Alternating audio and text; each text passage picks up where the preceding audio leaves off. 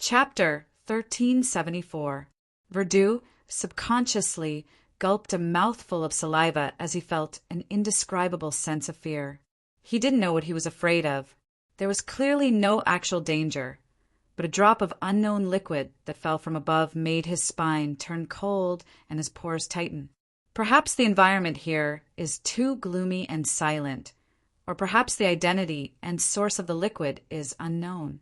Verdu cautiously took 2 steps out and patiently observed. In the next few minutes, nothing strange happened. No more liquid fell from the sky. This made Verdu reasonably suspect that a bird had passed by with a sea fish or freshwater fish from the island stream in its mouth. There was a slightly sticky liquid dripping from the surface of the fish. He calmed himself down and checked the situation of the telegraph office ruins. Nearly 10 minutes later, Verdu confirmed that there were only traces of blood and simple murals that were related to mysticism. They were worth studying. He didn't rashly pick up the blood-colored soil to copy the strange murals. Instead, he took out a pure, dreamy crystal ball from his pocket. As an astrologer, he naturally had to use his best method to confirm if he should take action. With his left hand holding the crystal ball and his right hand caressing it, Verdu entered an astrological state. In the next second, the crystal ball emitted a bright light. Bang! It exploded, scattering the fragments in all directions. Verdu's gaze froze as he stood rooted to the ground, ignoring the pain brought about by the fragments stabbing into his body. It exploded. It actually exploded. He muttered to himself in disbelief. The crystal ball fragments that had stabbed into his body didn't seem to have broken through the classical robe. At that moment, they fell down without being stained with any blood. Of course, there were a small number of crystal ball shards on Verdu's jaw and face, creating small wounds. Who is it? Verdu suddenly snapped to his senses and turned to look elsewhere. In the ruins opposite him, a figure walked out. It was the girl who was dressed in revealing clothes from the pirate ship. She had originally hidden herself well and hadn't been discovered by Verdu. However, the crystal ball's explosion had given her a fright, causing her to react excessively and obviously causing her stealth to fail.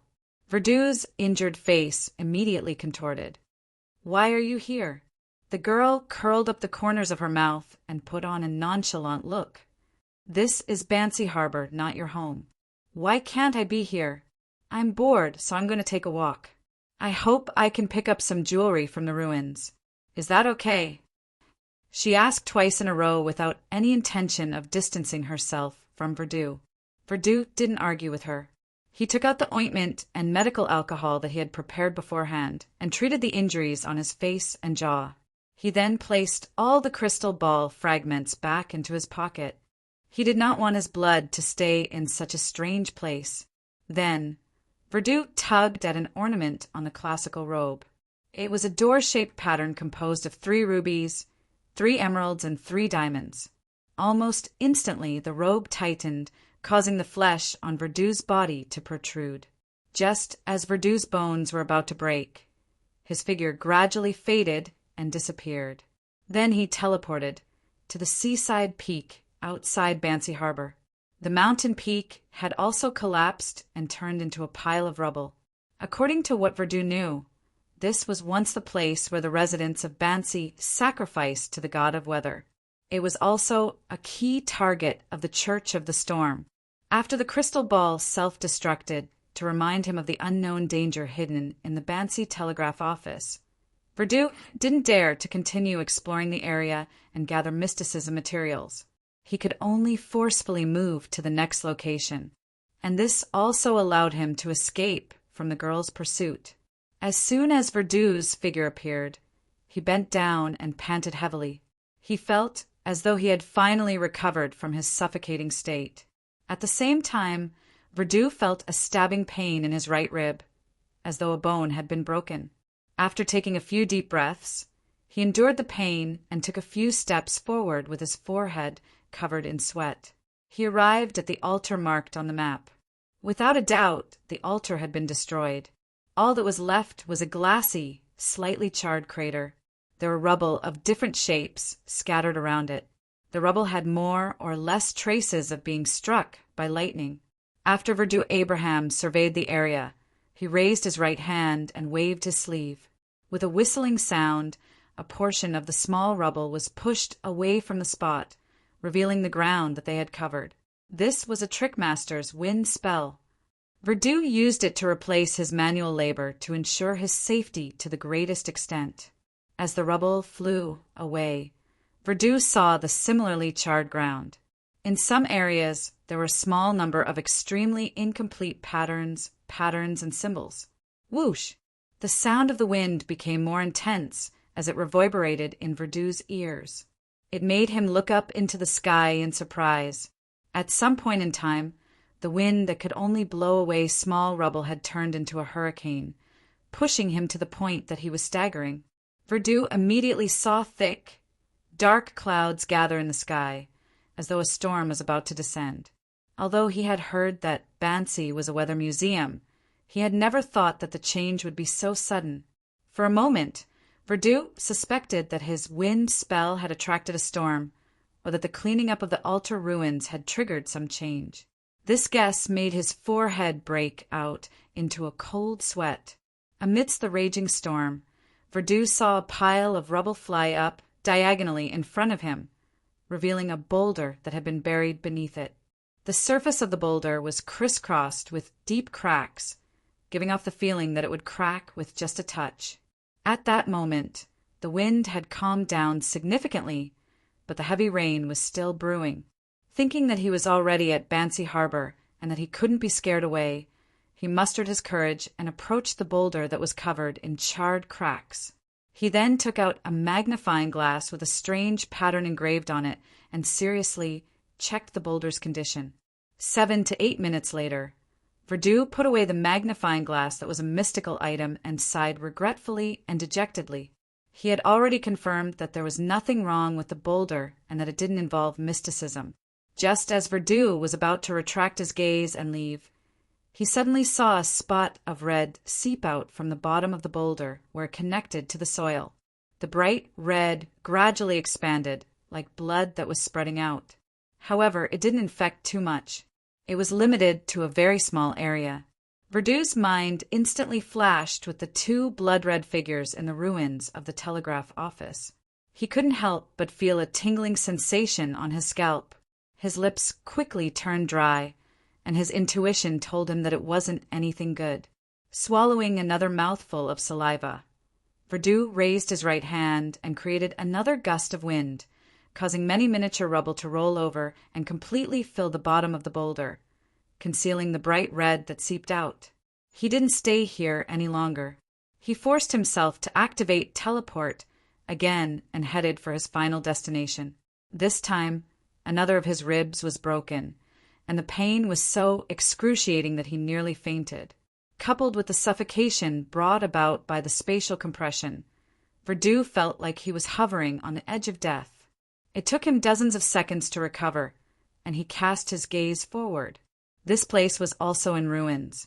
Collapsed houses covered the ground, which was overgrown with weeds.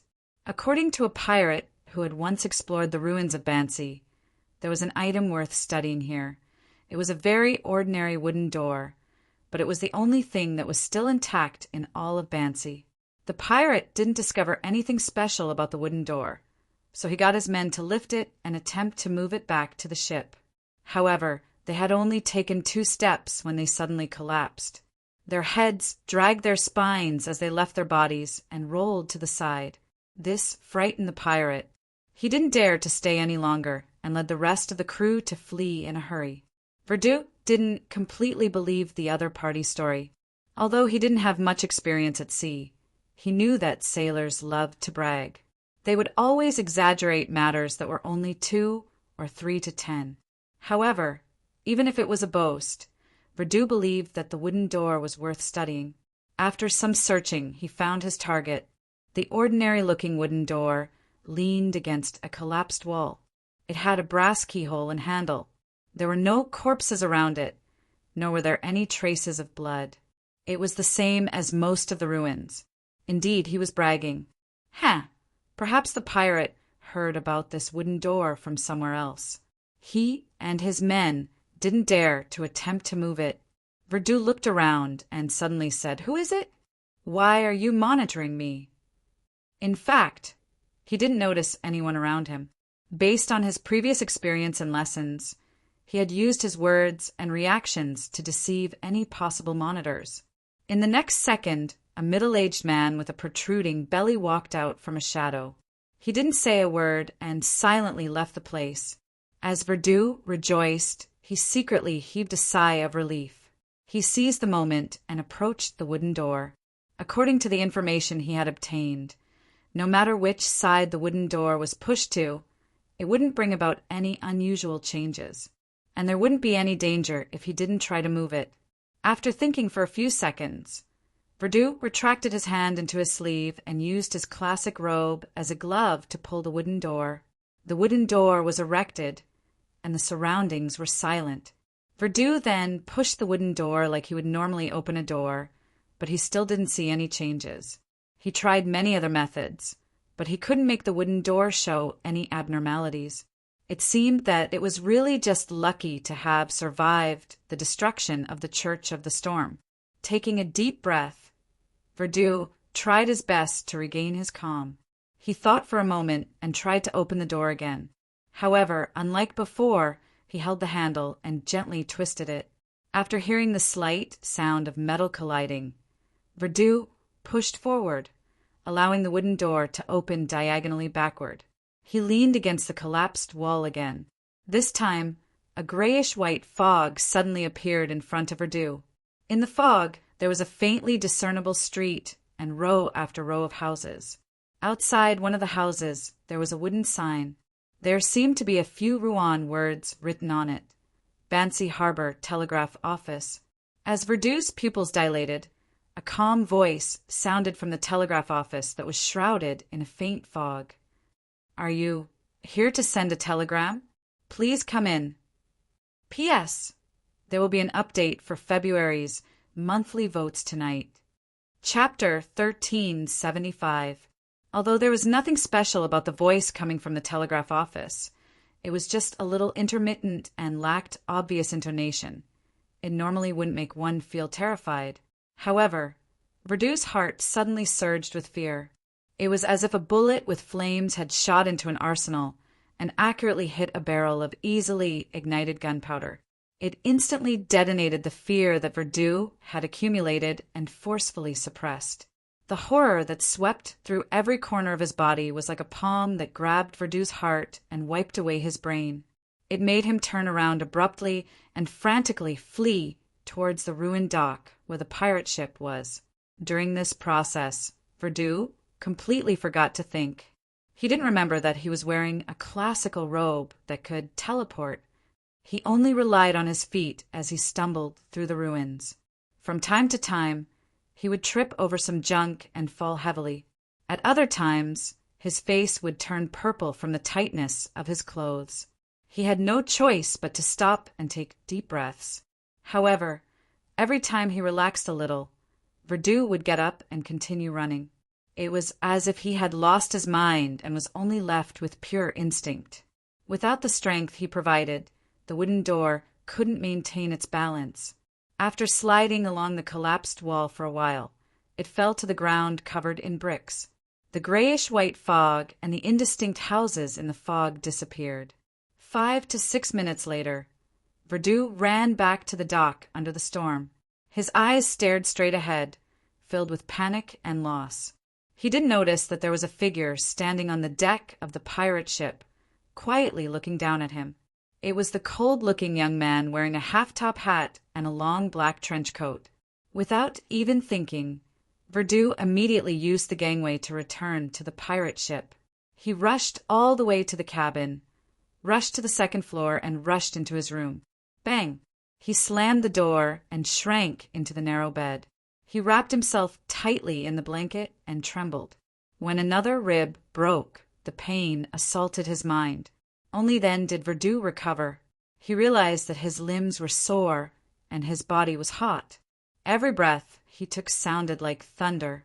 He struggled and worked hard. Finally, he took off the classical robe and fell back onto the bed. He felt dizzy and nauseous. There wasn't enough air. Outside the cabin, the cold-faced man suddenly raised his hand, took out a human-skinned glove from the air, and put it on his left hand. Suddenly, the man disappeared into thin air and appeared in a corner of the ruins, next to the ordinary-looking wooden door. He then bent down and pulled up the wooden door, allowing it to stand in front of a half-damaged wall. Right on the heels of that, the man in the black trench coat mimicked Verdoux's actions. He reached out to grab the handle and twisted it down. Then he pushed the wooden door forward and let it fall back against the wall. Almost at the same time, he saw a grayish-white mist and faintly discernible streets and houses in the faint mist. Among the buildings, the one that stood out the most clearly was the Bancy Harbor Telegraph Office. The rest were more or less blurry. At this moment, the calm voice in the telegraph office asked through the door, "Who are you?" "I'm Gairman Sparrow," the young man in the half-top hat replied in the same staccato voice. The interior of the Bancy Harbor Telegraph Office suddenly fell silent, as though someone was silently walking towards the door. At this moment, German Sparrow turned his head to the other side. In the depths of the shadowy street, a figure walked over. He was wearing a straw hat and had a towel hanging around his neck. He was bending over to pull something. As the figure approached, the outline of the object behind him gradually outlined itself. It was a small black carriage with 2 wheels. It had a roof that could block out the scorching sun and rain. Sitting in the carriage was a lady in a waist-length dress with a round fan painted with flowers and birds. She and the person pulling the carriage were covered by a relatively thick fog, making it impossible to see their exact appearances. When they passed by German Sparrow, the latter barely managed to see a few details through the fog. The face of the man who was bending over to pull the carriage was rotten to the bone, with pale yellow pus flowing out of it. The parts of the lady that weren't covered by the fan and her clothes had swollen skin that was glistening, embedded with many green and black spots. With a ding, a bell rang, and a blue train with only 2 carriages sped out in front of German Sparrow. It was only at this moment that German Sparrow realized that the streets were paved with iron-black tracks. Above them were long lines, and at the top of the train there was a slightly complicated metal frame that slid over the long lines. Through the train's glass window, German Sparrow saw the passengers inside. They were facing the street, but only their heads were left. Each head was dragging a blood-stained spine. German Sparrow's pupils dilated slightly as he silently watched this scene without moving for a long time. After nearly a minute, he took a step forward in an attempt to enter the blurry street shrouded in grayish-white fog. However, the fog blocked him. No matter what method he used, he couldn't pass through it. 15 minutes later, German Sparrow stopped his attempts. He closed the wooden door and eliminated the fog. Then he dragged the wooden door and teleported directly to the pirate ship. He wasn't worried about being cursed at all. He then placed the wooden door on the deck and reached out with his left hand to grab the door handle. Suddenly, there was a cracking sound from German Sparrow's neck. His head seemed to be lifted up by an invisible hand and dragged out his bloody spine. German Sparrow's expression didn't change. He coldly raised his right hand and pressed down on the top of his head, pressing his head back to its original position. Then, as if he wasn't affected, he turned the handle and pushed open the wooden door again, allowing it to lean against the side of the ship. But this time there was no grayish-white fog, nor were there any shadowy streets, houses, or trains. It could be said that there was nothing unusual. In the next second, the wooden door rapidly rotted and turned into a pool of mud, as if it was escaping the fate of being experimented on. German Sparrow didn't stop him. He first took out a golden ruby ring from the air and wore it for nearly 10 seconds. After making the ring disappear, German Sparrow reached out with his right hand and pulled out the ordinary wooden door from the void. He continued making various attempts. After confirming that the wooden door would lose its effects once it left Bancy, German Sparrow casually waved his hand and made it disappear in midair. 2 hours later, The dark clouds in the sky gradually dissipated. The storm that had been brewing for a long time finally didn't descend. After the pirate ship left Bansi Harbor, Verdu, who had treated his injuries, consumed a bottle of medicine and quickly fell asleep to adjust his mental state. In the gray world of dreams, he ran through the desolate wilderness, frantically searching for something, but to no avail. Suddenly, Verdu heard a slightly intermittent voice coming from the depths of the wilderness.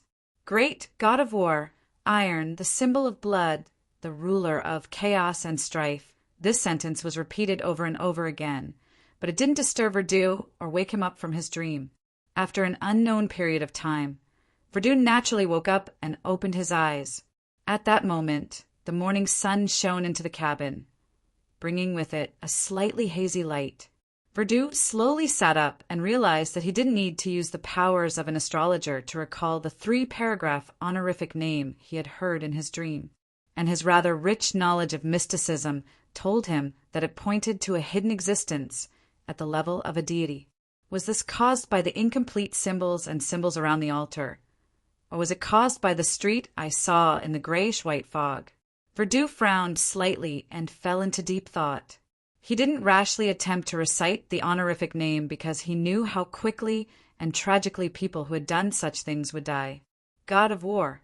Verdu vaguely remembered that he had seen this deity's name in one of his family's books. He decided to do some research before considering what to do next. Bansi Harbor, on a collapsed mountain peak by the sea. Scarlet, blazing white, or orange flames emerged from the cracks in the rubble, forming a figure. This figure wore a black blood-stained armor and had a head of fiery red hair. He was young and handsome. There was a blood-colored mark between his eyebrows, and there were faint signs of decay on his face.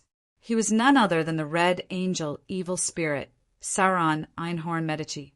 If he didn't rely on Sapphira Castle and the Attendant of Mystery's characteristics to make marionettes run all over the world without considering the limitations of distance, I wouldn't have needed to take such a roundabout route. The Red Angel Evil Spirit sked. It was unknown who he was talking to. In midair, a crow landed and stopped at the top of a boulder. There was a circle of white around its right eye, and a human voice sounded from its mouth. You actually used him and not him. This doesn't seem like your style. The Red Angel Evil Spirit chuckled, because he wishes for others to address him and not him. As he spoke, Sauron Einhorn Medici glanced at the crow. Compared to your true appearance, your current appearance is cuter, isn't it, little crow? The white-eyed crow replied without any anger. Your mockery is just like you. Your mockery and your people are still living in the previous era. The Red Angel Evil Spirit smiled and said, Things are progressing quite smoothly. I've already fooled him. However, I believe that even if he discovers it, he will likely pretend not to see it. If you want to become a great old one, the door has to return. The hypocritical, he might still be hesitating on whether to do it because it will bring about a huge disaster if he isn't careful. Haha, I like disasters. Little crow, when are you going to pay me? Without sufficient strength, I won't be able to gain the trust of that brainless house of Abraham. When he prays to you, said the white-eyed crow, if you're worried that you won't be able to maintain this state for too long, I can parasitize a worm of time into your body to help you maintain it. There's no need to thank me. As it spoke, the crow flapped its wings and disappeared into the night sky. The Red Angel Evil Spirit turned its head and, with the advantage of the terrain, looked down at the Bansi ruins with a slightly solemn expression. P.S. The first monthly ticket for February will be given, seeking monthly tickets for the last 3.5 days of March. Chapter 1376. This small city, named Utopia, isn't much different from the ones I've traveled to in the past. Be it its folklore, race, or architectural style, it's all standard Rouen. I heard that the southern continent has many strange and unusual customs. I hope to experience them myself one day. Of course, that's after East and West Balam restore peace. Speaking of Utopia, The most special thing about this place is that the climate is changeable. There are often storms, so most people have umbrellas and raincoats, smeared with Donningsman tree sap. The hotel attendant told me that as long as I have a certain income and have to work outside, I have to save money to buy a raincoat. Otherwise, disease will kill more people.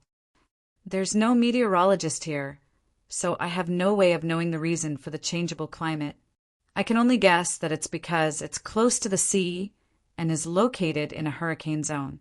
Yes, there's a deep water harbor a few kilometers away from Utopia, but they lack manpower and are unable to operate it well. They can only maintain it on a small scale. They don't have a local newspaper either. After all, this is only a small city with a few thousand people. The paperboys mainly sell the Tussock Times, Desi Mirror, and Sea Breeze. The second reason I like this place is that many people in Utopia are cheerful and optimistic. They are passionate about life. When I wrote this, a band happened to pass by outside the hotel. This isn't a professional band, but a group formed purely by amateurs. Among them are government employees, magistrates, solicitors, professional police officers, school teachers, candy factory workers, shop owners. Among them, those who have the money and time are responsible for the tuba, violin, and other more difficult instruments. The middle and lower class citizens use the lyre, harmonica, and other simpler instruments. On certain days of rest, they will walk the streets. They will set off from the municipal square and circle around the city before returning to St. Ariana Cathedral near the square. They call this a musical parade. During the parade, not only do they not reject the citizens from joining them, they even encourage them to sing or dance with them. According to my observations, the participants are rather happy and content. They are venting their love for life, and this gives me a sense of exuberance. I have to admit that this is very infectious. I've tried to join the parade and forget my troubles amidst the music, dance, and singing. All I remember is happiness. They're not on a cruise today. They're going to the church to bless a couple. Speaking of weddings, the thing I can't understand the most about Utopia is that it only has the Evernight Goddess's Cathedral. You have to know that in most places in the kingdom, even in a small town, there will be at least 2 cathedrals. One belongs to the Evernight Goddess, and the other believes in the Lord of Storms. Before today, I couldn't imagine that an ordinary town in the kingdom would only believe in one god. However, this won't cause too much trouble for me. Before I was 18, due to my family's influence, I could only believe in the Lord of Storms. But after I graduated from grammar school, I truly understood that the goddess is the most compassionate and compassionate one. Speaking of the wedding itself, I attended a wedding 2 days ago and realized that Utopia has some special customs in this regard. Among them, what I admire the most is that when the priest announces the marriage, the bride and groom will bow to each other. There's no question of who's higher or lower. It's just a serious expression of gratitude for spending a lifetime together. Perhaps this is a manifestation of the equality between men and women in the teachings of the goddess. In addition, at the celebration after the wedding, there will be some special game segments. For example, the bride and groom will tell their love stories. This might be a rather awkward matter for them, but it's rather interesting for the guests. Yes, I think so too. However, I definitely won't add such a segment to my own wedding. At that wedding, I heard the best love story I've ever heard in my life. If there's a chance, and if the readers who read this column like it, I'll consider retelling it. Of course, I'll change the names and some details so that the couple won't be troubled. The most important reason I like Utopia is that the food here is very delicious.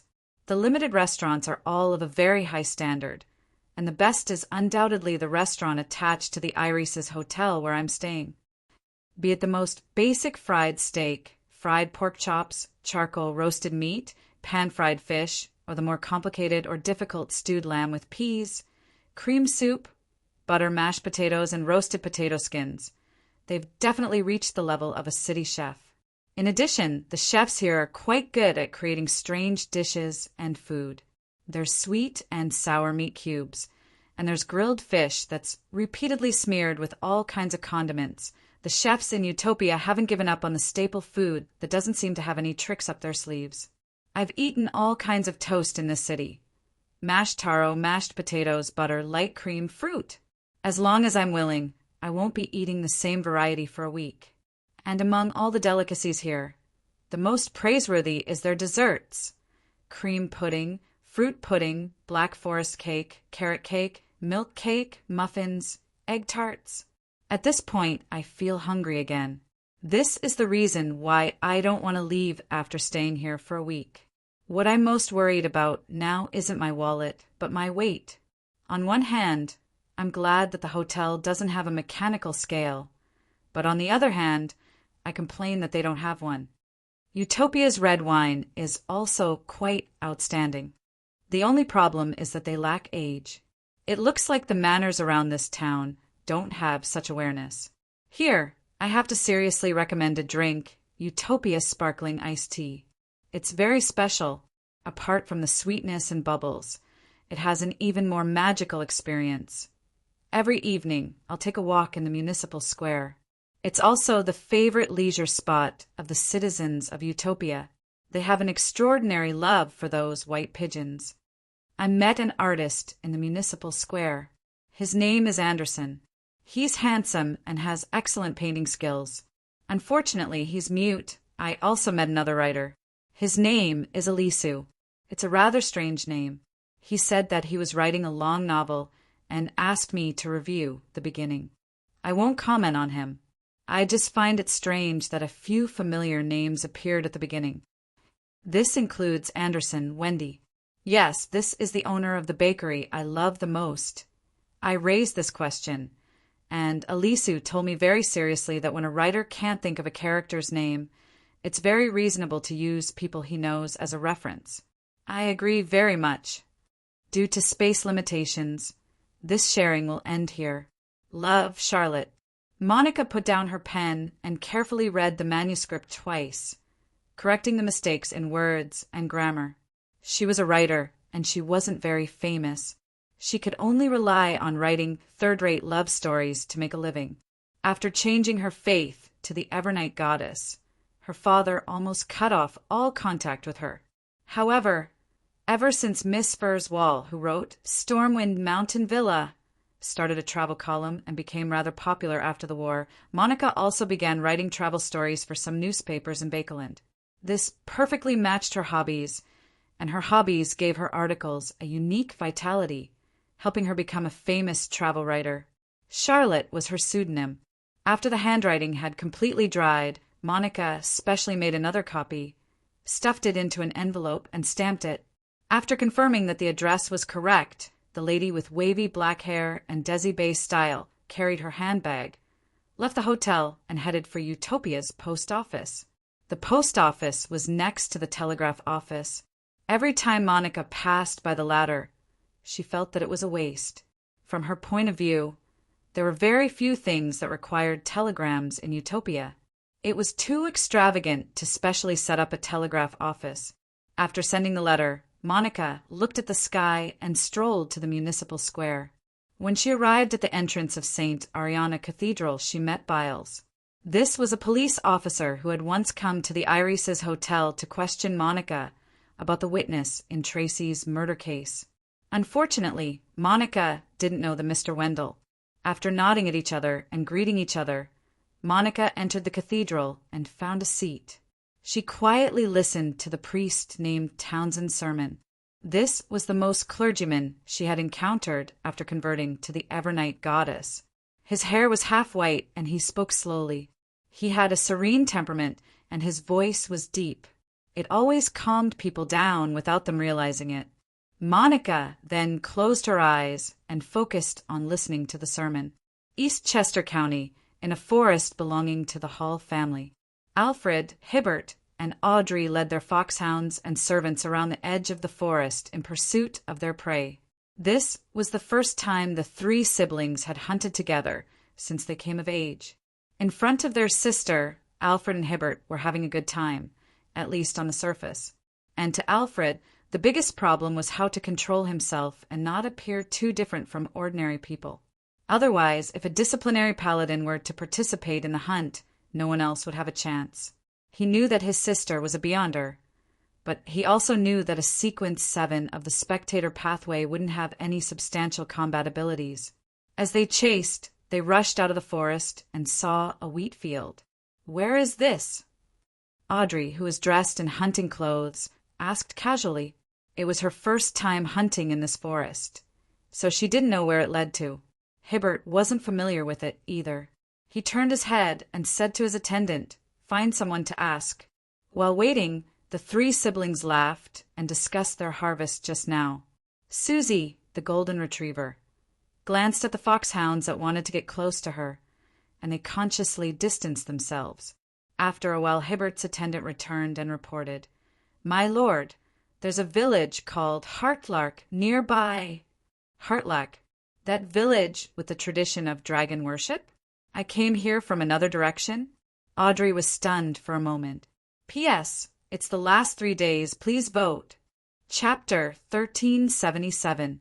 After snapping out of her daze, Audrey maintained her faint smile as she turned vigilant. She vaguely felt that there was a mysterious force pushing her to come to Heartlark, a village with a tradition of dragon worship. It was as though fate had arranged it. Audrey had once entered the Hall of Truth and discovered that the murals inside had become a reality. Furthermore, she knew that the Spectator Pathway Sequence one was author. From this name, she made some connections and couldn't help but suspect that something was amiss. At this moment, Hibbert laughed. "I've heard of this village. I remember that the family has a manor nearby." As he spoke, he looked up at the sky. "It's almost evening. Why don't we stay here and continue hunting tomorrow?" Alfred didn't reject his brother's suggestion. To him, it didn't matter which manor he stayed in tonight. He nodded and said, "Then send someone back to inform Dad and Mom." Audrey didn't say a word as her green eyes darted around and swept her gaze across her two brothers' faces. Hibbert immediately frowned. After a few seconds, he said, "Then send someone back to inform Dad and Mom." He said after a few seconds, "It's best we return. The manor here didn't receive any advance notice, so it definitely wasn't prepared. Let's go back. The manor here was not informed in advance, so it must be unprepared. Perhaps it can't serve so many horses, hounds, and servants. Besides, there's still more than an hour before evening. It's enough time to return." Seeing his brother change his mind so quickly, Alfred subconsciously wanted to disagree. But on second thought, he felt that what he said made sense. Considering that his sister was also here, he grunted and said, "Yes. Then let's return as soon as possible." With that said, he didn't wait for Hibbert. He clamped his legs together, brandished his horsewhip, and led the way back. Hibbert furrowed his brows for a moment before relaxing them. Without another word, he led his sister and a group of attendants, servants, and hounds. They turned around and followed the edge of the forest, returning to the manor on the other side. Audrey quietly followed behind, not expressing her opinion on the development of the matter.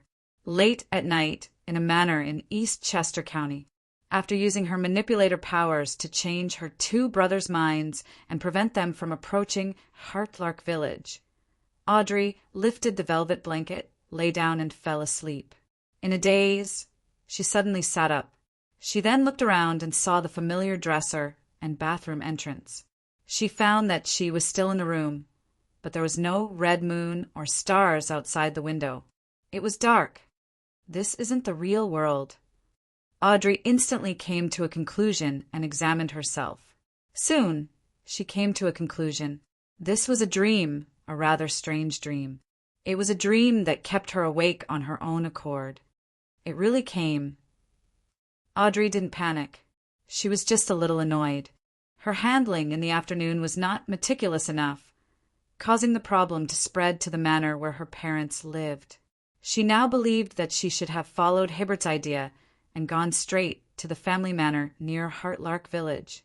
Then she would reasonably arrange for Hibbert and Alfred to return here, leaving her to stay behind and wait for any changes that might occur. This way, Even if there were any accidents, it would not affect his parents, brother, and most of the servants. However, at that time, her main thought was that she couldn't follow the arrangements of fate. She wanted to avoid Heartlark Village as much as possible. Who knew that sometimes, even if you didn't seek out danger, danger would come looking for you. Avoiding and delaying wasn't a solution to the problem. Audrey immediately got out of bed and stood barefoot on the thick carpet. She had already confirmed that with her demigod-level Dreamwalker standard, she could directly escape this strange dream and return to the real world, once again avoiding the suspected invitation. After looking around, Audrey pursed her lips, took the blue cloak hanging on the coat rack, and draped it over her body. Then, she took a deep breath and walked towards the door. During this process, a crimson star-like tattoo appeared on the back of one of her hands. The tattoo then vanished as though it had never appeared. This was the mark left behind after she first entered the ancient palace above the gray fog. It hadn't shown any special effects for a long time. It was only at the beginning of this year that Mr. Fool told them that when they didn't have the time to pray, they could use the corresponding tattoo to replace the chanting of the honorific name. To put it simply, this was the treatment given to a blessed of God. Of course, there was no way to transmit any information. It could only be used in critical situations to make Mr. Fool cast his gaze over. And more importantly, the star-like crimson mark was rather eye-catching, making it easy for the people around her and those who were secretly paying attention to her. Therefore, in a situation where she needed to hide her uniqueness, Audrey was more inclined to use the various powers of a manipulator to implant the idea of praying to Mr. Fool into the mind of an inconspicuous human nearby, allowing him to complete the prayer and pray for blessings at the appropriate time and scene. At this moment, she believed that the owner of the dream knew that there was a problem with her, so she felt that there was no need to go through so much trouble. All she needed to do was hide the existence she was praying to. After walking to the door, Audrey reached out to grab the handle, gently twisted it, and pulled it back. A slightly dark corridor immediately entered her eyes.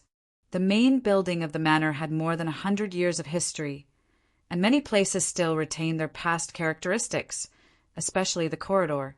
It didn't have gas wall lamps, and the walls were inlaid with candlesticks made of silver or copper. There were different numbers of candles placed on them, emitting a dim yellow light that illuminated the entire corridor, making it feel like it could be haunted at any moment. The dream has even replicated this. Audrey looked around and walked into the corridor. As this thought flashed through her mind, a long, thick, pale yellow carpet appeared beneath her feet. Stepping on the carpet, Audrey followed her spiritual intuition and walked to the right. After taking 2 or 3 steps, she suddenly stopped. She felt that there seemed to be something hidden behind the tightly shut doors on both sides, something that made her have a strong desire to explore. This is Daddy and Mommy's bedroom. This is Hibbert's bedroom. This is Alfred's room. Audrey did a little identification and frowned slightly. The classical doors with relief carvings appeared especially mysterious under the dim yellow candlelight, making one want to know what was hidden behind them. As her thoughts raced, Audrey suddenly understood what they represented in the dream. This was the door to the mind. Behind each door was the mind world of their owner. In other words, after Audrey pushed open the door to Alfred's room, she would see the various secrets hidden deep in his heart. By the same logic, she could also pry into the true hearts of Earl Hall and Lady Caitlin.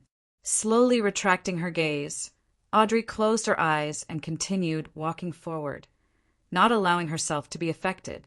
After experiencing so many things, she increasingly understood a principle. A demigod in the domain of the mind had to know how to restrain themselves and respect others. Under the premise of being able to read the true thoughts of others from body language, facial expressions, and emotional fluctuations, if one wasn't satisfied and greedily explored the hearts of others, digging out their secrets, it might eventually backfire on oneself. This was a very simple principle. Everyone would have some dark, bad thoughts more or less, but they would be able to control them well and not let them affect their behavior. Under such circumstances, if a demigod in the field of mind still insisted on digging out these thoughts and uncovering the ugly parts under the mask, it would be very easy for him to be disappointed in human nature. He would be infected by all kinds of negative thoughts and gradually go crazy without knowing it. This was also one of the reasons why a spectator could easily become perverted or crazy even though they could comfort themselves and treat the corresponding psychological problems. They were both safe and dangerous. Therefore, the code of conduct that Audrey set for herself was to only observe and read the minds of acquaintances and try not to enter dreams. There were no restrictions on entering dreams for strangers, and, unless necessary, she wouldn't enter everyone's mind world. Along the corridor, Audrey, who was wearing a blue cloak, came to the end. She then opened her eyes and cast her gaze at the room on the left. It was a half-open solarium. Pursing her lips again, Audrey breathed steadily and reached out to grab the handle of the door. As the wooden door opened, the scene inside was gradually exposed. This was no longer a room. On the ground were round stones and clumps of bluish-black weeds. It was dark in the depths, making it impossible to see clearly. Audrey slowly walked in, and the door closed behind her with a creak. In the darkness, the outline of some objects quickly outlined themselves. A huge stone pillar that was dozens of meters tall stood tall, and on top of it was a tall, lizard-like monster. This monster squatted at the top of the stone pillar like a small mountain. Its body was covered in grayish-white scales, and its eyes were pale golden and vertical. This was a mind dragon from myths and legends. With a whoosh, the mind dragon spread its wings, almost covering the sky. Their skeletons were like metal and leaf veins, covered in a gray membrane with mysterious patterns. As Audrey looked up, the mind dragon let out a buzzing sound. "You've been to Liveseed before." It was undoubtedly speaking in dragon speak. City of Miracles, Liveseed. How did it know? Just as these two thoughts flashed through Audrey's mind, she heard the mind dragon say, "The consciousness in every mind is making a certain exchange with the sea of collective subconscious." The consciousness in every mind is making a certain exchange with the sea of collective subconscious, and Liveseed is a very special existence. The imprint it formed in your mind is the same. When your virtual persona is swimming in the sea of collective subconscious, and isn't far from me, I can naturally sense this. This has already exceeded the scope of my abilities, and it's not something a dreamweaver can do. This mind dragon corresponds to a sequence too clairvoyant? He actually didn't directly control me. As Audrey's thoughts flashed through her mind, the mind dragon spoke again. "I'm very sure that you don't have any ill intentions at the moment." Audrey fell silent for 2 seconds before looking up. "Aren't you worried that it's a trap?" P.S. Seeking recommendation votes on Monday. Seeking monthly votes on the last 2 days of the month. Chapter 1378. At this moment, Audrey even suspected that fate's arrangement wasn't for her to head to Heartlark Village to investigate the traditions of dragon worship, but to make her sense that something was amiss. From there, she would feel conflicted and use her virtual persona powers in the area around Heartlark Village to secretly guide her 2 brothers to change their minds without them realizing it. This would then allow the mind dragon to discover the special consciousness related to the City of Miracles, Liveseed, and attract him. Even though Audrey was on the side that had been arranged, she couldn't help but feel a sense of awe. It had to be said that in order to achieve such an effect, one had to have a deep understanding of people's hearts and grasp the different reactions of different people. It had to be at an extremely high level, a level that would make people feel fear from the bottom of their hearts. After all, even a sequence for a manipulator like Audrey felt that the development of the matter was in line with her expectations. It had completely satisfied her hopes, so she wasn't wary at all. The mind dragon retracted its wings and looked down at the blue-cloaked Audrey. This is a dream labyrinth pieced together by many souls. Even if the one who set the trap came personally, it would take some time to find this room, and I won't stay for too long." Obviously, it was not that he did not guard against the trap. He just felt that some things were worth taking such a huge risk. Dream maze. This is one of the beyonder powers of a dreamweaver, or is it an ability that has undergone a qualitative change? Audrey collected her thoughts and asked calmly, "What do you want to know?" The huge, scaled, grayish-white dragon buzzed. "My name is Aerihog, one of the 3 remaining ancient dragons." Did he mean that he was one of the 3 dragons that survived from the Second Era, and the few dragons now were just the descendants of the dragons from the era of the ancient gods? Audrey nodded slightly, not interrupting him. Behind her, in the wilderness filled with green and black weeds, a wooden door stood there without any support, appearing extremely strange. Aerihog didn't waste any time either. After a brief introduction, he asked, "Where did you find Liveseed?" Audrey was already prepared and calmly replied, "In a book called Roselle's Travels. It is rumored that it was personally made by the great dragon king Anquelt." Roselle. Aerihog had never heard of this name before. He repeated it and asked, "What kind of book is that?" Audrey, with her soft blonde hair draped over her shoulders, gave a simple description. There is an almost real world in that book. At the same time, it can absorb people who meet the requirements or offer their blood into the book, allowing them to live in that world. Aerihog was silent for 2 seconds. Does the world in the book have a sea of collective subconscious? Yes. Audrey gave an answer with great certainty. The City of Miracles Liveseed that I saw is deep in the sea of collective subconscious of the world in the book. Aerihog's breathing suddenly became heavier. "What did you see at Liveseed?" Audrey thought for a moment and said, "A city filled with giant pillars and majestic palaces. In addition, I also entered the residence of the great Dragon King. That place allows the inner voice of every living being to resound in the surroundings. I call it the Hall of Truth. At the end of the Hall of Truth, behind the throne of the great Dragon King, there's an ancient and mysterious bronze door. I don't know what's sealed inside. In short, it's very dangerous. I don't dare approach it." Audrey was speaking the complete truth, but she didn't mention Mr. World, Mr. Star, or her guesses. The ancient dragon, Aerihog, fell completely silent. It was unknown if he had recalled something or if he was analyzing Liveseed's current situation. During this process, his head drooped down bit by bit, as though he was about to bring his body from the top of the 100-meter-tall pillar to the ground. Just as Audrey tensed up from this strange scene and was about to ask, Aerihog suddenly raised his head. His pale golden vertical eyes turned colder as his voice echoed in the wilderness once again. Liveseed, amidst the thunderous rumbling, the things hidden in the darkness behind Aerihog quickly became clear, and their silhouettes appeared in the gradually brightening scene. They were huge stone pillars that were hundreds of meters tall.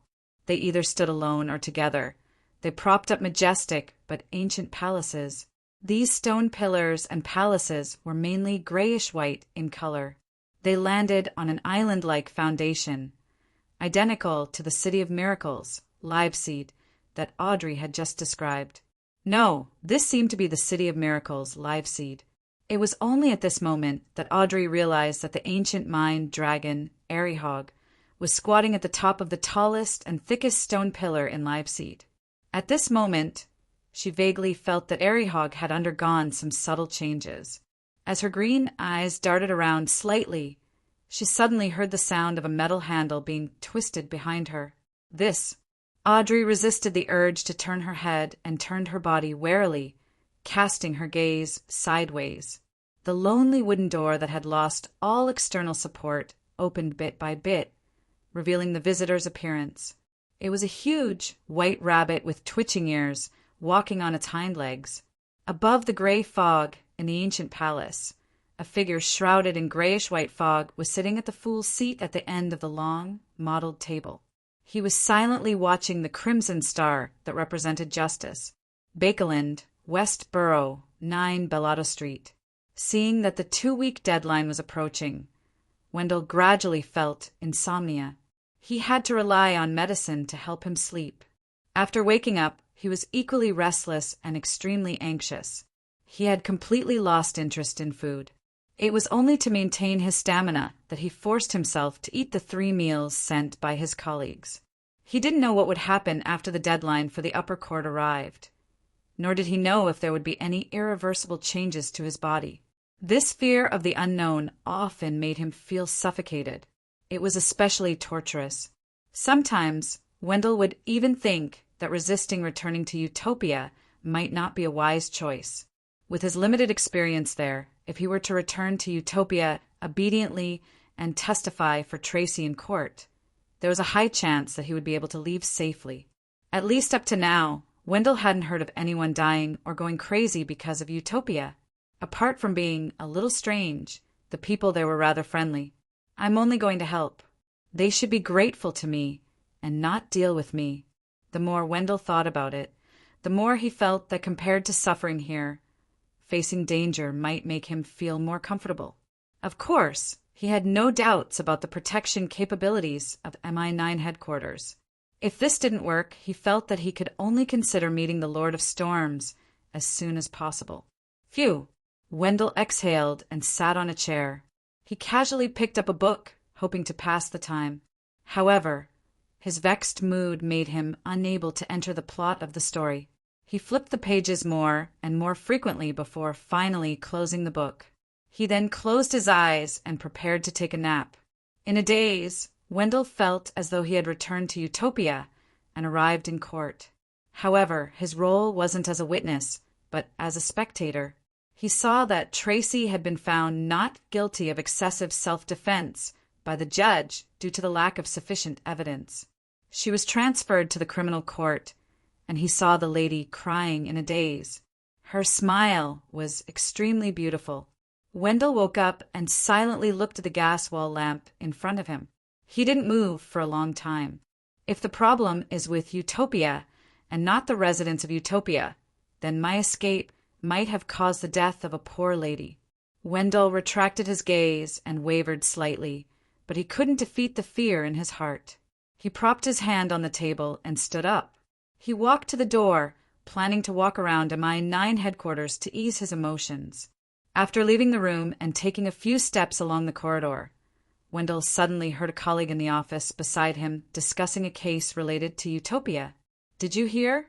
The person who recently entered Utopia was a carriage driver. When he sent a merchant from Utopia to the dock area, he only turned 2 streets before he realized that his surroundings had become unfamiliar. There's a need to remind all the carriage drivers in Bakeland. Yes, it's best to equate Utopia with spies to make it easier for them to understand. The way to enter and exit Utopia is really terrifying. That's right. Sometimes I even suspect that the entrance to Utopia can appear anywhere. There must be a certain limit to this. It's not as omnipotent as we think. Otherwise, I would have just gone to the bathroom and found myself in Utopia. From the rules that we've concluded so far, this is theoretically possible. The blood vessels on Wendell's forehead throbbed when he heard that. He suddenly felt that even though he was at MI9 headquarters, it wasn't that safe. Unless there's a demigod watching me, it's very difficult for me to avoid the fate of returning to Utopia. Perhaps after I wash my hands and open the bathroom door, I'll find Utopia's Iris's hotel outside. No, an ordinary demigod might not be able to stop this. This doesn't seem like something a human can do. It's already extremely close to a deity. Wendell instantly panicked, unable to suppress the fear in his heart. He followed the fluke that suddenly occupied his mind and returned to his room. He took out the document from the Utopia court from the drawer. Right on the heels of that, Wendell entered the bathroom.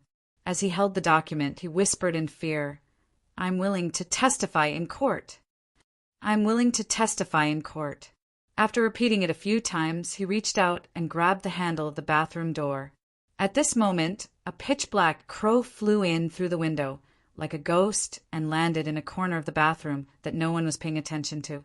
In the next second, Wendell twisted the handle, pulled it back, and opened the bathroom door. What appeared in front of him was no longer the familiar bedroom, but an unfamiliar hall.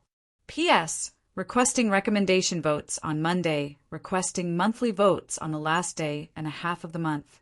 It would be a waste if you didn't vote, Divine King of the Nine Heavens. Chapter 1379. I've really returned to Utopia. Upon seeing the scene outside, Wendell felt an inexplicable sense of relief and relaxation. He no longer had any doubts about his choice to testify in court. One had to know that he had been in the bathroom of MI9's headquarters. Even a fully armed army wouldn't be able to break in. After slowly exhaling, Wendell walked out of the bathroom and walked towards the entrance of the hall. Behind him, in a corner of the bathroom that no one paid attention to, the pitch-black crow was draped in a shadowy veil.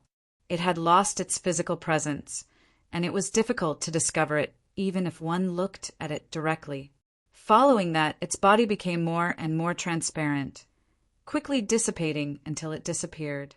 At this moment, Wendell had already walked a few meters into the hall and saw a policeman in a black and white checkered uniform enter the entrance. It was the young officer, Biles, who had invited him to testify in court. I knew you would definitely come, because you're a kind person. Biles smiled as he welcomed Wendell. Upon hearing this praise, Wendell's heart finally returned to its original position. Then he instinctively looked back and saw that the bathroom he had come out of had changed. It no longer looked familiar to him. In the dream maze formed by many minds, the gigantic white rabbit that walked upright forcefully squeezed through the open door and entered the wilderness with grayish-white pillars and magnificent palaces. Mr. Wrath. Although he wasn't wearing the persona mask, his unforgettable characteristics still helped Audrey recognize him at a glance. This was somewhat out of her expectations, but it didn't surprise her too much.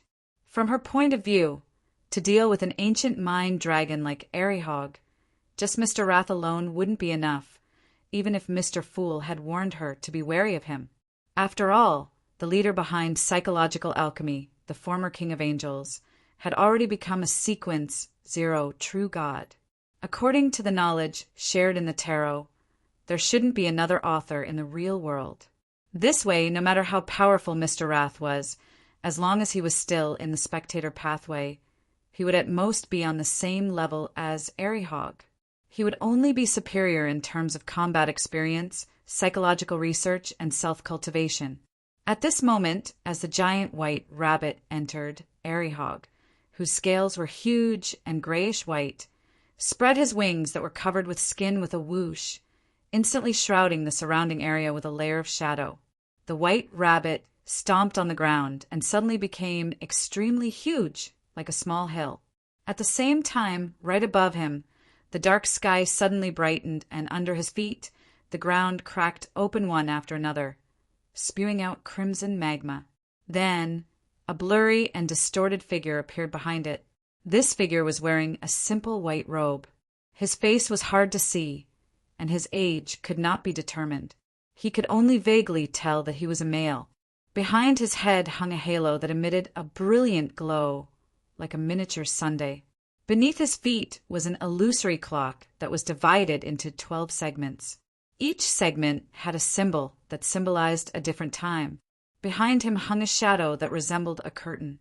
In the shadow, there seemed to be an eye silently peeking out. Just as the figure's silhouette appeared, the entire dream maze shook violently. Gray fragments constantly fell from the void. Depravity and pure sunlight, two completely opposite feelings, quickly spread around the giant white rabbit, eroding or assimilating the area.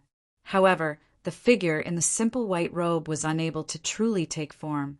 It was unable to walk out of history and illusion into reality.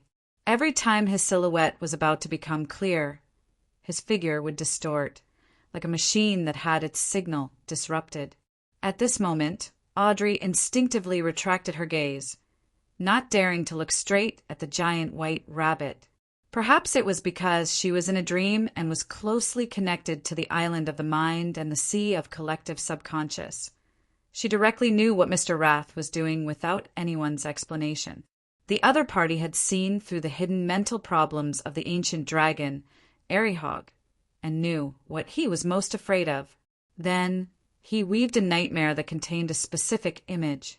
In a battle between high-sequence Beyonders of the spectator pathway, if both parties were at the same level, it would be difficult for any means to have any real effect. One could infiltrate the island of the mind and carry out a deep hypnosis. The other could guard the door to the body of heart and mind, preventing any external consciousness from entering. The other could spread mental plague, using the sea of collective subconscious to unknowingly corrupt the enemy. The other could placate himself, treat mental illnesses, and maintain mental health. Therefore, battles between spectator saints of the same sequence would often have 3 fixed styles. First, they would set up a trap in advance and make all sorts of preparations. Then, they would stealthily lure the other party in and destroy their mental defenses, completing the hypnosis. Second, they would focus on defense and support, relying on powerful sealed artifacts to defeat the enemy. Third, when Beyonder powers such as mental plague, mind deprivation, dragon's breath, and consciousness control were unable to do anything to each other, they would hypnotize themselves and dragonize, engaging in an intense melee battle with their claws and tails. In the third type of battle, whoever had a deeper understanding of the mind and whose willpower was stronger and firmer would be able to gain an advantage through a longer period of dragonization, allowing them to accumulate the advantage. Of course, the premise was that the other party didn't find a chance to escape, and at the angel level, everyone was a true mythical creature. The length of dragonization was meaningless. At that moment, it mainly relied on insight. Whoever could better find the flaws in the opponent's mind would be able to weave a corresponding nightmare and directly attack the enemy's mental weaknesses. Step by step, they would destroy their mental defenses, achieving the effect of going mad or fright to death.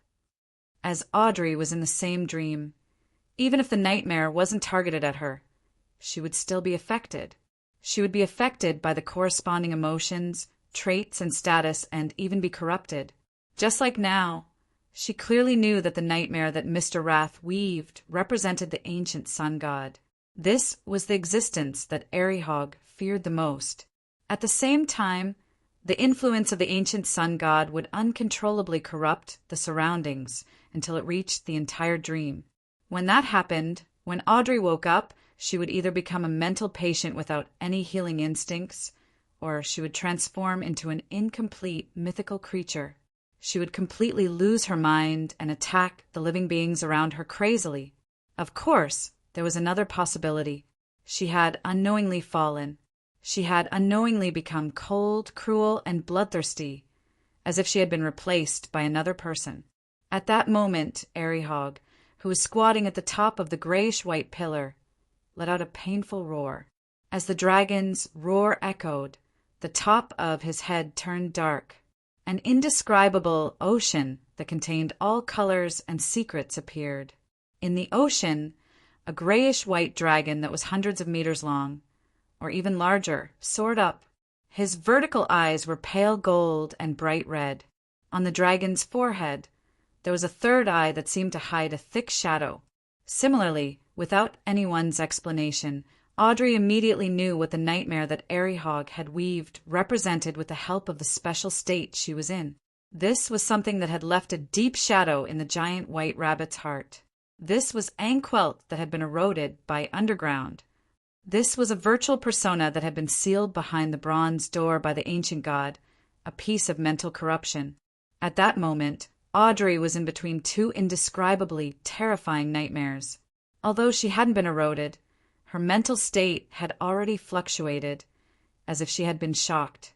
She immediately gave herself a placate, and without any hesitation, she relied on her lucidity to forcefully escape the dream maze.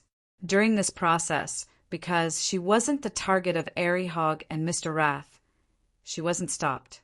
Furthermore, she had reached sequence 4 and possessed a certain level of godhood. Therefore, she quickly woke up from her dream. Audrey suddenly opened her eyes and saw the crystal chandelier that was dyed a faint crimson. She saw the deep night that filled the room. Without any delay, she got out of bed, ran to the window, and looked outside.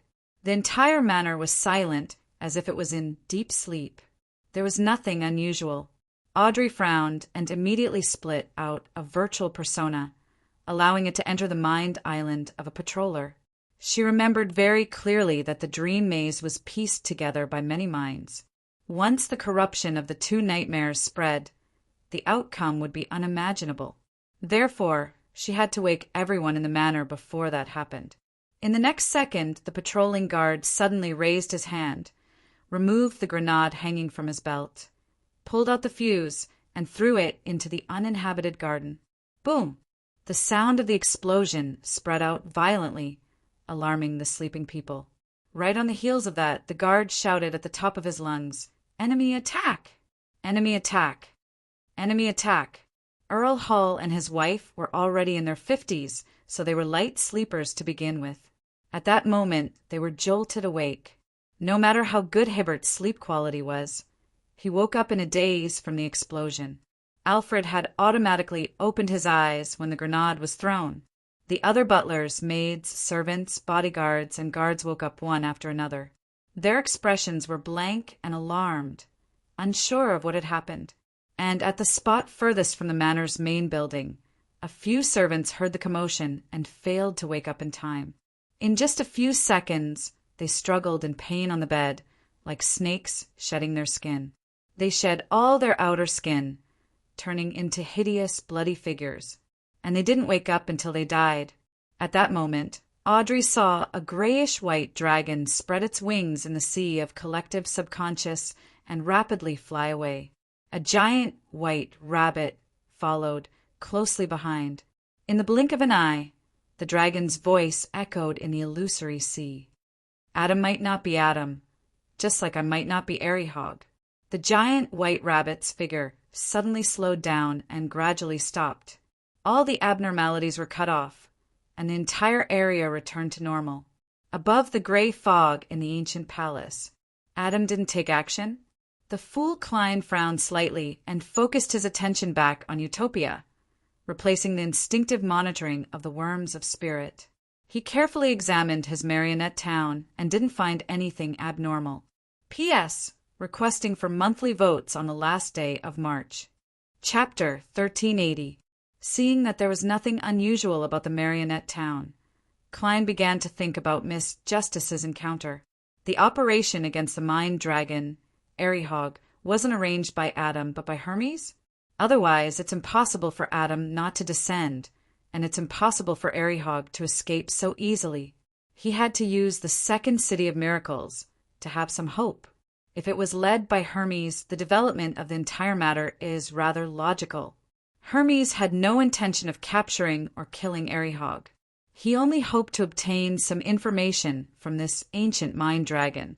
When Airihog said that Adam isn't necessarily Adam, the operation naturally came to an end. Yes, from the looks of it, Hermes had long suspected Adam's true state. However, due to the restrictions of his identity, he was unable to make Airihog appear on his own accord. So he used Miss Justice.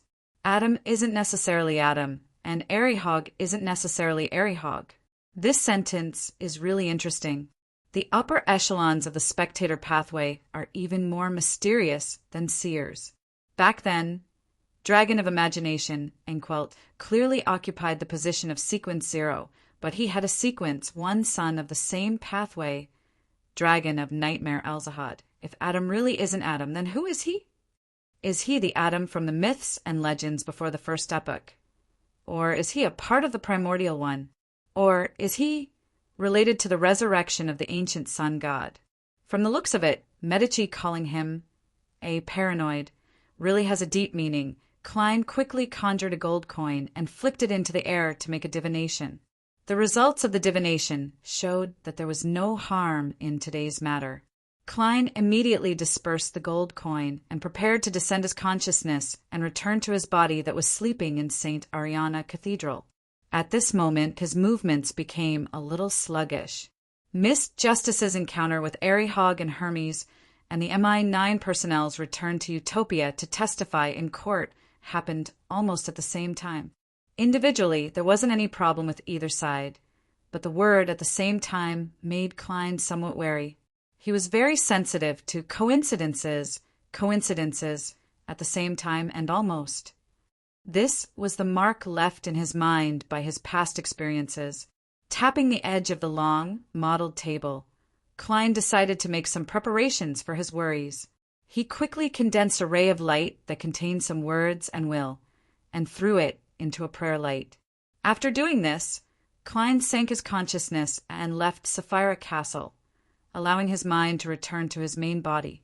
Right on the heels of that, he began to influence Utopia, planning to make all the foreigners in the city temporarily leave through various arrangements. In this way, even if an accident really happened, it wouldn't affect the innocent. This also meant that Klein was prepared to abandon Utopia and change locations to rebuild his marionette town. After all, the ritual could be repeated many times, and people could only be revived once after death. Rest well for the next 2 days. There's still some time before the trial. Biles sent Wendell to the entrance of the Iris' hotel. Wendell replied with a smile, "That's right. I'm already feeling sleepy." At that moment, it was midnight. Previously, because he was too anxious and nervous, he couldn't sleep. That was why he wanted to wander around MI9 headquarters to ease his mood. However, when he heard the conversation of his colleagues on duty, his emotions completely ignited. He decided to return to Utopia and face the problem head-on. After checking in, Wendell, who didn't take his luggage, briskly walked to the 3rd floor and entered his room. When he passed through the door, he vaguely felt that his surroundings were abnormally dark. In order to sleep better, Wendell walked to the window and pulled the curtains. During this process, he inexplicably felt that the scenery outside the window was abnormally familiar. However, under the shroud of the night, he couldn't tell it clearly. Thinking that it might be a scene he had seen in Utopia before, he raised his hand to cover his mouth and yawned. As he took off his clothes, he walked to his bed. Monica slept until midnight and suddenly had the urge to pee. After holding it in for a long time, she couldn't hold it in any longer. In the end, she got out of bed and walked to the bathroom that came with the room. When she pushed open the bathroom door, she felt that it had become a little heavier. Rubbing her eyes that she couldn't open, Monica didn't mind this tiny change. She quickly cleaned up her personal hygiene problem, ran out of the bathroom, and rushed back to her bed. When she crawled into bed, she felt that the temperature inside had dropped significantly. All she could do was wrap herself tightly in layers. It didn't take long for her to fall asleep again. About 15 minutes later, Biles, who was patrolling the streets, rubbed his hands and turned to the street where the police station was, preparing to hand over his work to his colleagues. Suddenly, his body froze at the alley's entrance.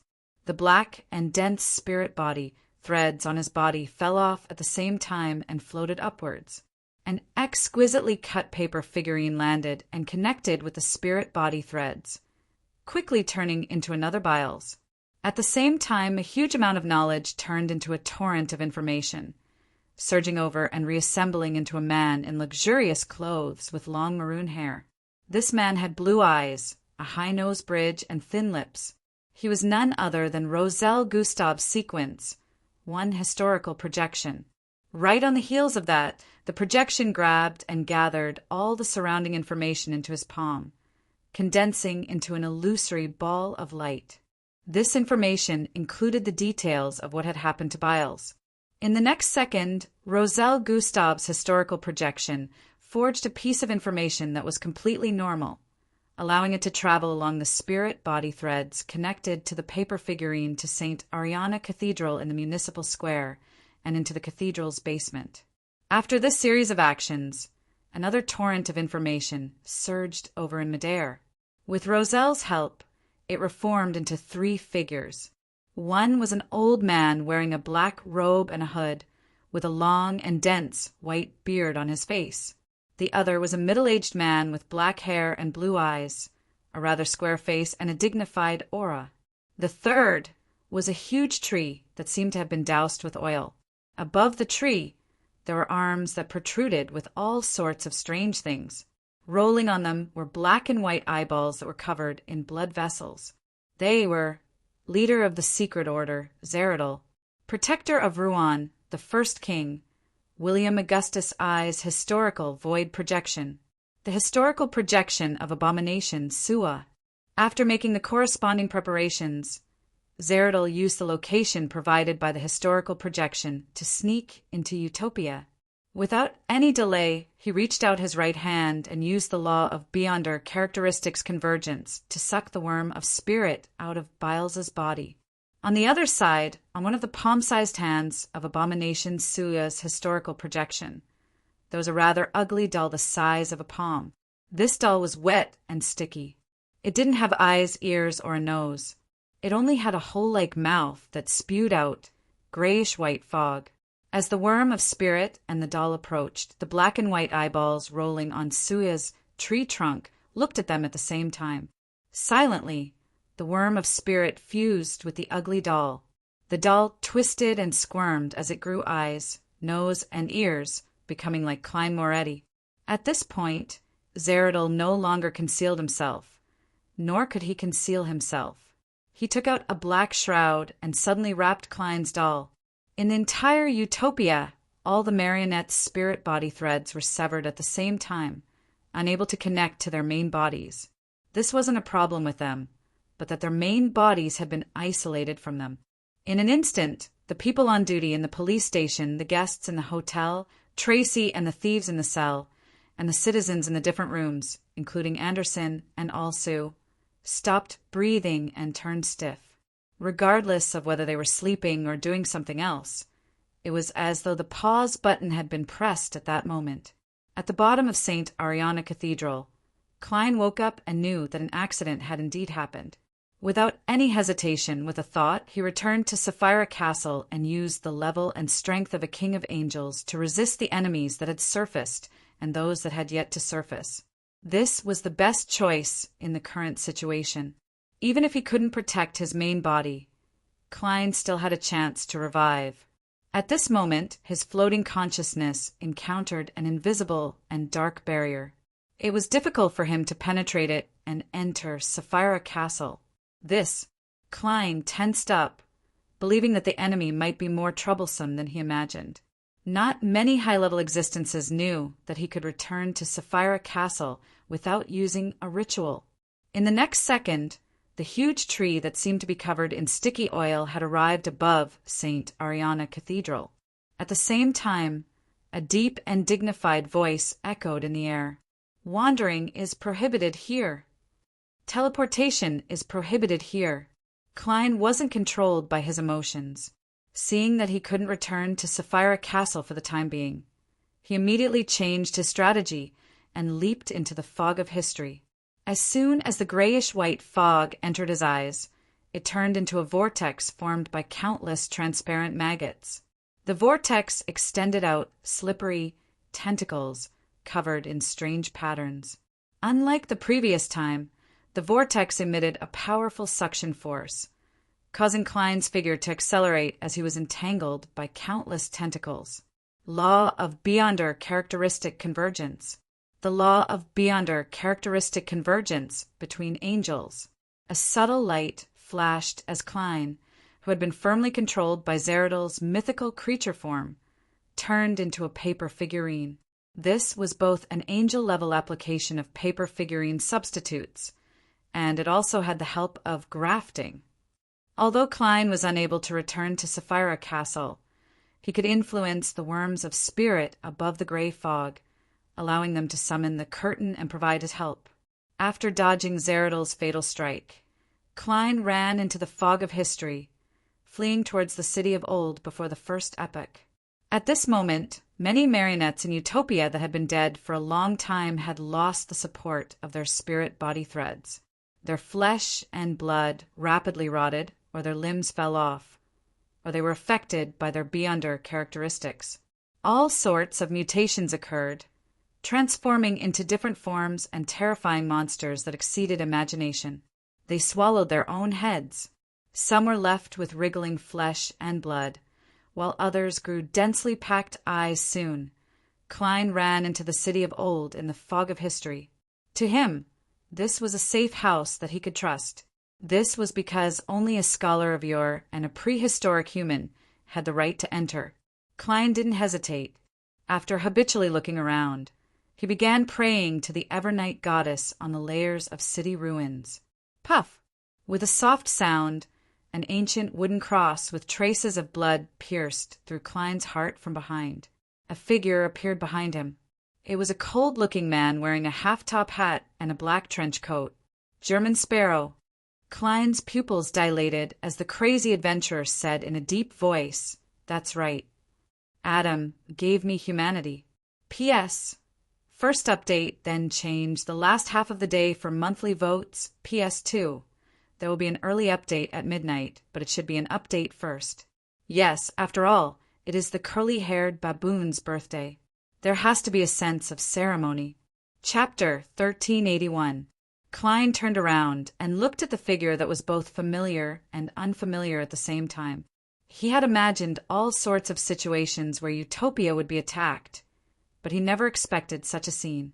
If Amon had parasitized German Sparrow as a marionette, with Klein's present level and the worms of spirit monitoring him all day long in Sapphira Castle, he would definitely have discovered the problem immediately. And if Zeradol were to transfer the spirit-body threads, he would only be able to hide it from him for a short period of time. Furthermore, he needed the help of an angel like the Knowledge Emperor or a servant of concealment. It was impossible to achieve the effect of such a sudden attack. Only the human attributes given by a spectator would slowly ferment without any abnormalities on the surface. To prevent such a situation, he could only periodically sever the spirit-body threads, allowing the marionette to enter a dead state. That way, regardless of whether it had any humanity to begin with, it would eventually cease to exist. Unfortunately, Klein had never heard of such a method before. He was only guarding against the invasion of virtual personas on his marionettes. This was perhaps the power of a visionary. He could give every fictitious and insubstantial life a unique humanity. When the stiff and cold face entered Klein's eyes, he felt a force push him. He immediately fell backwards, falling from the layers of ruins of the old city and out of the fog of history. During this process, he wanted to control himself, but he was helpless. This was because the wooden stake that was nailed to his heart had sealed all his Beyonder powers. With a thought, Klein looked at German Sparrow and snapped his fingers. Pa! The worms of spirit in Sapphira Castle received his will and abandoned the marionette's spirit-body threads. They picked up the Staff of the Stars and prepared to deal a fatal blow to Klein, killing himself. Once his true body died, Klein would be able to revive above the gray fog and escape his predicament. After knowing that Adam was the mastermind, he no longer held any hopes of getting lucky. At this moment, a stone square floating in the void appeared beneath Klein's feet. Pitch-black stone pillars stood up, propping up a magnificent and holy cathedral that enveloped Klein. The Corpse Cathedral, Adam's Corpse Cathedral, the divine kingdom of a visionary. Rumble. Countless silver bolts of lightning descended from Sapphira Castle, piercing through the fog of history and striking the cathedral, but they failed to shake it at all. At the same time, in the ancient palace, the figure sitting at the fool's seat suddenly collapsed to the side, collapsing into a vortex formed from transparent maggots. The vortex extended out slippery and strange tentacles that slapped the surroundings crazily, overturning the junk pile and destroying the long modeled table. Klein's avatars had their connections severed, and since his main body wasn't truly dead, they had lost control and gone crazy, just like Zeradol, of Klein's expression. In the old city before the first epoch, German Sparrow, who was wearing a half-top hat and a black trench coat, looked up at Sapphira Castle with a rather complicated expression. In essence, he was a corpse. After the spirit-body threads were abandoned, he naturally couldn't maintain his existence. Adam of the god. He was of. German Sparrow slowly collapsed as he cast his gaze at the rooms in the old city. He had died in the ruins. Klein landed on the ground and stood in the middle of the cathedral. He saw that every pillar, arch, and dome was embedded with skulls of different races. Most of them were pale white, and they were densely packed together, staring at outsiders with empty eyes. On the walls, windows, and doors of the cathedral, transparent, distorted, and pained faces appeared, completely separating the interior from the outside world. And at the very front of the cathedral stood a cross that was more than 100 meters tall. In front of the cross, there were rows of black seats with backrests, dressed in a simple white robe, with a pale golden beard and a silver cross pendant hanging from his neck. Adam stood under the cross and faced the rows of seats like a priest who was about to preach to his believers. His expression was warm and his eyes were clear, as though he was inviting Klein to listen to the scriptures. Klein looked down at the wooden stake that was stuck in his chest. He slowly walked to the first row of seats and sat in the middle without a care in the world. To a true mythical creature formed from many worms of spirit, a chest injury wasn't fatal. The main purpose of the ancient blood-stained cross-shaped stake was to seal beyonder powers.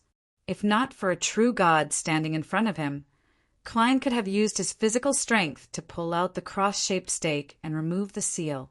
At that moment, he didn't make the attempt because he was afraid that not daring would turn into not wanting to not doing. I never expected you to directly interfere in this matter. If you wanted to deal with me, you didn't need to wait until today. Klein looked at his blood-stained shirt and seriously voiced his puzzlement. He wasn't afraid at all, as though he was certain that Adam wouldn't kill him.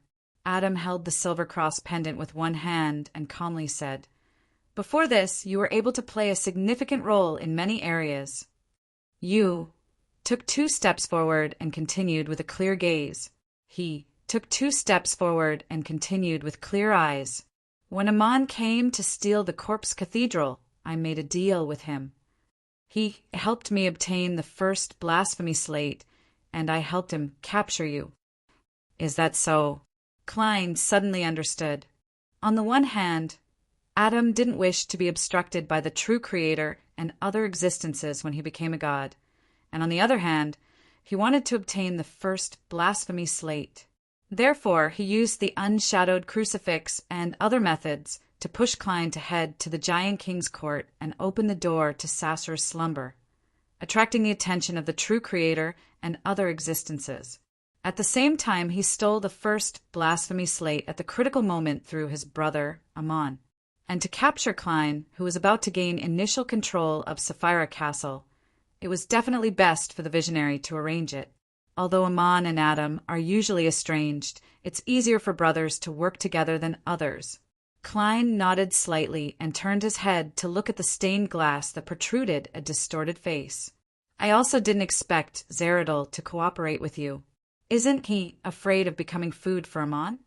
When Klein created Utopia, he had expected Amon to attack and Zeradol to destroy it, but he never expected him to cooperate in a certain sense. From his point of view, the chances of Zeradol completely relying on the Mother Tree of Desire was higher than this, unless Adam had unknowingly arranged for him." Adam's clear eyes were filled with pity. To him, you becoming a great old one means that he will definitely perish. But if Amon becomes a great old one, he only needs to show his loyalty and his status and level can still be maintained. The Lord of the Mysteries will always need an attendant of the mysteries. Therefore, he chose to cooperate with me. During this process, if he can seize the opportunity to turn you into a marionette before me and use you to enter Sapphira Castle and become the owner of that Sapphira, he will have the right to request a chance to face Antigonus from Evernight and have a final competition with Amon. Otherwise, he will completely admit defeat and be loyal to Amon. On this point, he is very decisive. It's not your style to explain so much. Klein replied casually before asking with a frown. Becoming a great old one doesn't require all the sequence, one beyonder characteristics of the corresponding pathway. He had deduced this from the relationship between the ancient god of the sun and the 8 archangel kings. However, he believed that he had to become a great old one or a quasi-blade old one first before dividing the characteristics. Adam replied with a gentle expression. For neighboring pathways, all he needs is a uniqueness and a sequence, one beyonder characteristic. Forcefully occupying more will easily result in losing control. Therefore, after Zeradol pledges allegiance to Amon, he has a chance of becoming a king of angels. As for he has no way of pledging allegiance to you, because he can't split a sequence to avatar like the Marauder pathway. He can use him to steal the main body's spirit body, consciousness, and psyche, turning him into the main body. A seer's marionette avatar and a marauder's worm of time avatar were fundamentally different in this aspect. The former involved spirit body threads, while the latter only relied on themselves.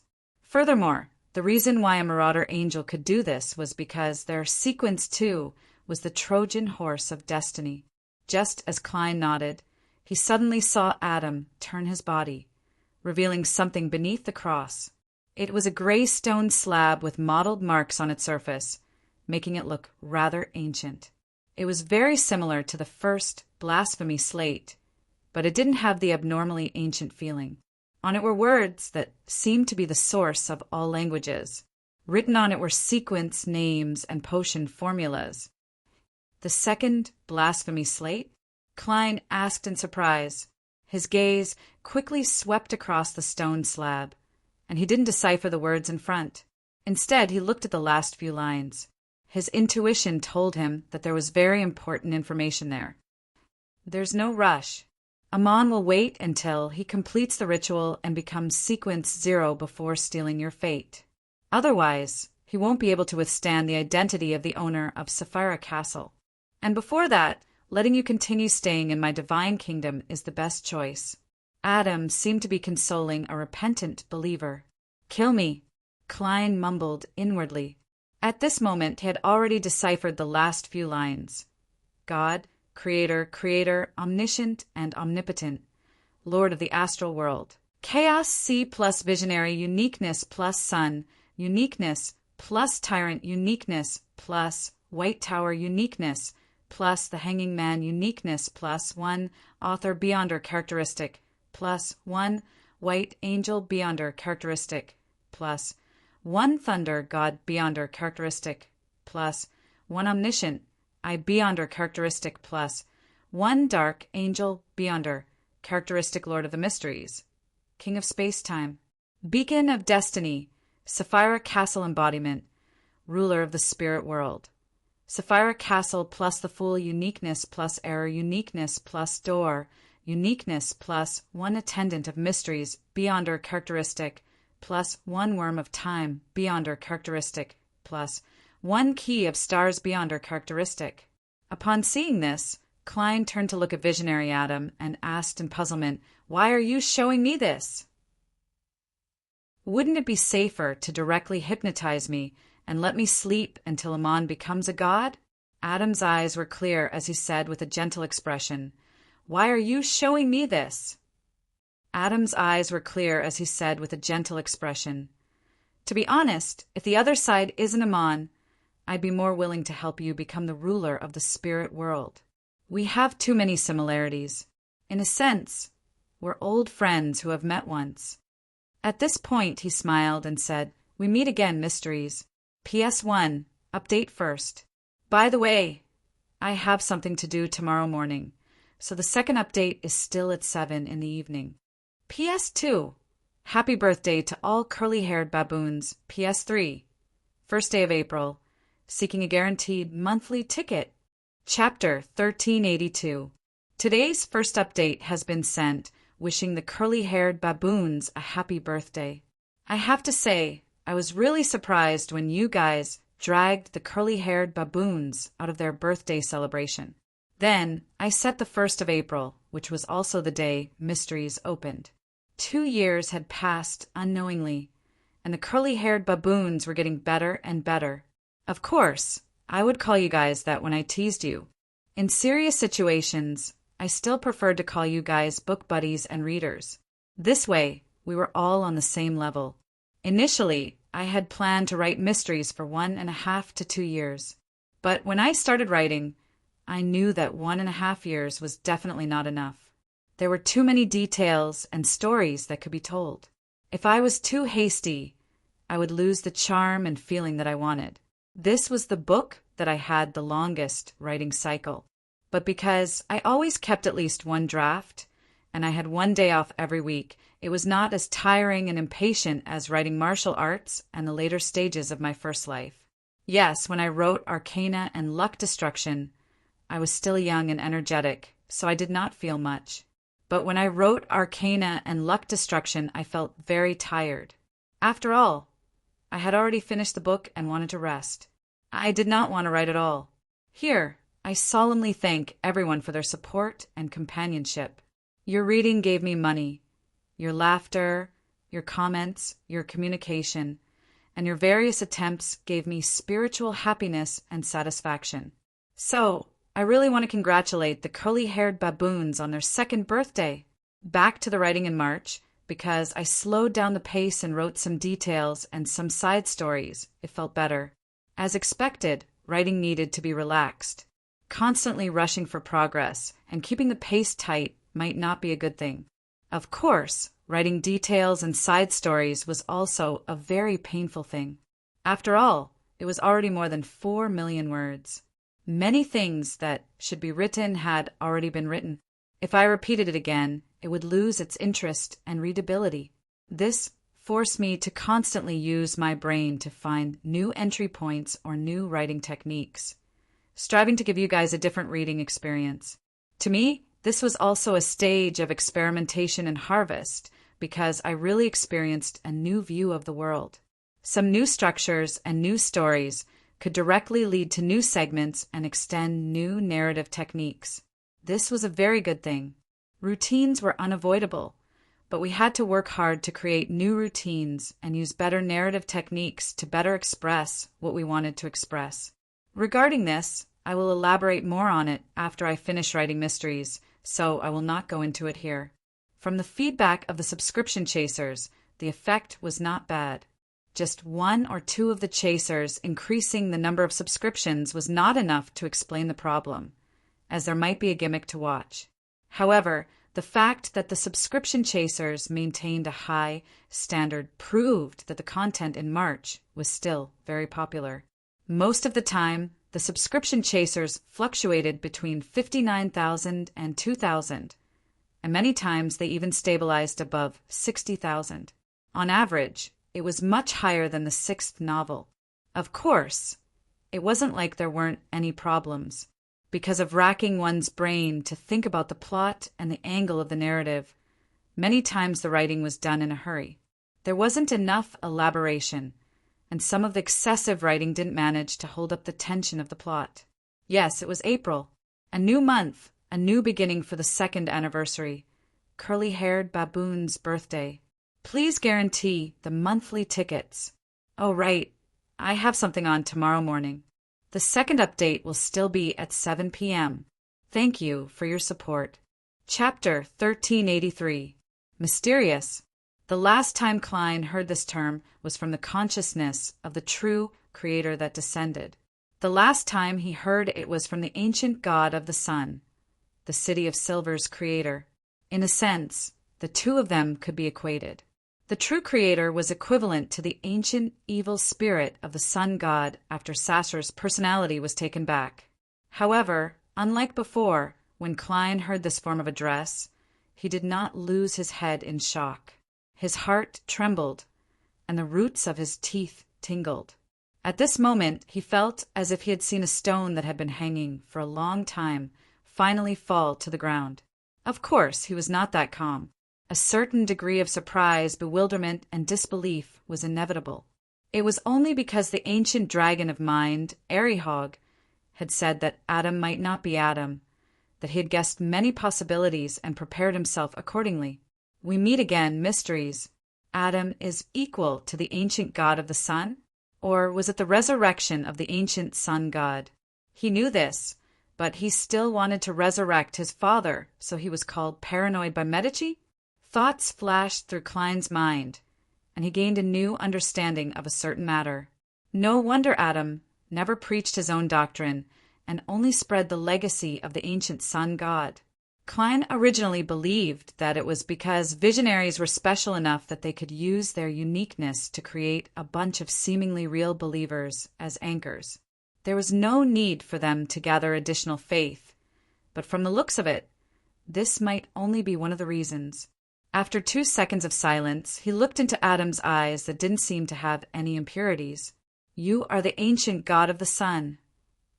Adam maintained the genial clergyman's smile and said in an enlightening tone, "Don't you think that among the 8 kings of angels I'm the most special one?"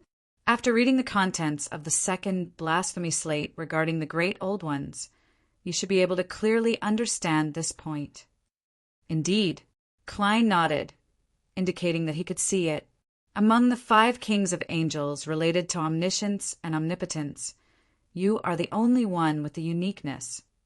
According to Klein's current knowledge of mysticism, when the City of Silver's creator was still alive, the states of the 8 kings of angels were like this. Dark angel Sasser had digested 2 sequins, one beyonders of the hanging man pathway, and he had grasped the first blasphemy slate. He could partially use the power of Chaos C, so he was heaven's deputy, the left hand of God, the king of angels. White angel Oscus contained 2 sequins, ones of the sun pathway. Wind angel Leodoro, angel of wisdom Heraburgen, and angel of fate Ouroboros also had 2 sequins, one beyonder, characteristics of their pathway. Angel of time Ammon and red angel Medici, with a uniqueness of their own pathway and a corresponding sequence, one beyonder, characteristic. Angel of imagination Adam was a spectator pathway uniqueness and 1 or 2 sequence, one beyonder characteristics. This didn't seem problematic at first, but on careful thought it was a little strange.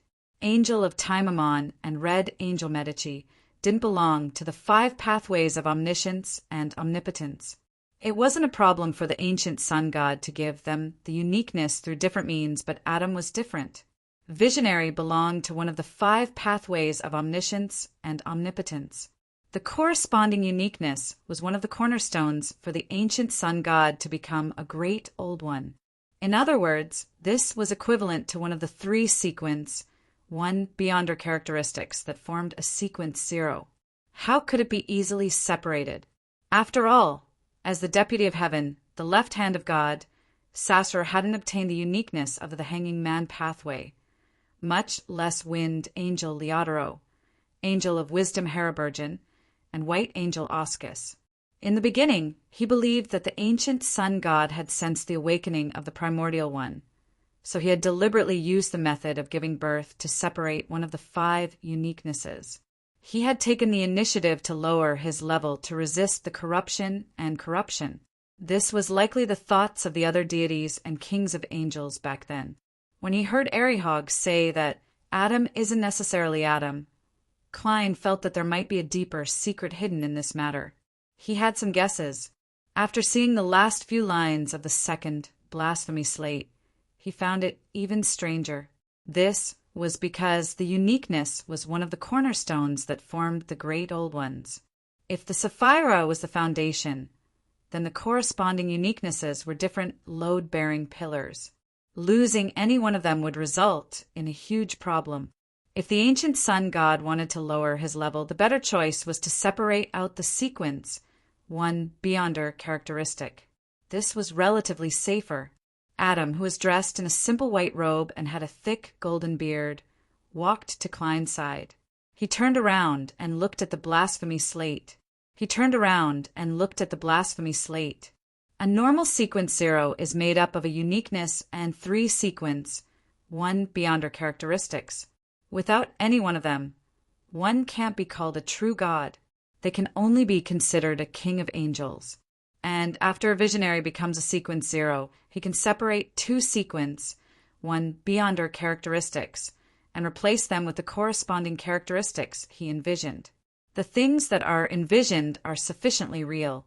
Under the framework of a uniqueness and a sequence, one beyonder characteristic, it can be perfectly used, allowing the visionary's level to not drop, nor does his strength decrease. The 2 real sequence, one beyonder characteristics that are separated can be combined with one's identity or a living being that is envisioned, allowing them to become an author. They can move freely, and when necessary, through certain methods or mediums, they can transform into their true bodies. And for an omniscient and omnipotent, they can create a uniqueness that lies between reality and illusion to maintain their state, as long as it doesn't exceed the necessary limits. This is the relationship between the dragon of imagination Ankwelt and his child, the dragon of nightmare Alzahad. I once thought that the seer and marauder pathways were the strangest, but from the looks of it, they can't compare to the spectator. Sigh, be careful of the spectator. Klein had completely resolved a major question in his mind. He also understood why the dragon of imagination Ankwelt had arranged for the quill 0-08 to meet Roselle's travels. Once they met 0-08, the quill that originated from the dragon of nightmare, Alzahad, would awaken and become the dragon of imagination, Ankwelt, whose level had been lowered. Then this resurrected ancient god would use the negative personality sealed behind the bronze door to indirectly mobilize the power of Chaos C, instantly reaching the level of the strongest king of angels below the true god. With such a foundation, he would have a chance to compete with Adam for the position of visionary and completely revive. In comparison, the Black Emperor's revival is simpler, neat, and straightforward. Klein nodded slightly. The relationship between the dragon of imagination and the dragon of nightmare? Adam sat down beside Klein. Yes. However, the dragon of imagination itself has been corrupted, and it has the characteristics of other pathways. Its condition isn't too good, so it can only separate an author, otherwise it will directly lose control. Klein ignored Adam and also looked at the second blasphemy slate in front of him. What's the difference between this and a marauder's avatar?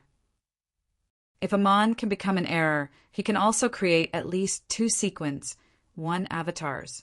Adam leaned forward slightly and simply explained, the avatar and the main body are still one entity.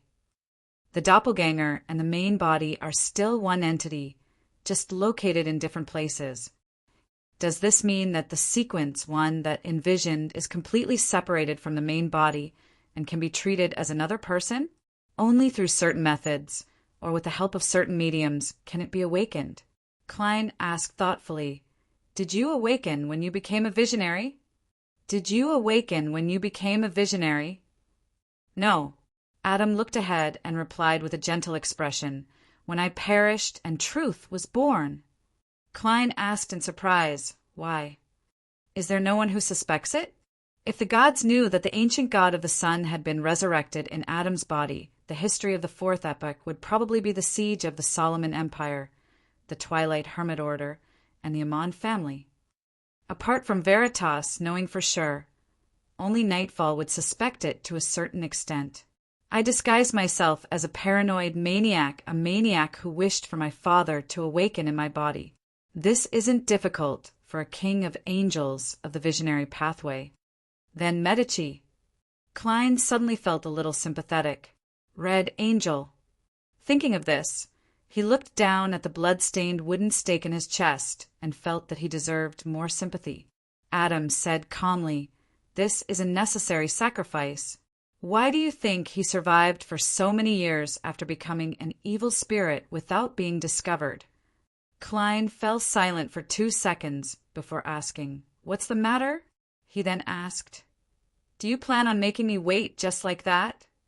You can also choose to leave this corpse cathedral, but Zeradal is waiting for you at the door. In your present state, you can only become his marionette, Adam said without much emotion. Klein fell silent as he began reading the remaining contents of the second blasphemy slate. In the fog sea, the dawn silently sailed through the undulating blue waves. Bernadette suddenly opened her eyes and sat up. She furrowed her brows and picked up an item that was placed at the side. The item was completely golden in color, and its surface was engraved with indescribable, mysterious symbols. It looked like a miniature kettle. This was sealed artifact 0-05 magic wishing lamp. Bernadette held the magic lamp, lowered her head slightly, and chanted an honorific name. The fool that doesn't belong to this era. The mysterious ruler above the gray fog. The king of yellow and black who wields good luck. P.S. Update first before making any changes. Requesting a guaranteed monthly ticket. PS2. It's the 2nd anniversary. Yuewin has released some mysterious peripherals. Everyone can go to Taobao Exchange Kitty Genuine Peripherals to take a look. Yes, weigh your interest and wallet. Don't be rash. Think carefully before buying.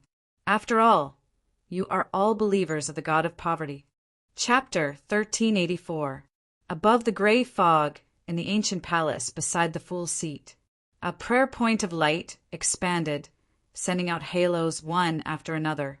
It was as though in a closed room, the curtains had suddenly been pulled open, allowing sunlight to shine in and pierce into the eyes of a sleeper. The maggot vortex, which had already calmed down, went crazy again as it waved its slippery and strange tentacles. Klein's gaze swept across the parts related to the Lord of the Mysteries and read the subsequent contents. Eternal darkness, singularity of all, space-time unitary, river of eternal darkness plus darkness uniqueness, death, eternal sleeper, uniqueness, twilight giant uniqueness plus one night of misfortune beyond her characteristic, one pale emperor beyond her characteristic, one hand of God beyond her characteristic, God of origins, mother of all, brood mother of filth, brood mother plus mother uniqueness, moon uniqueness plus one naturalist beyond her characteristic, one beauty goddess beyond her characteristic, disorder, shadow of order, nation of disorder plus black emperor uniqueness, judge uniqueness plus one prince of disorder beyond her characteristic, one hand of order beyond her characteristic, calamity of destruction, root calamity, city of calamity plus demoness, chaos demoness, primordial demoness, uniqueness, red priest uniqueness plus one apocalypse beyond her characteristic, one conqueror beyond her characteristic, father of devils, lord of anomalies, source of curses, world of shadows plus abyss uniqueness, bound uniqueness plus one king of filth beyond her characteristic, one abomination beyond her characteristic, demon of knowledge, mystery of madness, knowledge more plus the hermit uniqueness, perfectionist uniqueness plus one knowledge emperor beyond her characteristic, one enlightener beyond her characteristic, key of light, endless chaos, incarnation of fate, key of light, wheel of fortune's uniqueness, and one non-characteristic of giant serpent. These are the great old one titles corresponding to all 9 Sphirot. After reading it, Klein sighed inwardly. If he and Roselle the Great had understood this aspect of mysticism earlier, neither of them would have fallen into their current predicament. At certain times, even if one doesn't use beyond her powers, knowledge is completely equivalent to power. The combined titles of the Earth and Moon pathways are somewhat different from the Mother Goddess of Depravity. From the looks of it, it's indeed only a part of her. In other words, the remaining titles and authorities of the outer deity on the moon are Mother Goddess of Depravity, beginning of evil, immortal. By the same logic, the Mother Tree's full name should be Mother Tree of Desire, God of Solace, Eternal Roarer. I'm not too sure about the Son of Chaos. He seems to have disappeared. No one can understand him in depth. Klein nodded indiscernibly. He immediately asked, "It seems that the omniscient and omnipotent one is the strongest. The Lord of the Mysteries and the space-time harmonizer are ranked second, and the rest are at the 3rd level." This was based on the number of beyonder pathways required, and it didn't include the outer deities. Adam looked at the blasphemy slate and said calmly and soothingly, "That's not the case. The number of authorities has a certain relationship with one's status and level, but it's not everything. The corresponding characteristics, might, and symbolism are equally important." After the original creator split apart, there were 3 pillars at the top of all the great old ones. One was God, the omniscient and omnipotent one, the Lord of the Mysteries, the King of space-time, and the last was the Mother Goddess of Depravity, the beginning of evil. Upon hearing Adam's last sentence, Klein couldn't help but look down at his left sleeve. A Rhodes was hidden inside. It's no wonder a Rhodes said that he saw a pillar and dominance for me. He was immediately enlightened as he believed visionary Adam's words a little more. At this moment, Adam added unhurriedly, "At present, the first two pillars only exist in the form of Sphirot. At present, the first two pillars only exist in the form of Sphirot. As for the mother goddess of depravity, after she separates the brood mother and two beyonder pathways, she isn't much different from the other outer deities. Only the symbol of a pillar remains. If it wasn't for the blood-stained wooden stake in his chest, Klein definitely would have felt that the current atmosphere was pretty good. In his days, he even believed that he and Adam were friends, happily discussing some mysticism knowledge while waiting for his child, Aman, to return home for dinner. Of course, on that meal. I have to say that a spectator's ability to influence the perception, experience, and state of mind of others is just too powerful. As Klein told himself to be vigilant, he said in puzzlement, "I thought that an outer deity like the mother goddess of depravity who has two or even three Sphirot is considered a pillar." Adam looked down at the silver cross pendant hanging on his chest. "She only has one Sphirot." Under normal circumstances, Sphirot can't be divided. Only when the original creator split apart, producing an embodiment of convergence and separation, can tear apart the Sphirot and absorb a portion of it onto our planet. In other words, the current mother goddess of depravity's Sphirot is incomplete, and the future great old one, the mother of all, won't be a complete great old one. Klein pressed. The corners of Adam's mouth twitched as though he was smiling. That was the case in the beginning, but the Sphirot has the ability to make up for itself. The current mother goddess of depravity's Sphirot isn't incomplete, and the brood mother can also create a great old one. The only problem is that the mother goddess of depravity can only use a portion of the pillar symbol that she has unless she fuses with the brood mother again. This has also caused the birth of life and e'en powers in the entire universe to undergo a certain mutation. However, tens of thousands of years is a very short period of time on an astronomical scale. The corresponding effects haven't spread. And if any outer deity obtains a Sphirot that's similar to him, it's equivalent to having two Sphirot. I can't predict what will happen. Before this, only the original creator contained more than one Sphirot, but as long as he wakes up, he will definitely split. Klein nodded and asked thoughtfully, "The original creator contained at least 9 Sphirot." The first creator contained at least 9 portions of source substance. This doesn't mean that having 2 or even 3 portions of source substance will cause problems. There should be a critical point. No one can verify this matter at the moment. Adam held the silver cross pendant on his chest and said, "I'm guessing that some existences have attempted it in the past. After all, convergence is a strong instinct, but the results are unknown." "Which existences?" Klein rubbed the blood-stained wooden stake that was stabbed into his chest.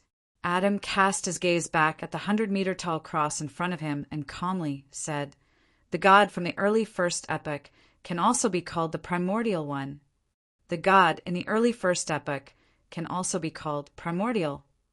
In addition, there's also the Lord of the Mysteries, which is the one you often mention." As he spoke, Adam turned his head to glance at Klein and mimicked him, saying, "That's right. The celestial worthy of heaven and earth for blessings." These two seem to have passed away. The results of their attempts don't seem too good. Before Klein could think of what he wanted to say, Adam had already turned his head and looked at the second blasphemy slate. "One thing I can be sure of is that certain Sphirot can't be contained at the same time. In this universe, there's a hidden fourth pillar. It represents everything, including the end of the great old ones and the universe itself. It corresponds to the 2 Sphirot, the river of eternal darkness and the city of calamity. To put it simply, if Evernight can become the eternal darkness, the singularity of all things, and the harmonizer of space-time, then he can further occupy the 2 pathways of Demoness and Red Priest, encompassing the city of calamity, and become the true fourth pillar. But when that happens, he will either enter a deep slumber, be passively split, or cause the entire universe, including him and us, to perish and start anew. There's actually such a thing. At the level above the sequence, symbolism might be more important than authority.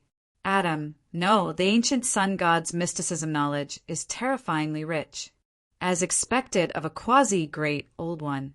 Klein sighed when he heard that. He thought for a moment. In other words, a demigod of the sleepless pathway can switch to the demoness pathway. That's right.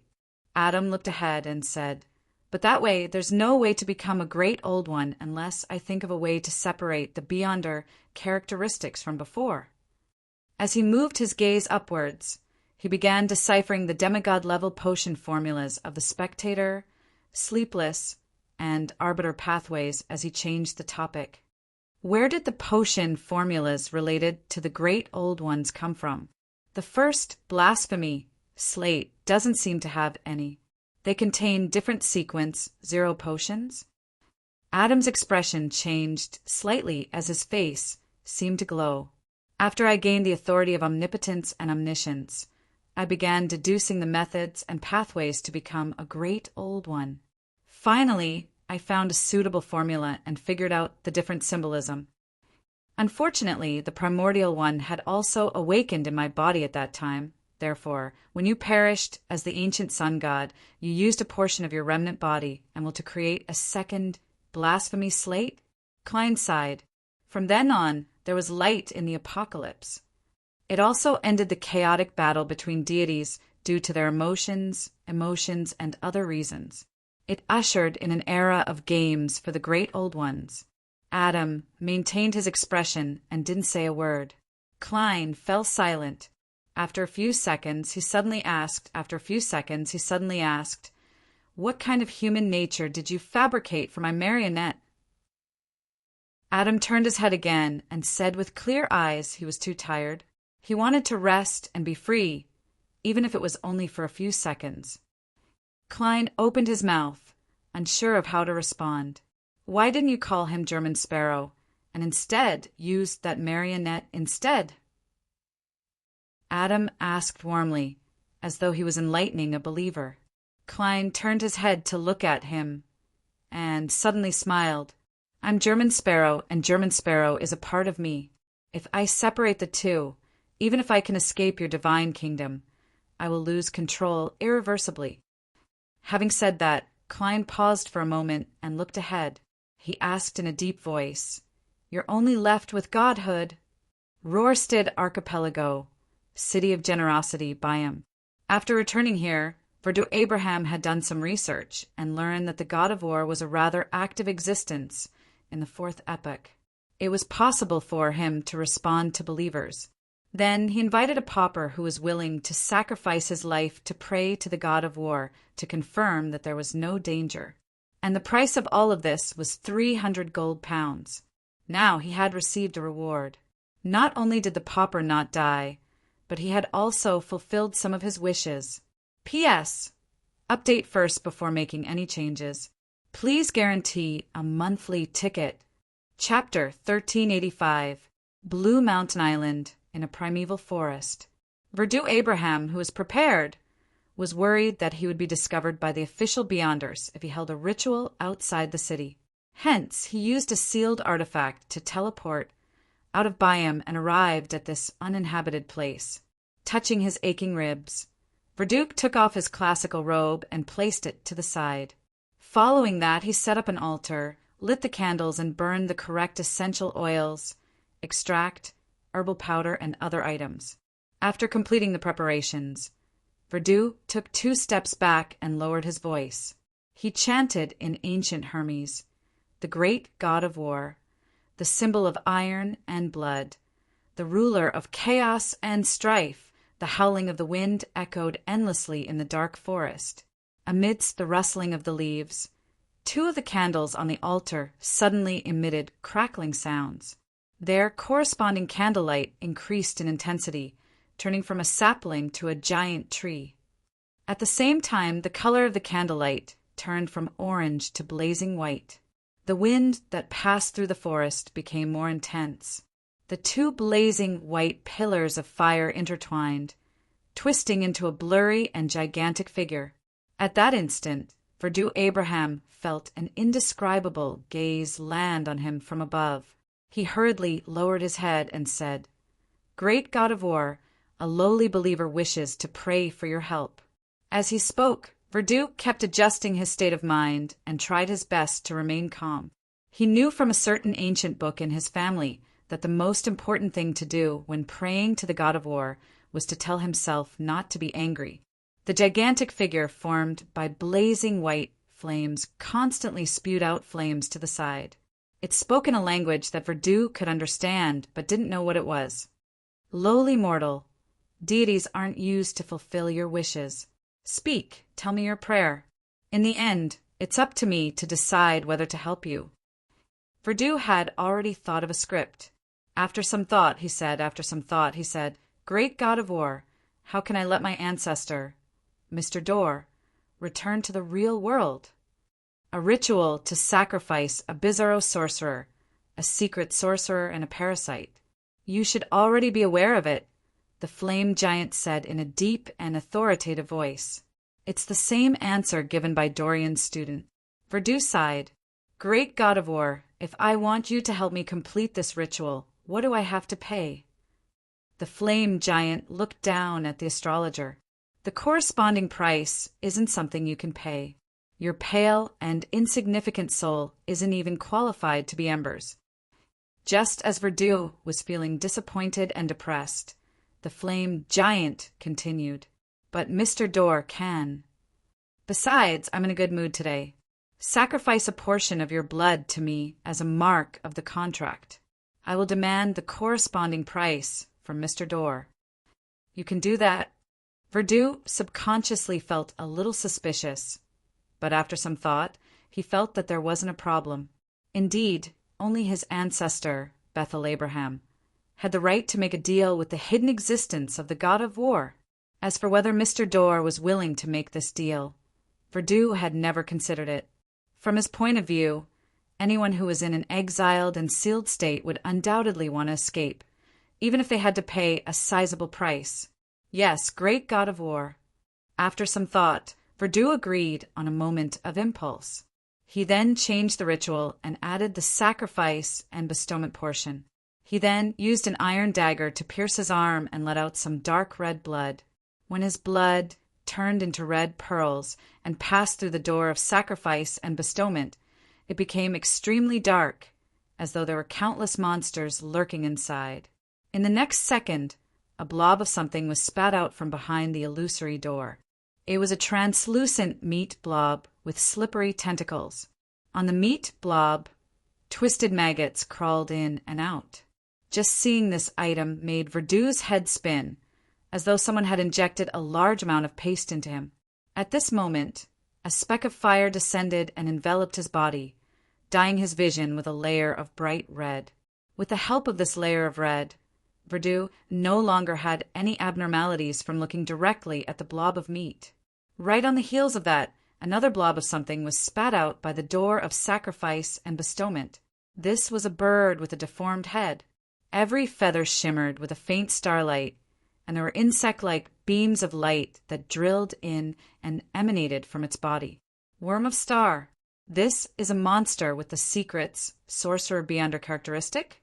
The one from before corresponded to Bizarro Sorcerer. Indeed, Secret Sorcerer and Bizarro Sorcerer are only potion names. They don't just refer to humans.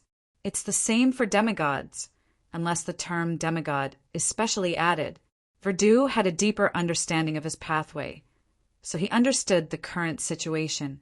And this meant that the ritual to help Mr. Dor escape could use the corresponding monster, demigods of Seer, Apprentice, and Marauder as sacrifices. Furthermore, there was no need for Verdu to do it himself. The great God of War had already prepared everything. This made it difficult for Verdu to suppress the joy in his heart.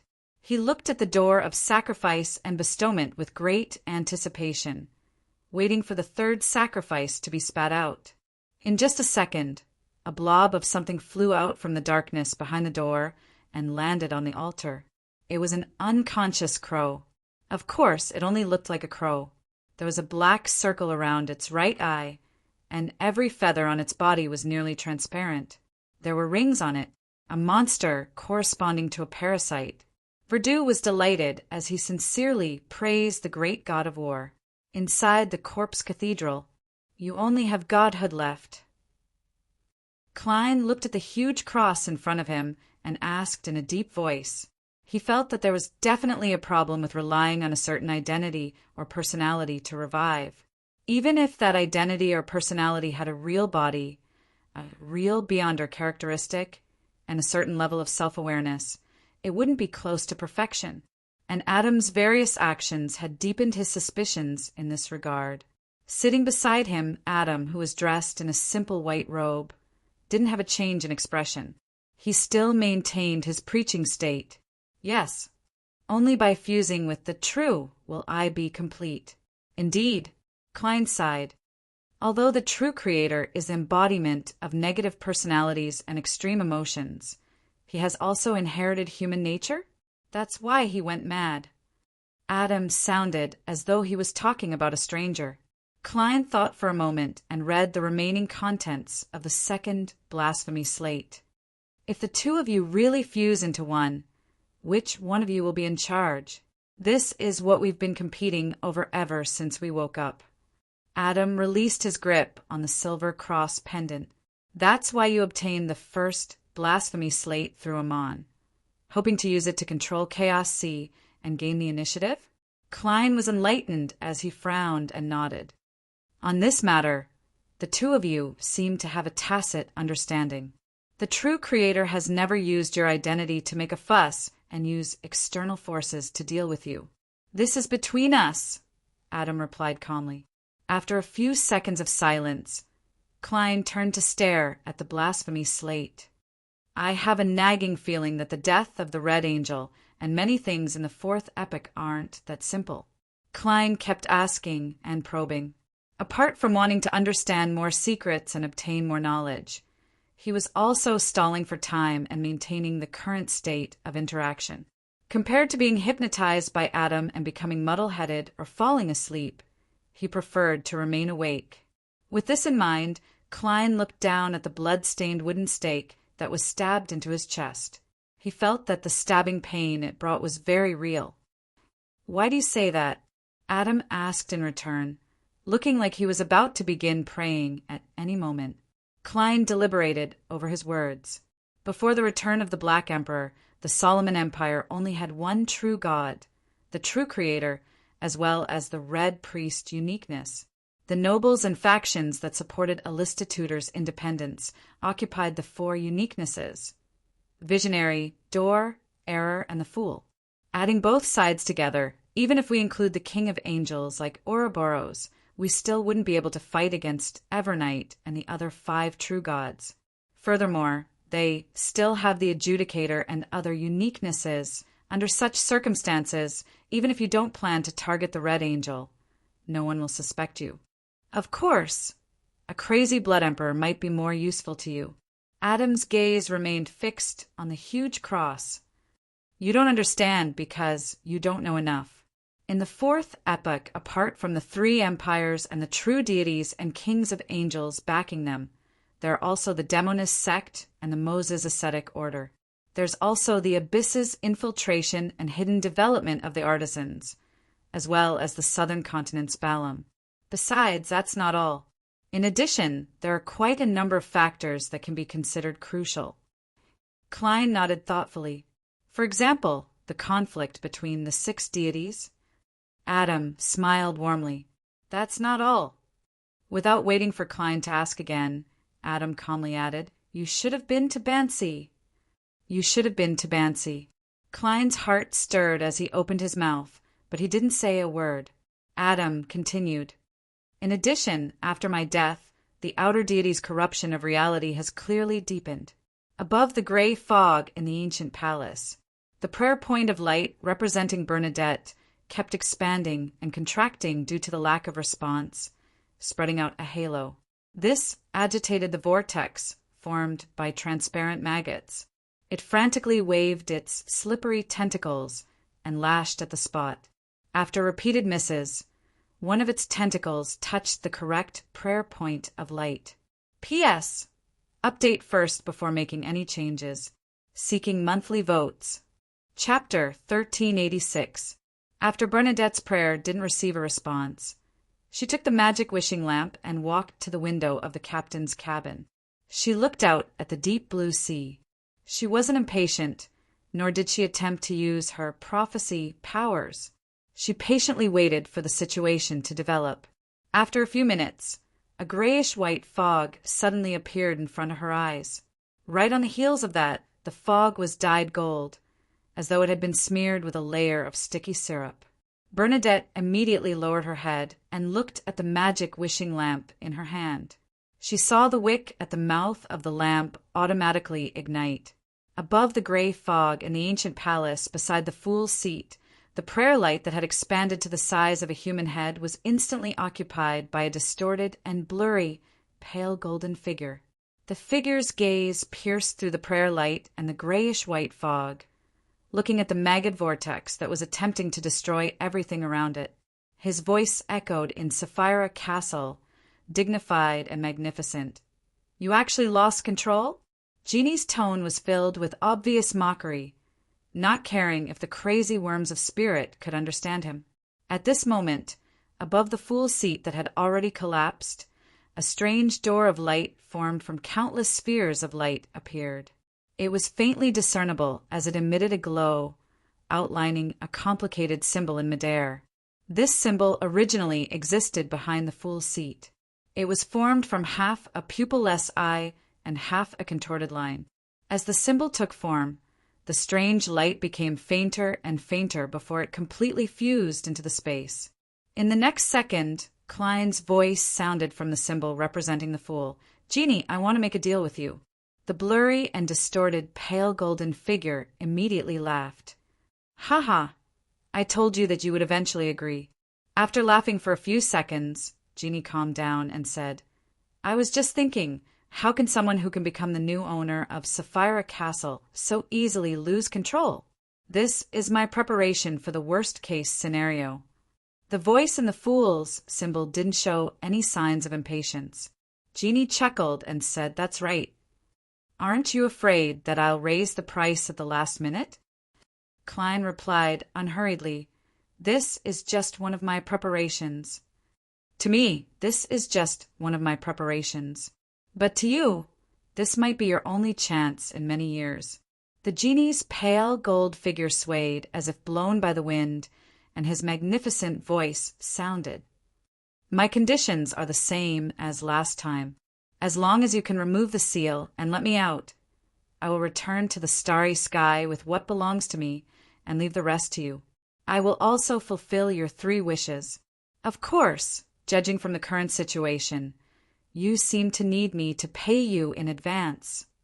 Klein's voice sounded from the fool's symbol once again. "My promise is to send this magic wishing lamp to the stars before the end of the year 1368 of this era. As for how you escape after that, that's up to you. My request is even simpler. I only need 2 wishes. This is the deal I'm talking about. It's up to you whether you agree or not." The year 1368 was the year that the primordial barrier disappeared.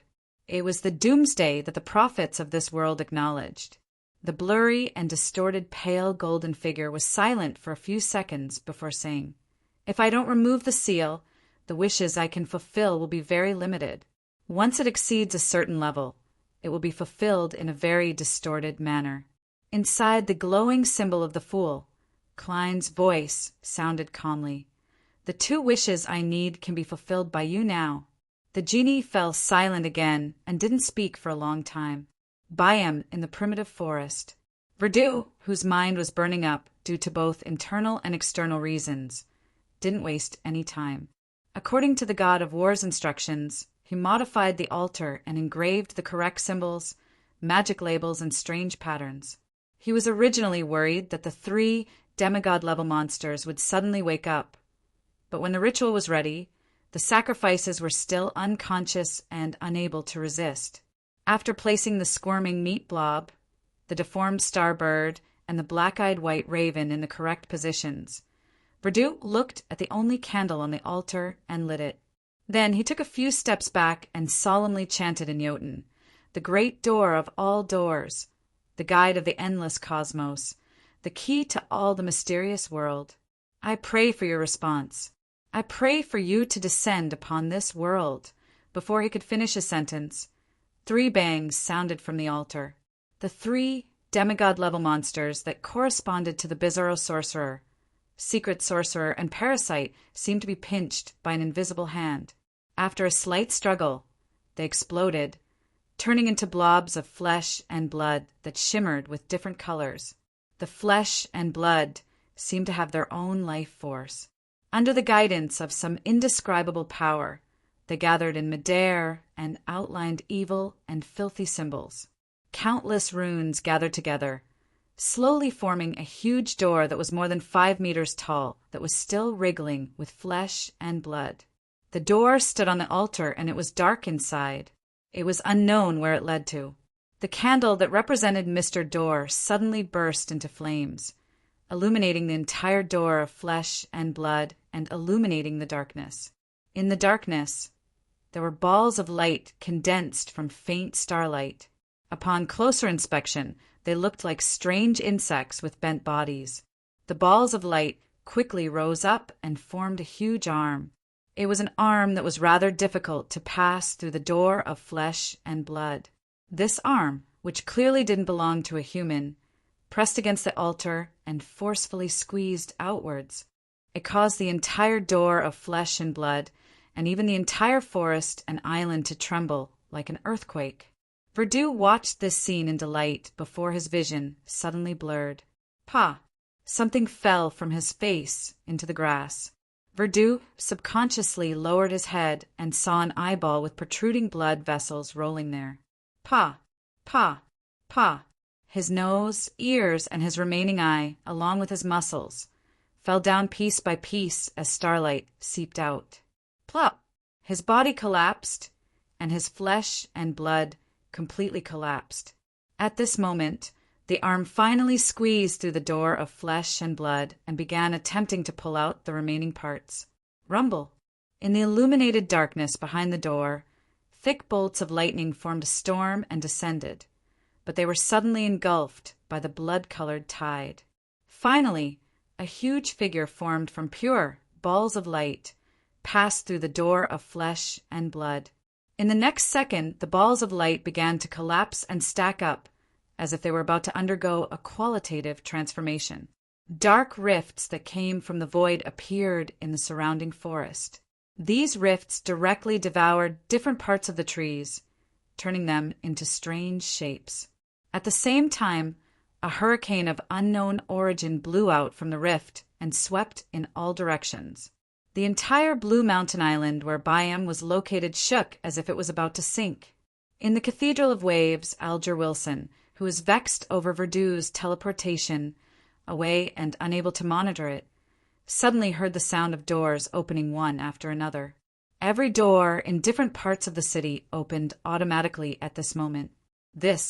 Alger turned his head to look at the forest outside the city, which seemed to be the source of the anomaly. Creak! The moment the door opened, in the new city of Silver, Derek, who had long woken up from the earthquake, frowned. Creak! Creak! Creak! In Bakelin, Trier, St. Millum, and other cities, everything that could be called a door had opened. Above the gray fog in the half-collapsed ancient palace, the crazy maggot vortex instinctively attacked the pale golden figure and the fool symbol, but it failed. Nearly a minute later, the genie suddenly chuckled and said, "You are indeed not him. Otherwise, I would have already distorted your promise and made the seal him set up be automatically removed. Only the original owner's distorted words can achieve such an effect. Did you rely on this method to recognize that I'm not the Lord of the Mysteries?" Klein's voice sounded from the fool symbol. The genie chuckled. "I have at least 10 ways to identify him."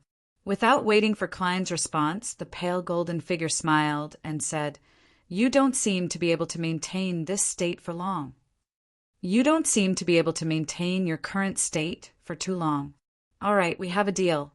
After I fulfill your 2 wishes, you must send the magic wishing lamp to the stars before 1368 of this era ends. The genie's voice gradually became solemn, as if he was announcing a law. At this moment, he seemed to have established a certain rule based on this deal. He didn't need to worry that Klein would go back on his word in the future. If you can't fulfill this promise, even if you have become the Lord of the Mysteries, you will perish and split apart. The genie warned and asked, "Tell me your 2 wishes. Take note. Don't involve high-level Beyonder characteristics, and don't exceed the limits of my current abilities. Otherwise, the wish will be fulfilled in a distorted manner. This is a rule that has already been set. I can't violate it now." Inside the symbol of the Fool outlined by the light, Klein's calm voice sounded. "The first wish. Put the 2 wishes made by Bernadette Gustave under my name. This should be very simple for you." The genie immediately smiled. "As expected, you want to use the rule that something bad will happen to you if you make a 3rd wish to resist your current predicament. That's right. This is based on my own level. I will satisfy you and let you die in pain." Klein's voice rang out again. "Second wish. Let my utopia give birth to a corresponding region in the spirit world. This doesn't involve the advancement of a sequence, nor does it have anything to do with higher-level Beyonder characteristics. You can definitely do it." The genie's pale golden figure swayed a little and said with a smile, "You're right. Your wish shall be granted." Inside the corpse church, Klein touched the blood-stained wooden stake on his chest, seemingly considering how to get it out. During this process, he casually asked Adam, "Did you not attempt to become a god in the 4th epoch because you did not obtain 0-08? That was one of the factors. More importantly, there were still many hidden dangers that had not been resolved at that time." Adam gazed warmly at the huge cross in front of him. Klein turned his head and looked at the visionary. "For example, back then the Primordial's remnant was still very strong. Before he finished speaking, a large amount of blood suddenly flowed down from Klein's head, but the corners of his mouth curled up slightly. P.S. Asking for monthly votes. Chapter 1387. Adam turned his head and looked at Klein. His clear, light-colored eyes reflected the face that was bleeding red. His expression didn't change at all. There was a tinge of pity in his geniality, as if he was a god watching over the mortals. Klein looked at him with a smile as his head cracked inch by inch. This trend then spread to his body, causing him to collapse into a pool of blood. Shirts, coats, and other items were floating in the blood. Submerged in them was the blood-stained wooden stake and an ancient mirror. In the corpse cathedral, in Visionary Adam's divine kingdom, Klein died in such a strange manner. Adam, who was dressed in a simple white robe, watched this scene with a gentle and calm expression. It was unknown whether it was because he had expected this or because he had suppressed his own emotions. Above the fog in the ancient palace, the crazy maggot vortex instantly stopped moving and disintegrated into dead worms of spirit. In the next second, these worms of spirit turned illusory and were dyed grayish-white, as though they had fused into the fog of history. Then they came back to life, flickering with a deep light as they wriggled and gathered together. In just a few seconds, the worms of spirit reformed into a figure. It was none other than the black-haired, brown-eyed Klein Moretti in a formal shirt. With the return of the owner of Sapphira Castle, the destroyed mottled table and 22 high-back chairs quickly recovered. The junk that had been scattered all over the ground was once again piled together. Klein picked up the staff of the stars that was embedded with many gems and sat in the seat belonging to the Fool. The entire space above the gray fog trembled as a majestic and mighty invisible force surged out. Klein then nodded at the golden figure that occupied Bernadette's prayer light. "I will fulfill my promise." The genie chuckled. "It seems that you have not inherited his cunning and shamelessness." "Very good." Just as she said that, the blurry and distorted golden figure rapidly retreated, no longer projecting itself onto Bernadette's prayer light. Well done. As Klein split out a worm of spirit to respond to Queen Mystic's prayer, he lowered his head and made a wish. I wish that I can recover to the state I was in before tonight. When his true body died, he only took away the core portion of the miracle invoker beyonder characteristic. The rest was isolated by Adam's corpse cathedral and couldn't be retrieved. Of course, a large portion of Klein's characteristics were in the bodies of the worms of spirit above the gray fog, as well as the remaining marionettes in Utopia. Zeradol didn't need additional beyonder characteristics, nor did he wish for it to affect his condition. Therefore, he didn't directly use the law of beyonder characteristic convergence to suck away the characteristics of the same pathway in Utopia. Instead, he used other methods to gather them. It was relatively slow and required a certain amount of time. After making this wish, Klein summoned the curtain draped behind him and snapped his fingers. In the junk pile, the sequence 9 to sequence 3 beyonder characteristics of the seer pathway that had been separated from the curtain floated up at the same time, turning into pure points of light that drilled into Klein's body. His state instantly returned to the time when he was almost done digesting the miracle invoker potion. Apart from not having a physical body, he was no different from when he was attacked. Right on the heels of that, Klein cast his gaze at Utopia, which was closely related to him. In Utopia, the hooded Zeradol, whose face was covered with a white beard, stood on the roof of St. Ariana Cathedral. Beside him were the historical projections of Roselle Gustav, William Augustus, and Abomination Sua. He patiently waited for the door to the corpse cathedral to open and for German Sparrow to walk out. Under his control, a portion of his marionettes were dealing with the small number of Utopia marionettes that were beginning to mutate, leaving the marionettes that temporarily remained normal until the end. At this moment, on the motionless Utopia marionettes, illusory and dense spirit body threads suddenly floated up and rapidly floated towards an infinite height. They instantly came alive as they turned around and looked at Zeradol and his historical projections. The pairs of eyes shimmered in the darkness. At the same time, a huge shadow descended from the grayish-white fog, enveloping the entire Utopia.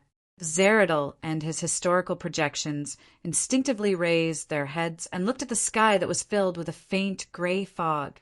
In the next second, William Augustus's historical projection raised the sword in his right hand and solemnly announced, "This place is not to be sealed." The shadow that enveloped Utopia immediately shook as many gaps appeared. It was unable to completely isolate the marionette city from the outside world. Roselle Gustav's historical projection immediately transformed into a chaotic torrent of information that surged towards Klein's remaining marionettes in a bid to interfere with their actions. Abomination Suya's historical void projection attacked the curtain-like shadow and expanded the corresponding gap. Zeradol then extended his hand and connected the void in front of him with another island in the Berserk Sea that he had previously located. Following that, as long as he took a step forward, he would be able to leave Utopia. At this moment, Klein's marionettes opened their mouths and chanted an incantation in Jotun before the torrent of information could enter their spirit bodies. Liadaro! If this was the forsaken land of the gods, due to the remnant divine powers of Tyrant, just this name alone allowed Klein to directly trigger the power of a deity. However, that wasn't the case in the outside world. As for whether to punish the fellow who shouted out his true name, it was up to the Lord of Storms to decide. Klein made the marionettes recite this honorific name at the same time. The only purpose was to make the Lord of Storms cast his gaze here, and as one of the 5 pathways of omniscience and omnipotence, the Lord of Storms was probably one of the true deities who didn't wish to see Adam's scheme succeed the most. If Amon became the Lord of the Mysteries or the King of Space-Time, this tyrant would be in an extremely dangerous situation. He was constantly worried that the son of the Creator would deal with him and help Adam or the true Creator ascend to the position of Lord of the Astral World. Therefore, compared to the Evernight Goddess and Earth Mother, the Lord of Storms, the eternal blazing sun, and the god of knowledge and wisdom were probably existences who didn't wish to see Adam and Amon succeed. If there was a chance in the future, Klein planned on getting his marionettes to continue shouting, "Aucuses and Haraburgen!" The surroundings of Utopia immediately turned gloomy, as though it contained the indescribable wrath of nature. Before Zeradal could take that step, bolts of lightning of different colors instantly appeared in the night sky. They bared their fangs and brandished their claws as they wantonly expanded. They seemed to envelop the entire sky in a sea of lightning. Rumble! Before the deafening sound spread out, the lightning descended on Utopia like a torrential rain. Roarsted Archipelago, new city of silver, top of the spire. Derek Berg, who was looking at the source of the earthquake, heard the sound of doors and windows opening at the same time. Furthermore, it wasn't just one, but thousands of them. Although this didn't directly bring about any danger, the strange change still made Derek highly vigilant. After a moment of hesitation, he planned on finding the current chief, Waite Chermont, and suggesting that he use the god-level sealed artifact, Proof of Glory, to protect the new city of Silver and New Moon City in the nearby forest. Then he would decide if he wanted to pray to Mr. Fool, based on the progress of the anomaly. Just as he turned to walk towards the door, Waite Chermont, who had a dark green symbol tattooed on his head, walked out of the light in the corridor. He said in a deep voice, "The seal underground has failed." The seal has failed. Derek instinctively believed that it had something to do with the anomaly on Blue Mountain Island. Compared to opening the doors and windows, the consequences of the seal failing were extremely terrifying. Immediately use the Proof of Glory, Derek said without hesitation. This was a god-level sealed artifact that could be used in a short period of time. It had once helped the City of Silver withstand one disaster after another in the forsaken land of the gods, allowing them to persist until the present era and obtain salvation. Derek's thoughts were very clear. He wanted to use the Proof of Glory to suppress the other god-level sealed artifact, Gift of the Land. He wanted to suppress the saint-level sealed artifacts that would soon have negative effects on the surroundings. Waite Chermont didn't say anything else and immediately made a decision. He took Derek and hid underground with the help of the light. The Proof of Glory could only be used by at least 2 saints. This was also the reason why Waite Chermont didn't immediately head underground and came to find Derek first. Of course, if he wanted to use it simply, there were ways to do so, but he had to make preparations ahead of time and brand the corresponding mark on his body. Byam, Cathedral of Waves. A bolt of lightning shot into Alger Wilson's room and turned into a hurried voice. "Your Eminence, most of the underground seals have failed. Only certain items have achieved a balance that has not disappeared." Alger's eyebrows twitched slightly. Combined with the simultaneous opening of the doors and windows in Byam, he sensed that the problem was unusual. He immediately said to the void, "Immediately form small teams of 3. Immediately form small teams of 3. Bring the Grade 2 and Grade 3 sealed artifacts that won't cause too much harm in a short period of time, as well as those with living characteristics, out of the underground to prevent a chain reaction. This way, the underground would become an uninhabited zone. The dangerous sealed artifacts wouldn't be able to cause any casualties for a while.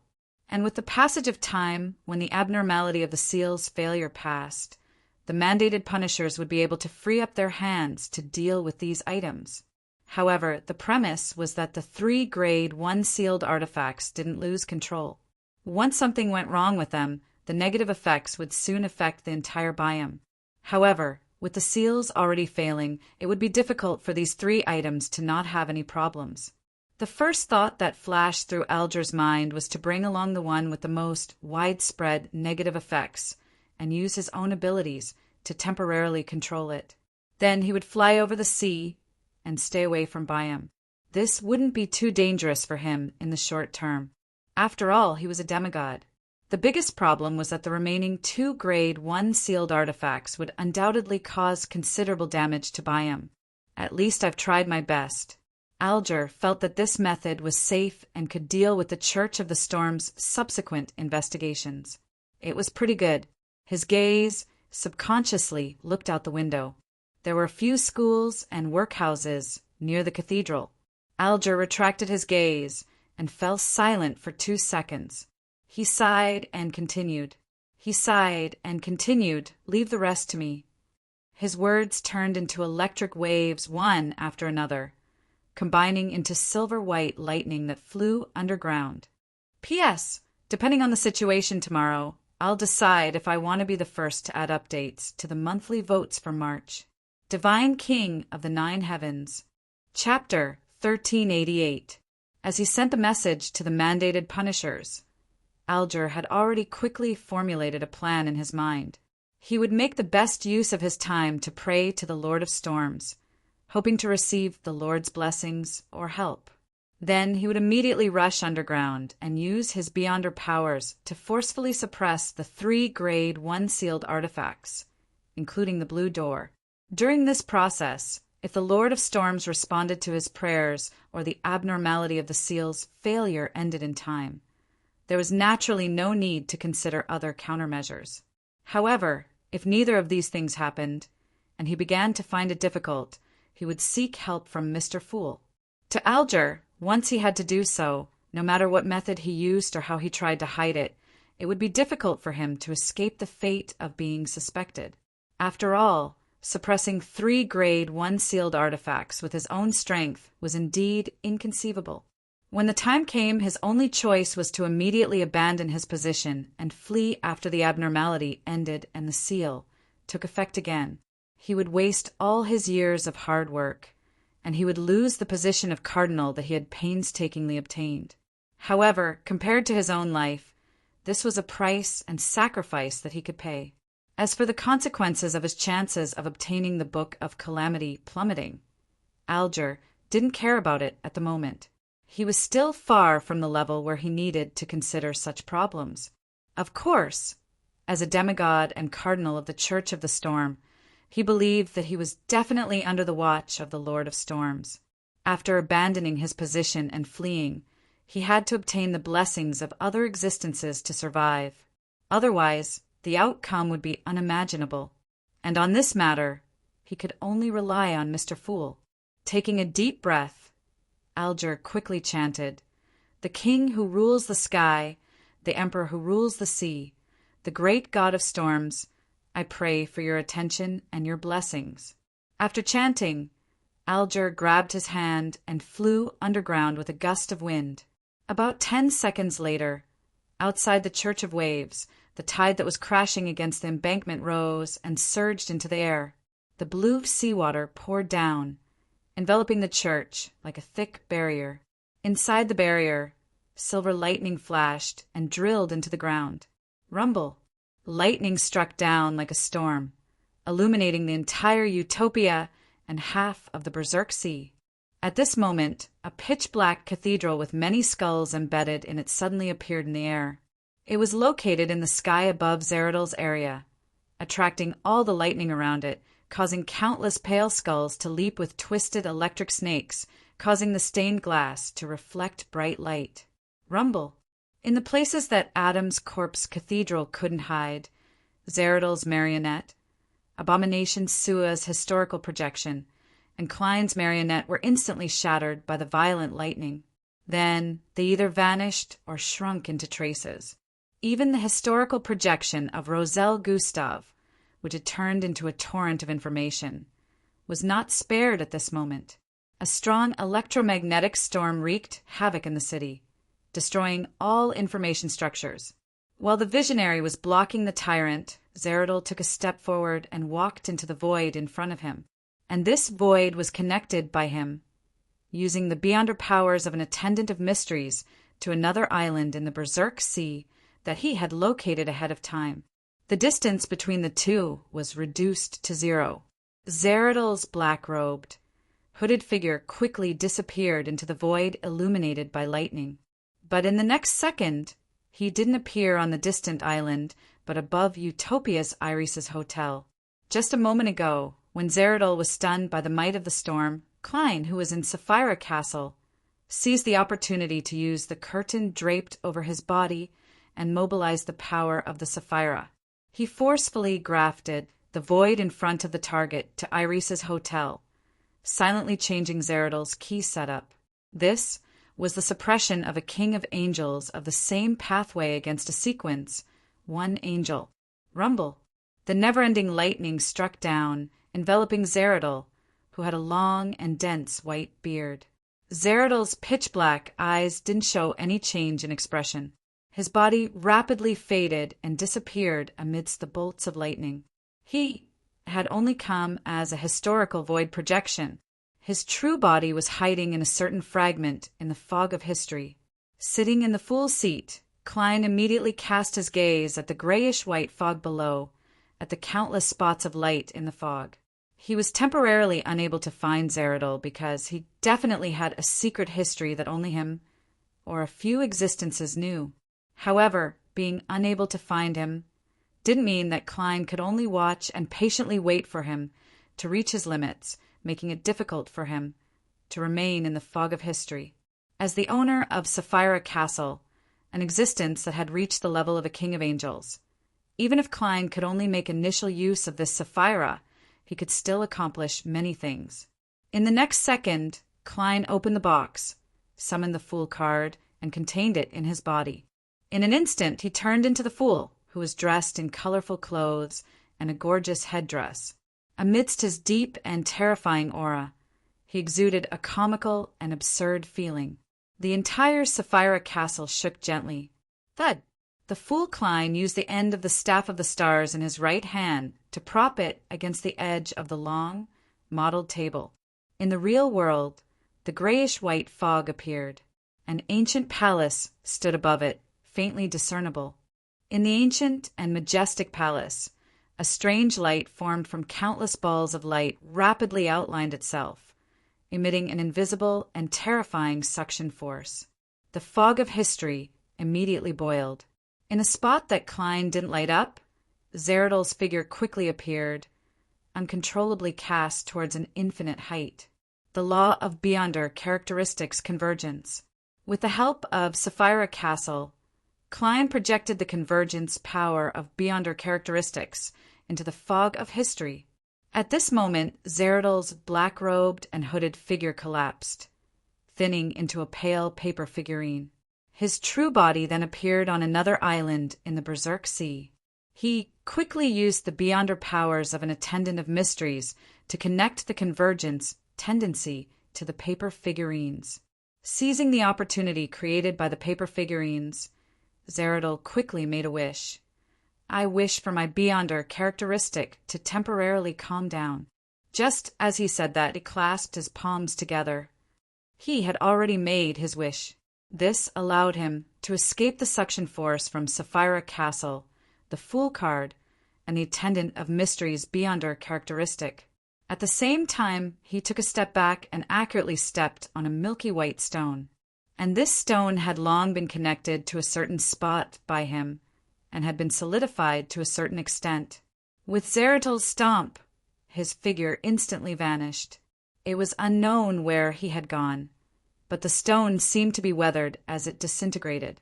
The Fool Klein cast his gaze down from an infinite height and scanned his surroundings, but he couldn't find Zeradol's figure.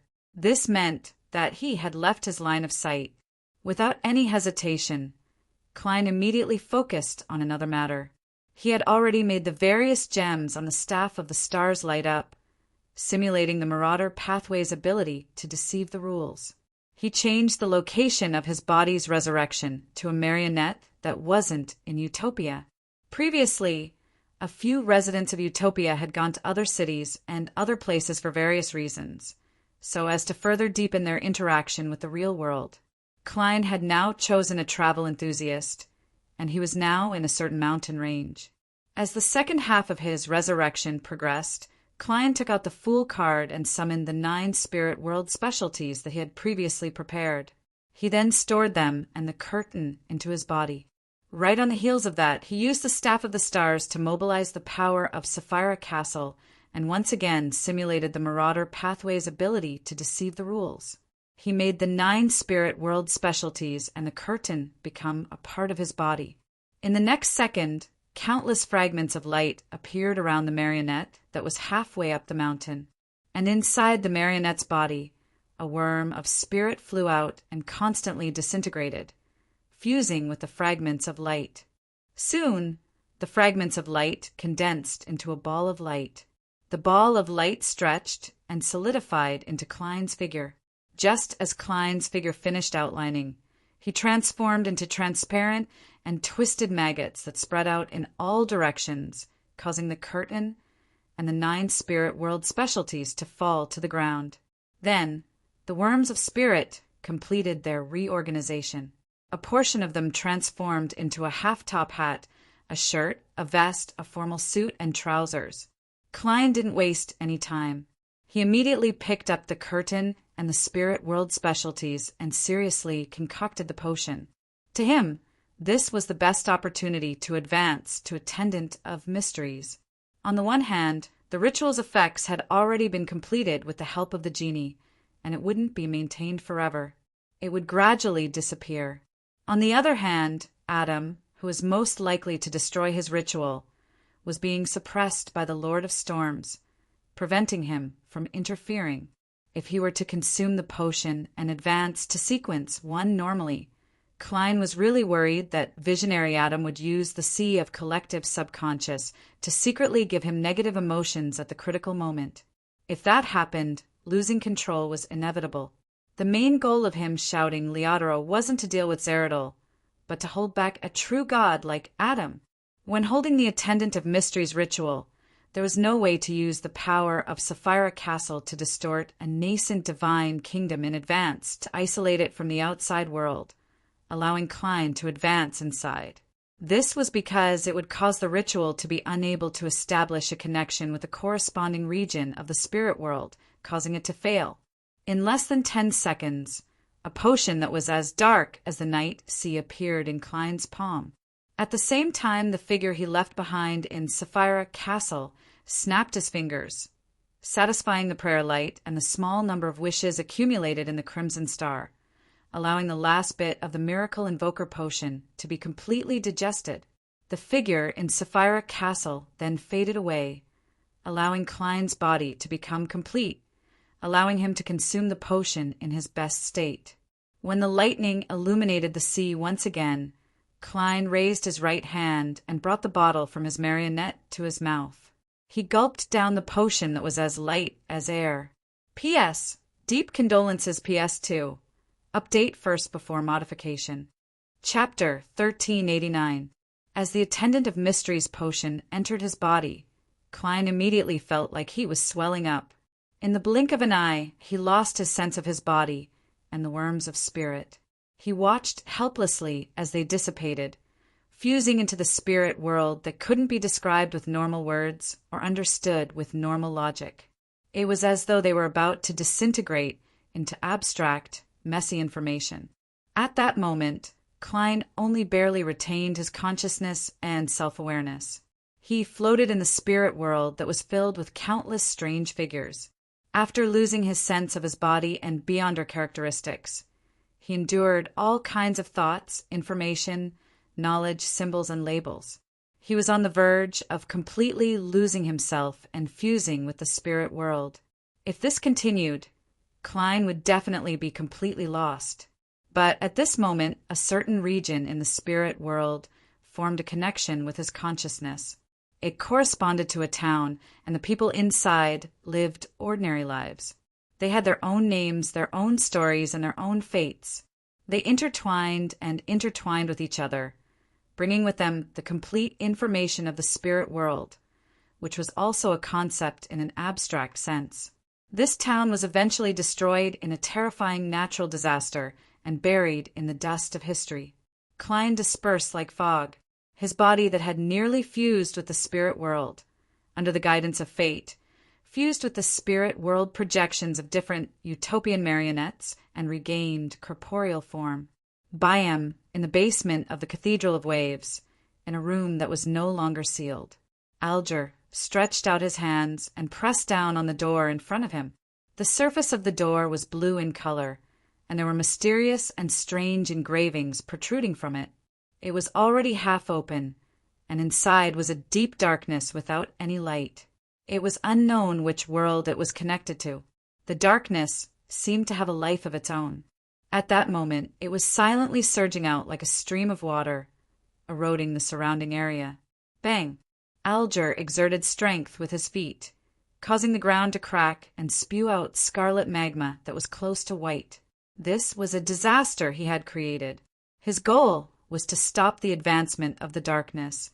However, after the surging magma entered the darkness, it vanished without a trace. As a result, the darkness shrank back a little and paused for a second before continuing its erosion. Boom! Alger continuously created hurricanes, torrential rains, and lightning disasters, repelling the darkness again and again. As for his hands, he firmly pressed down on the blue door, preventing it from opening any further. If it was only this Grade 1 sealed artifact, Alger wouldn't have any problems. He would even have the strength to attempt sealing it. However, at that moment, there were two equally dangerous items around him. This forced him to sing loudly, using the melody of death to influence his surroundings and interfere with the operation of the other sealed artifacts. He also built layers of blue seawater around him. The walls were slowly dyed grayish-white, as though they had turned into stone. This trend was unstoppable as it spread towards Alger's body. I can last for at most 30 seconds. The Lord of Storms hasn't responded. Thoughts raced through Alger's mind as he suppressed his reluctance and indignation and quickly made a decision. Of him, of his, he immediately, of Blue Mountain Island, in the primitive forest of Blue Mountain Island.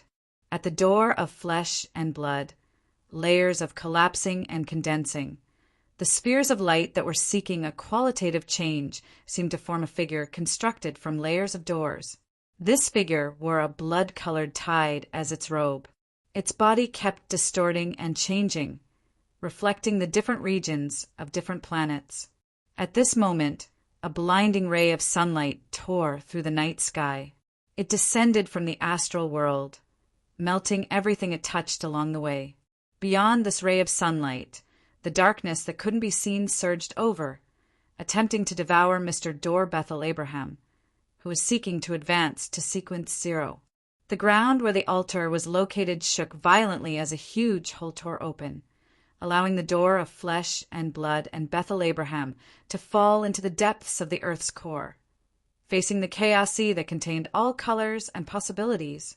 Following that, a blurry light seeped out of the void and enveloped the forest, attempting to restore the trees, soil, and altar to the most basic particle structure. And in the only gap of the glimmer of light, a pair of brass eyes appeared. They stared at the door of flesh and blood and Bethel Abraham, wanting to reflect their appearances into their pupils. Mr. Dor let out a low growl, causing the blood-colored robe to flutter. This robe connected to the evil tide that surged behind the door of flesh and blood, spreading out crimson moonlight. Upon touching the moonlight, the night that couldn't be seen through automatically gathered together. It stretched out its limbs and head, turning into a female human that resembled a shadow. It possessed its own life, its own consciousness, and was no longer controlled by the user. Without exception, the glaring sunlight turned into a young man wearing armor of flames. The shaking earth grew eyes and closed its mouth. The barrier formed by the faint light revealed terrifying facial features.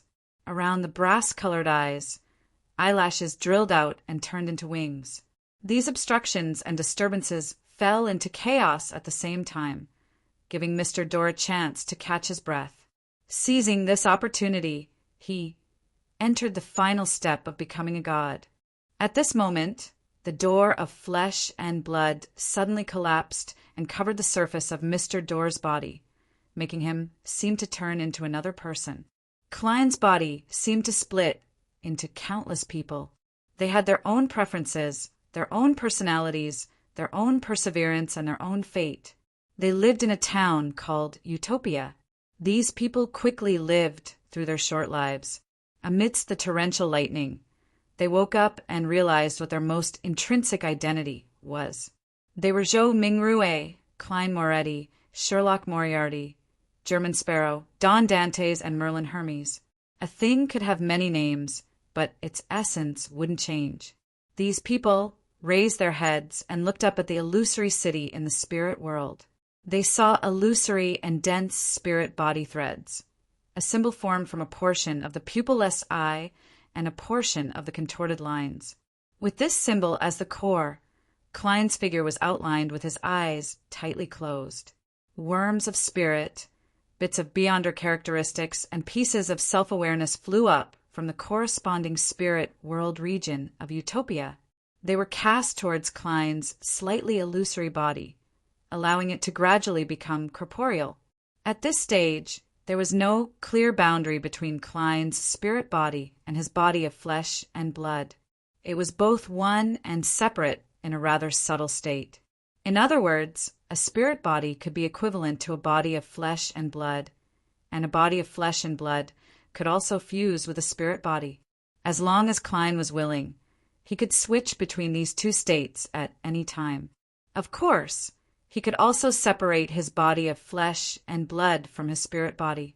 Each had their own uniqueness. This was just a matter of a thought. 2 seconds later, the reorganization was completed. Klein, who was floating in the depths of the spirit world, opened his eyes. His pupils were only deep black without any light. He had already advanced to sequence 1 and become an attendant of mysteries.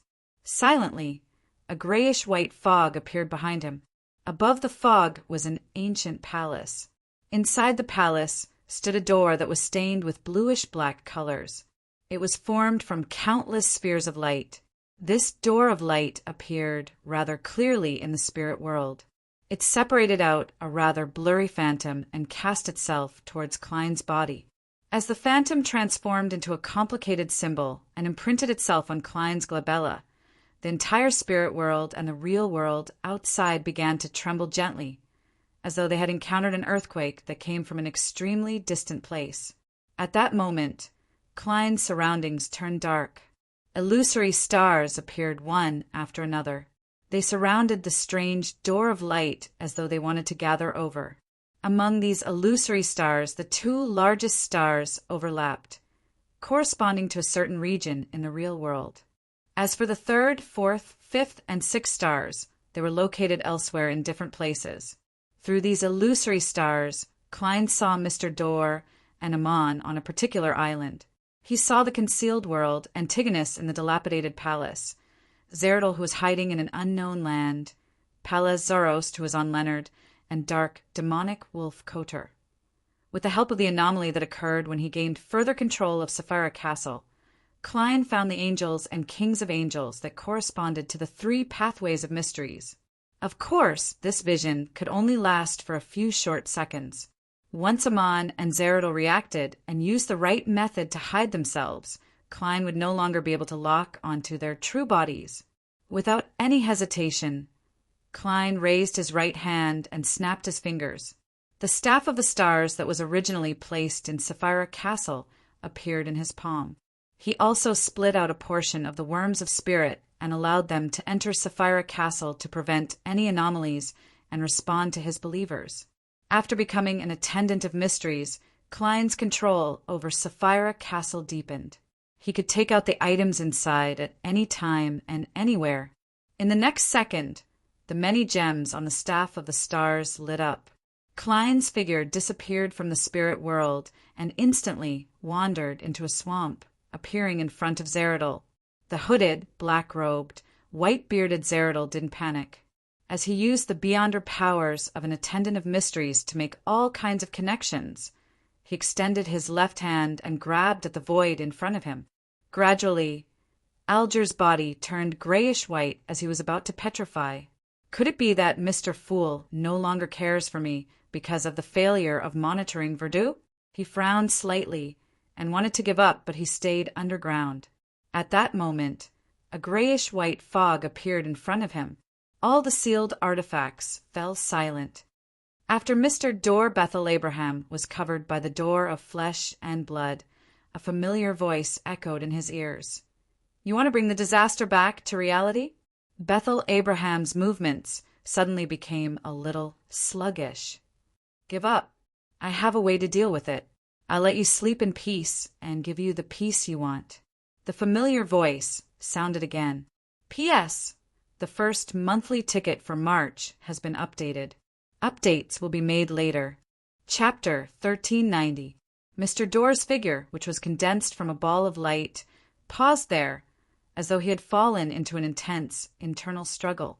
The layers of doors in his body were just short of completely overlapping. Amidst the illusory crashing sounds, the crimson tide that could barely squeeze through the gap of the door of flesh and blood became even more turbulent. The blood-colored robe landed heavily, about to wrap around Bethel Abraham once again.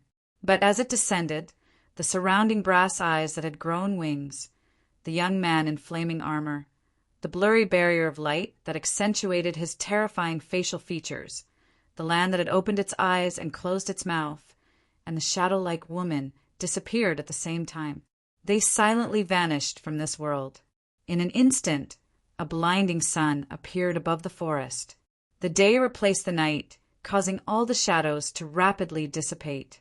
This forced the blood-colored robe to flutter once again, scattering out more crimson moonlight, causing all the disturbances to return to his mother's embrace.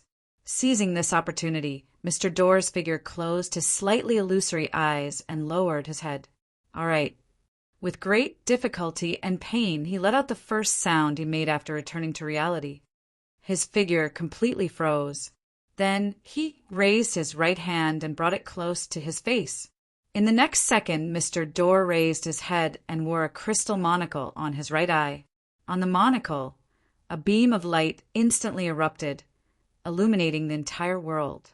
At that moment, all the errors that caused the seal to fail were corrected.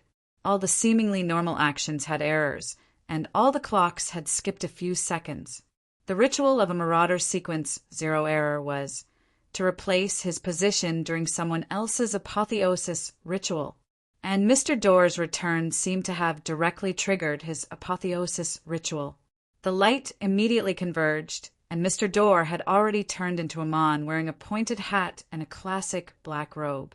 In the blasphemer's hand was a key that was made of pure starlight, looking rather ancient in style. Above him, the blood-colored robe fell, about to embrace him. Behind him, the crimson tide angrily squeezed through the remains of the gate of flesh and blood, about to completely squeeze into the world. In this short moment, the blood-red moonlight shone brightly, blocking the sun, the dark night, the earth, the misty light, and the strange white tower. In the face of the erosion from the outer gods, the corners of Amon's mouth curled up slightly. He stretched out his right hand and took out an abnormally ancient stone slab with a mottled surface, the first blasphemy slate. Then he used the stone slab produced by the chaos sea to block the remaining gap in the door of flesh and blood. He used it as a substitute to receive the falling blood-colored robe. The first blasphemy slate immediately turned illusory, as though it was connected to a boundless sea that contained all colors and possibilities. This sea surged violently, swallowing the blood-colored robe, blocking the crimson tide that came from the starry sky. The door of flesh and blood, which had already collapsed, rapidly shrank and quickly disappeared. An angry and terrifying roar sounded, echoing endlessly. In the next second, the crimson moon appeared in the sky again. Its color quickly faded as it became bright, and above the brightness, there seemed to be a huge, distorted crimson figure, wearing a pointy hat and a classic black robe. Amon adjusted the monocle on his right eye and waved at the crimson figure and the bright moon that were staring at him. Then, with a smile on his face, he bowed slightly and bowed to the surroundings. Inside the corpse cathedral, where a huge cross stood, countless skulls watched with their empty eyes. Dressed in a simple white robe, Adam looked at the lightning outside the stained glass that showed no signs of stopping. He slowly got up and walked to the pool of flesh left behind by Klein.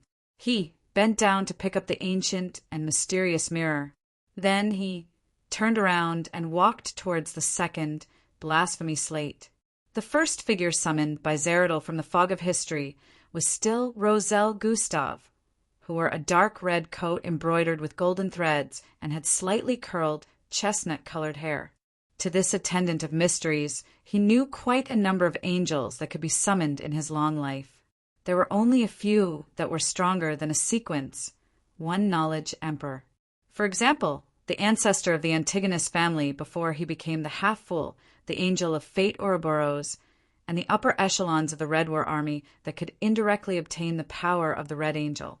But in the present situation, Zeradal believed that it was safer to first summon Roselle Gustav's historical void projection. Before the ancestor of the Antigonus family became the half-fool, he was also a sequence, one attendant of mysteries. He would be suppressed by an enemy who had further control of Sapphira Castle and whose level exceeded most kings of angels, and was close to that of a true god. After Zeradal chose to cooperate with Rose School and Adam, the success rate of summoning the angel of fate Ouroboros would undoubtedly drop. It wasn't suitable for him to attempt it at a critical juncture. The Red War's upper echelons, who could borrow power from the past Red Angel, didn't directly possess the powers, so the actual effects they could produce wouldn't be much stronger than knowledge Emperor Roselle Gustav. In comparison, Zeradal would definitely choose the historical projection that he was most familiar with and was the easiest to summon. His plan was to seize the opportunity when German Sparrow wandered over and didn't prepare the historical void projection ahead of time. He would use knowledge Emperor Roselle Gustav, the upper echelons of the Red War army, and Abomination Sua to hold him back, giving himself enough time to create a miracle. The moment Roselle's figure appeared, complicated and illusory symbols immediately condensed in his eyes. He wanted to inject large amounts of miscellaneous and useless knowledge into his target's mind, causing his head to explode. At the same time, Zeradal used the various connections he had set up ahead of time to shift his location. This swamp was his home ground, as he let slippery and transparent tentacles penetrate the hooded black robe and extend into the fog of history. He summoned the upper echelon of the Red War army. At this moment, Roselle Gustav's historical projection suddenly turned his head. Using the subtle connection between them, he looked at Zeradal's true body. Zeradal's mind was instantly filled with a large amount of redundant information and useless knowledge. His head nearly exploded, and his thoughts were temporarily unable to move. He froze there. His eyes didn't even have the time to change. The historical projection of knowledge Emperor Roselle Gustav that he summoned had betrayed him.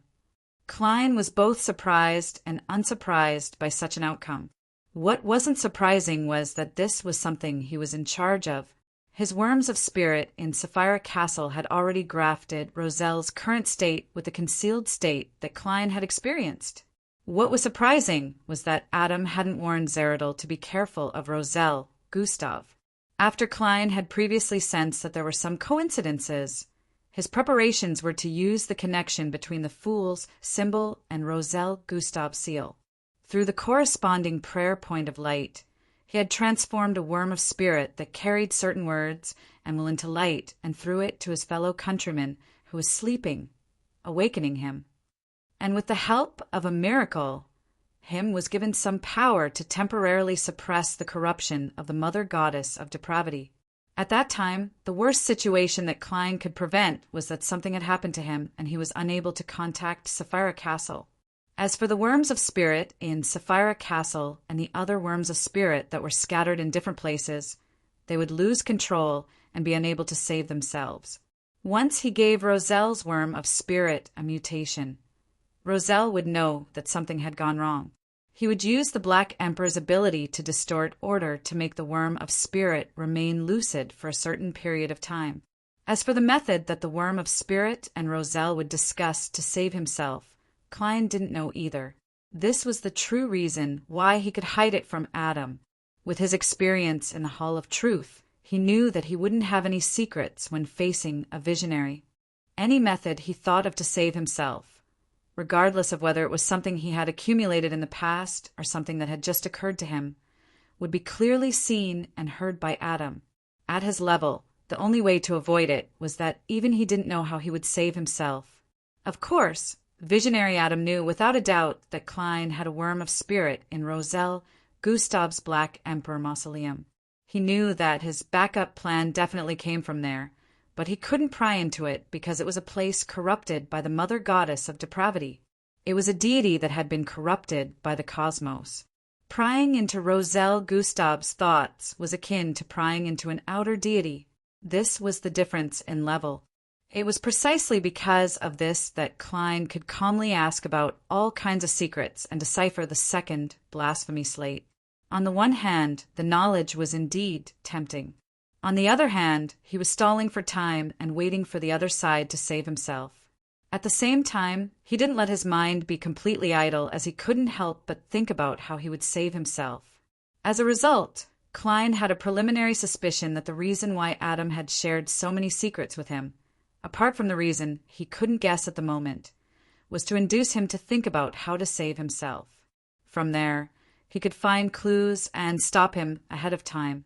Therefore, the questions and answers in the Corpse Cathedral were also a clash of the mind.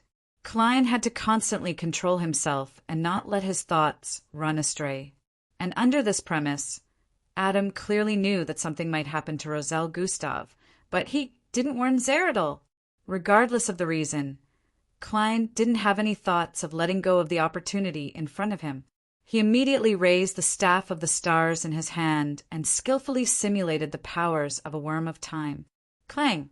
The phantom of an ancient mottled stone clock appeared. The dial was separated into 12 asymmetrical parts by grayish-white and bluish-black.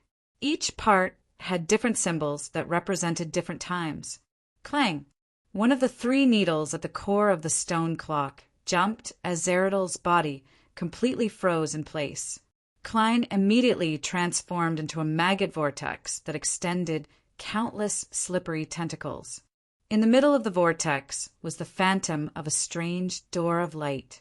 The door of light didn't move as the vortex spun rapidly. A terrifying suction force wreaked havoc as it forcefully extracted the Beyonder characteristic from Zeradol's body. This was the method Pallas Zoroast had used to deal with Amon's avatar back then. He relied on his level to forcefully gather them. Bit by bit, the Beyonder characteristic flew out faster and faster. By the time Zeradol escaped the frozen time and the explosion of his mind, he was already unable to extricate himself. All he could do was watch in despair and sigh as his body was completely lifted up and fell into the dark maggot vortex. A few seconds later, the vortex outlined his body again as Klein's feet stepped onto the ground. In the fog of history, Zeradol's figure appeared again and again, but he was unable to snatch back the Beyonder characteristic from him. In the end, him could only fade away, unable to completely revive. Klein used the effects of the ritual that hadn't been completely eliminated to directly devour Zeradol's characteristic. He wanted to reduce the influence of the celestial worthy in him. While the Corpse Cathedral was still floating in the sea of lightning, Adam, who was dressed in a simple white robe and had a pale golden beard, suddenly appeared at the edge of the sea in the ruins of the Battle of the Gods. The sea parted, revealing a path that led straight to the place that was stained with the blood of the ancient sun god. It led straight to the projection of the Giant King's court, straight to the forsaken land of the gods. Deep in the forsaken land of the gods, at the peak of a particular mountain, a gigantic cross stood erect. A faintly discernible figure hung upside down. End of Part 7. P.S. I wrote over the word count, so it's a little late. I'll update it first. Chapter 1391. In fact, under normal circumstances, this novel should be written for another 30 to 40 chapters. It could be written like this. Little Ku eliminates the interference, resists the destruction, and controls the fates of the marionettes in Utopia until the ritual is ready and he advances smoothly. During this process, he would unfold the stories of the others to make the overall story more complete. That was what I originally considered. But later on, I felt that such a development was an insult to the intelligence of the villains. It was impossible for Zeradol to sit there and wait for death.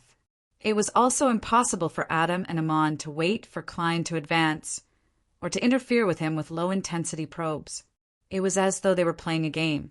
The necessary choice for them was to create an opportunity to unleash all their strength or deal with Klein directly, or get Verdú to hold a ritual to release Mr. Door when Klein was powerless to stop it. Once this opportunity appeared, it would definitely be a stormy development.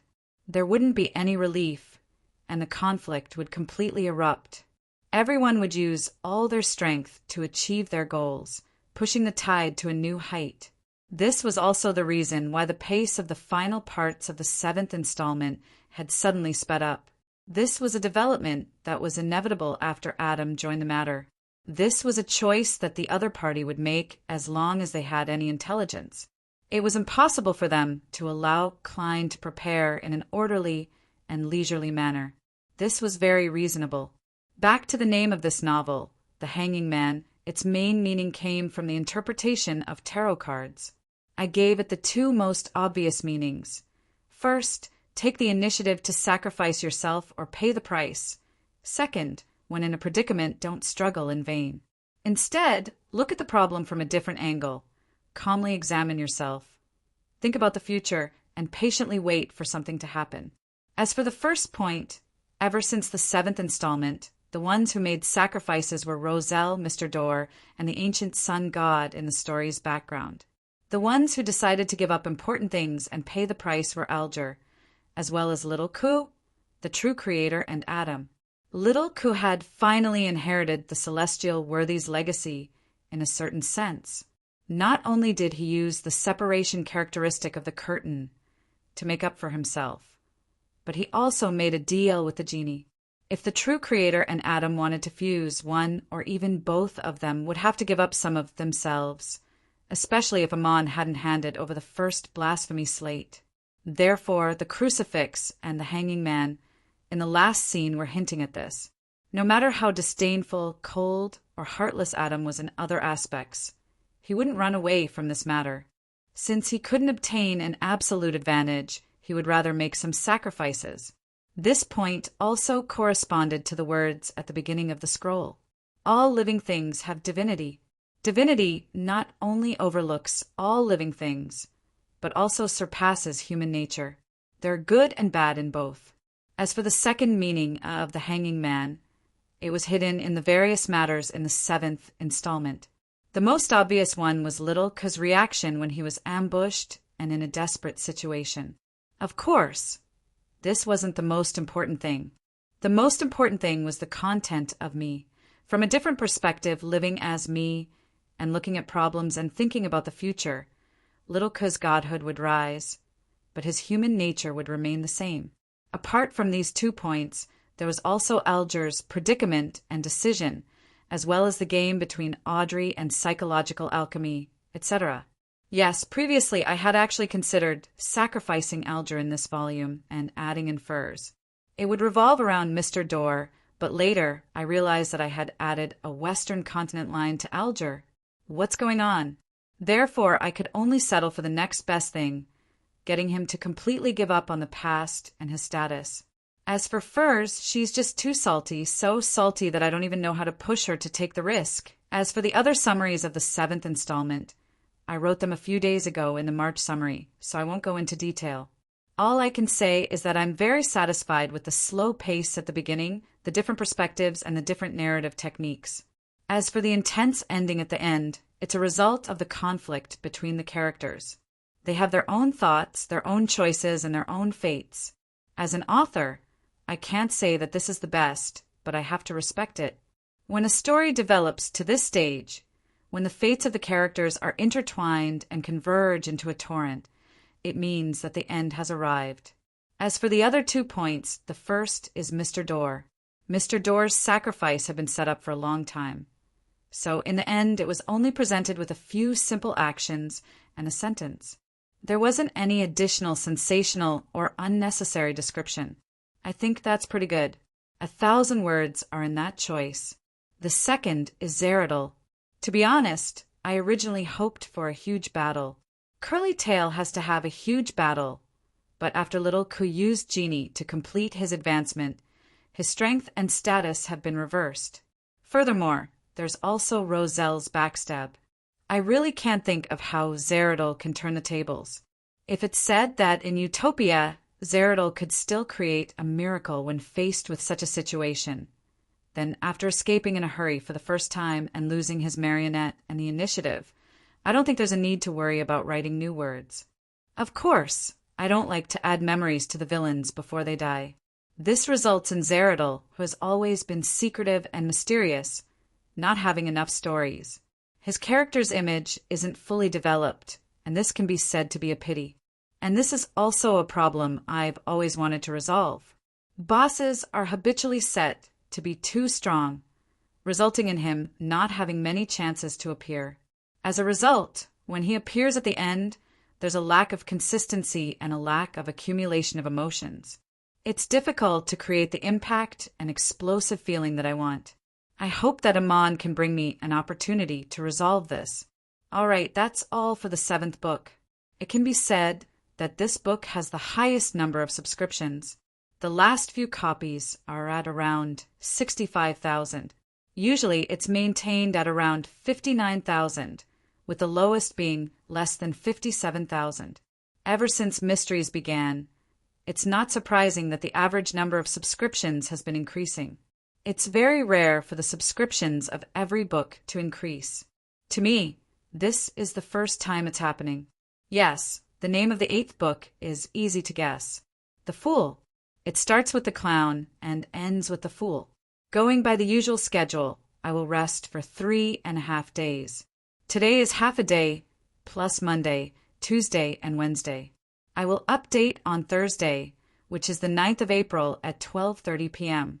I have already thought of the ending scene before I open the book. However, I still have to think about how I should develop it. Also, I have to think about the battle of wits and courage with Aman. Lastly, since I have opened a single chapter, I might as well ask for a monthly ticket. Also, I will be promoting a book, My Cell Prison. It's also about occultism and Cthulhu. Just by looking at the author's name, Faye in yellow reincarnated into a cell, carrying the power of the Book of Prison and arriving at the parallel world where the Ancient Ones have awakened. Steam civilization, horror dimension, old Yongya king, hybrid demons outside the city. The gate of destiny has been opened. Crusaders, library, control, machinery, and occultism will become a brand new growth system for humanity. The hymn of humanity is the hymn of courage. The courageous knights, galloping under the world ruled by the ancient kings, reclaiming the freedom that belongs to humanity. Chapter 1392. Late at night, the sound of doors and windows opening woke Wendell up from his deep sleep. He got out of bed warily and surveyed his surroundings. What exactly happened? Did Utopia encounter a huge storm? Wendell, who hadn't slept well for the past few days, finally fell into a deep sleep, but he had no choice but to wake up. His thoughts were still a little frozen, and he appeared rather confused. He then realized that there was no wind blowing in through the wide-open window, nor was there any rain. It was as if he had opened it in his sleep to take in a breath of fresh air. Wendell suddenly thought of the Beyonder incidents he had experienced and learned about through the dossier. He thought of the fear of the unknown that had once ruled his heart. He didn't know what would happen next, nor could he guess what he would encounter. He felt a chill run down his spine as he trembled. At this moment, he heard a commotion outside the door. All kinds of sounds entered his ears. There were the sounds of running, the sounds of certain actions being judged, the sounds of the current order being modified, and undisguised shouts. There's an abnormality with the underground seal. Raise your guard. The underground seal? What's sealed beneath the Iris's hotel? Wendell was surprised and confused when he heard that. He couldn't help but walk to the door and look around. He then saw his MI9 colleagues whom he barely knew, as well as Colonel Zio Dericha, who was on duty tonight. MI9 found Utopia through me? They're going to deal with the abnormality here. Just as this thought flashed through Wendell's mind, he subconsciously frowned. He realized that the layout of the corridor outside was completely different from the Iris's hotel. Not only were there gas wall lamps on both sides, but there were also classical lampstands. The floor was maintained to be very bright, and the floors were more than 3 meters tall. This isn't the Iris's hotel. Wendell suddenly turned around and sized up the room he was in. He quickly recognized that this was his bedroom at MI9 headquarters. His luggage was placed quietly in the corner without any signs of being moved. Wendell remembered very clearly that he had gone to Utopia through the bathroom in his room. He wasn't too confident, so he didn't bring any luggage with him. He only took the document from Utopia's police court. Tap, tap, tap. He quickly ran to the window and looked outside. What he saw was the garden and the lawn that belonged to MI9 headquarters. I'm back in Bakeland. Or did I not return to Utopia at all? I was just too tired to sleep and had a dream? Wendell walked back to the bed in a daze and sat down. After 10 seconds, he suddenly jumped up and picked up his jacket from the ground. Then he saw the Utopia court document lying quietly in the inside pocket of his coat, which should have been in the drawer. Wendell fell silent, as if he had turned into a statue. Travel columnist Monica also woke to the sound of the window and the door banging against the wall. She sat up and pulled the blanket up to cover her chest.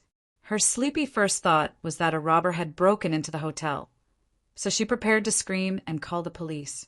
But in the next 10 to 20 seconds, Monica didn't hear any footsteps entering her room. She only felt more and more people gathering in the corridor. What happened? It doesn't look like a storm. Is someone playing a prank? Damn clown. If I find out who it is, I'll definitely kick his ass. The sounds of discussion rose and fell, mixed with all kinds of curses. Monica didn't think much of it when she first heard it.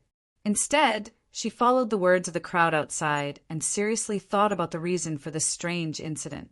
She wanted to write it down in her travelogue. However, as she listened, she gradually realized that something was amiss. How could the Iris's hotel in Utopia have so many guests? She remembered very clearly that on this floor there were at most 5 rooms with occupants, and that included her room. At that moment, Monica thought of the ghost stories she had read and heard. She immediately felt that there were vengeful spirits and shadows outside the door. She had originally extended her feet to the side of the bed, preparing to go out and participate in the discussion. She wanted to grasp more details and accumulate material for her future writing. At that moment, she retracted her feet and curled up into a ball, trembling. A few seconds later, she heard a man say, I asked the hotel owner, and he said he didn't know what happened. Maybe there was a short storm just now. Go back to your rooms and rest. Lock the doors and windows. Jan, I have to wake up early tomorrow to go to the Royal Museum. The Royal Museum? Monica was stunned. As a travel writer and a traveler who had spent a long time in Utopia, she naturally knew that there wasn't a royal museum here. In the Kingdom of Rouen, a museum with such a name had to be in Bakeland, and it would take many hours to take the steam locomotive from Utopia to Bakeland. Even if she woke up early and arrived there, she wouldn't be able to reach the Royal Museum before it closed. Monica slowly lifted the blanket in puzzlement. She heard the sound of doors and windows closing. She carefully got out of bed and walked to the door. During this process, she gradually saw the room illuminated by the moonlight. Hiss! Monica nearly screamed. This wasn't the guest room she had slept in previously. Be it the layout or the decorations, they were completely different. The ghost stories that she had just thought of surged into her mind again, causing her legs to go limp. She almost couldn't support her body. Just as Monica's teeth chattered, she saw a hotel business card on the table. It was prepared for the guests. If they brought it with them when they went out, they wouldn't be unable to find their way back. Even if they couldn't read, they could use it to ask for directions. Monica subconsciously approached it and used the moonlight to read the words on the business card. Carl Pensa Hotel, West Bakeland, 19 Morning Street. West Bakeland. Bakeland. Monica's eyes widened as she felt as though time and space were in disarray. Bakeland, Hillstonborough, in a house with a fireplace. Furs heard the door and window open, but she didn't immediately wake up. This was because she had fallen into a strange nightmare that she couldn't escape. She dreamed that her teacher, Dorian Gray Abraham, had been affected by the family's sealed artifact and had died a bloody death in front of her. She dreamed that she had lost control and mutated, turning into starlight worms that curved into the shape of a door. She dreamed that the end of the world had arrived, and the surging tide of blood had drowned the entire world. Zio, German Sparrow, and company weren't spared. Finally, Furs escaped the dream and sat up, panting heavily. As a demigod who had once been an astrologer, she knew what such a dream meant. She hurriedly restrained her emotions and looked up. At some point in time, the glass on the oriel window in the bedroom had completely cracked open. Something must have happened. Furthermore, it has something to do with the apocalypse, the House of Abraham, and the Prentice pathway. Furs silently muttered to herself. She immediately got up, put on her cloak, and prepared to teleport to her teacher's place to confirm his safety. This change added a sense of urgency to her advancement to Sequence 3, or even Sequence 2. After learning about the apocalypse from Mr. Fool and German Sparrow of the World, Furs had actually been working hard, but the secret sorcerer potion wasn't something that could be digested in a short period of time. Furthermore, without making any contributions, she was too embarrassed to ask her teacher for the formula and ingredients of Wanderer. Of course, if she wanted to, she could have obtained it from Mr. Dorr, but how could she be bewitched after being warned beforehand? With a flash, Furs disappeared from the room. A few seconds later, she appeared at Dorian Gray Abraham's residence. She saw her teacher sitting there, pressing his heart, looking frightened. "Do you need potions?" Furs asked cautiously. She had bought some medicine from Mr. Moon for the diseases of old age. Dorian took a deep breath and shook her head. "No need." Furs immediately relaxed a little.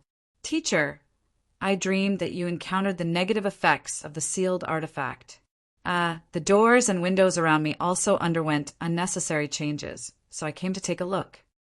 Dorian looked up at the open window and said with a solemn expression, "Your dream wasn't wrong.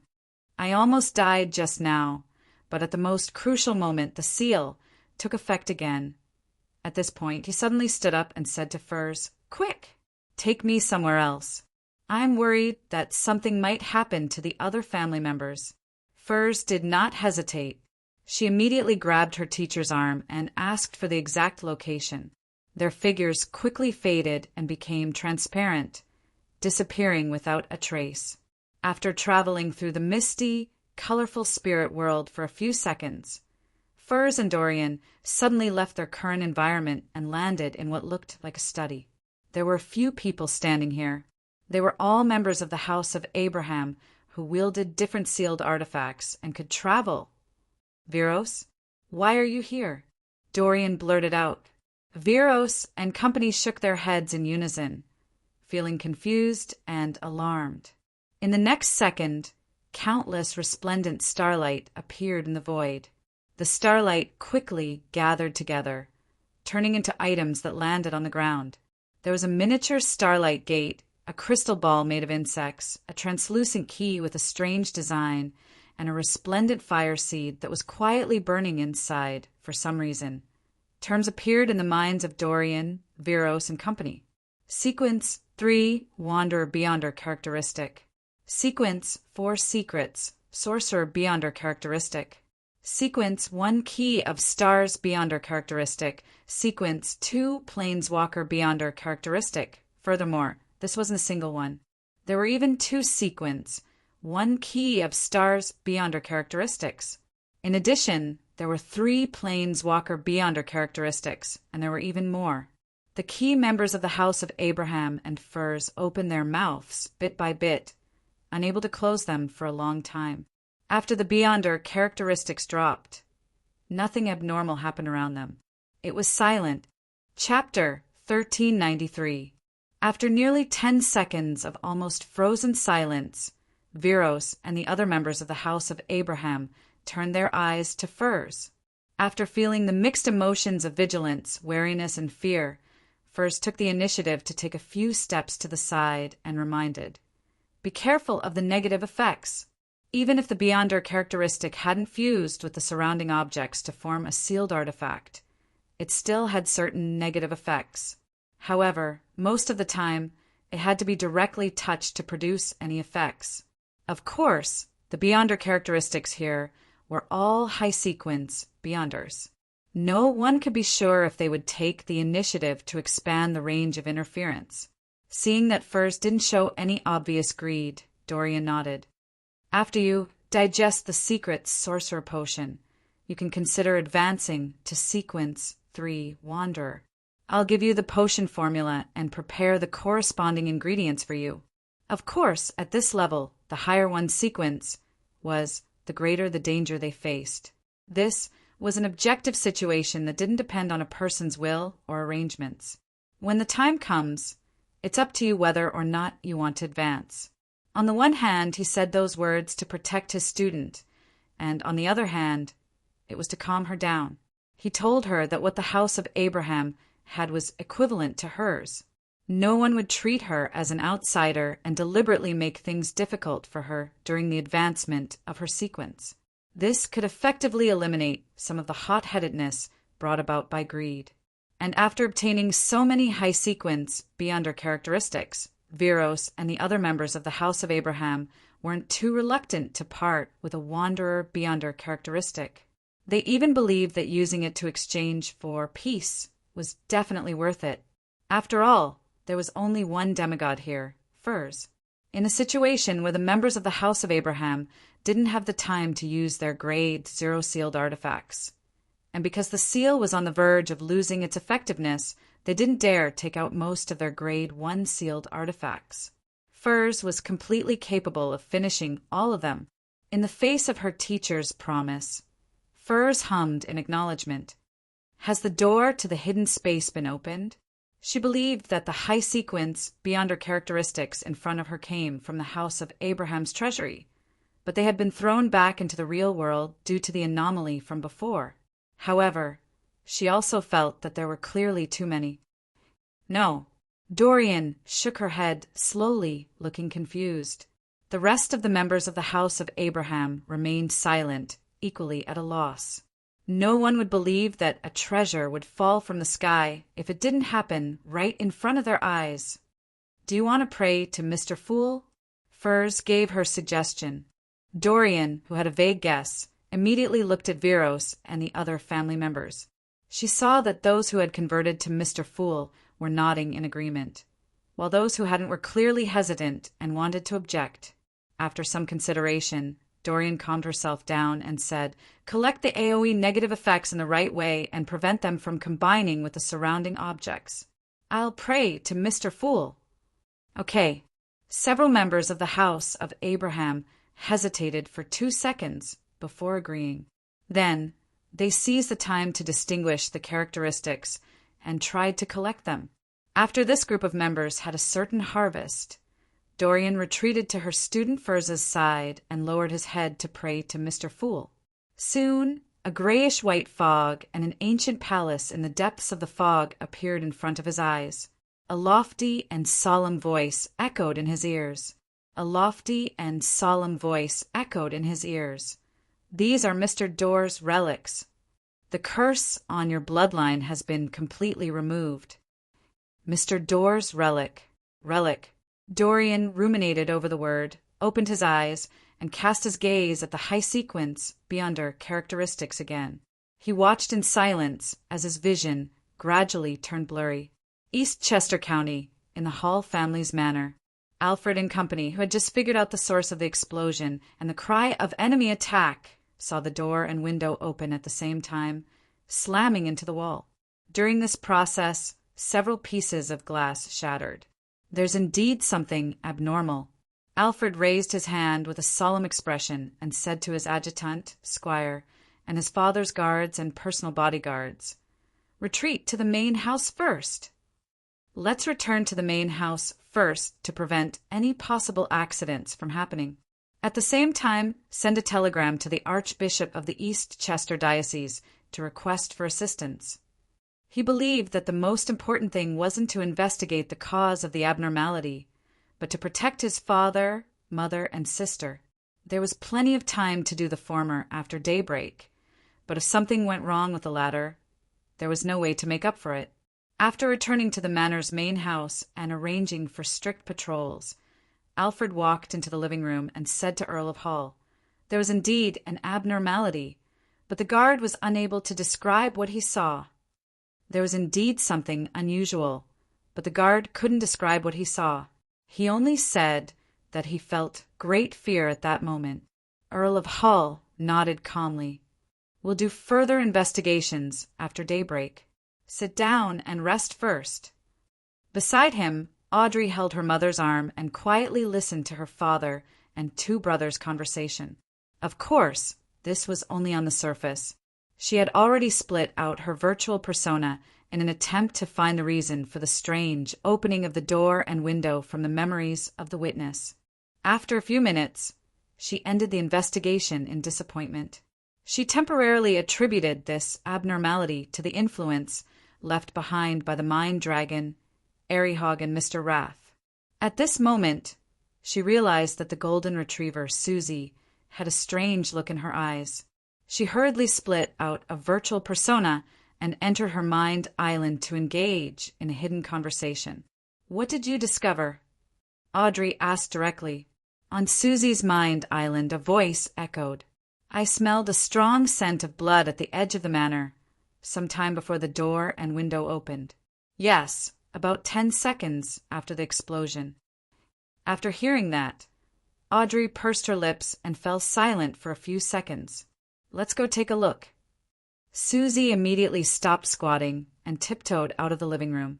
She left the manor's main house through the side door in the corridor on the first floor.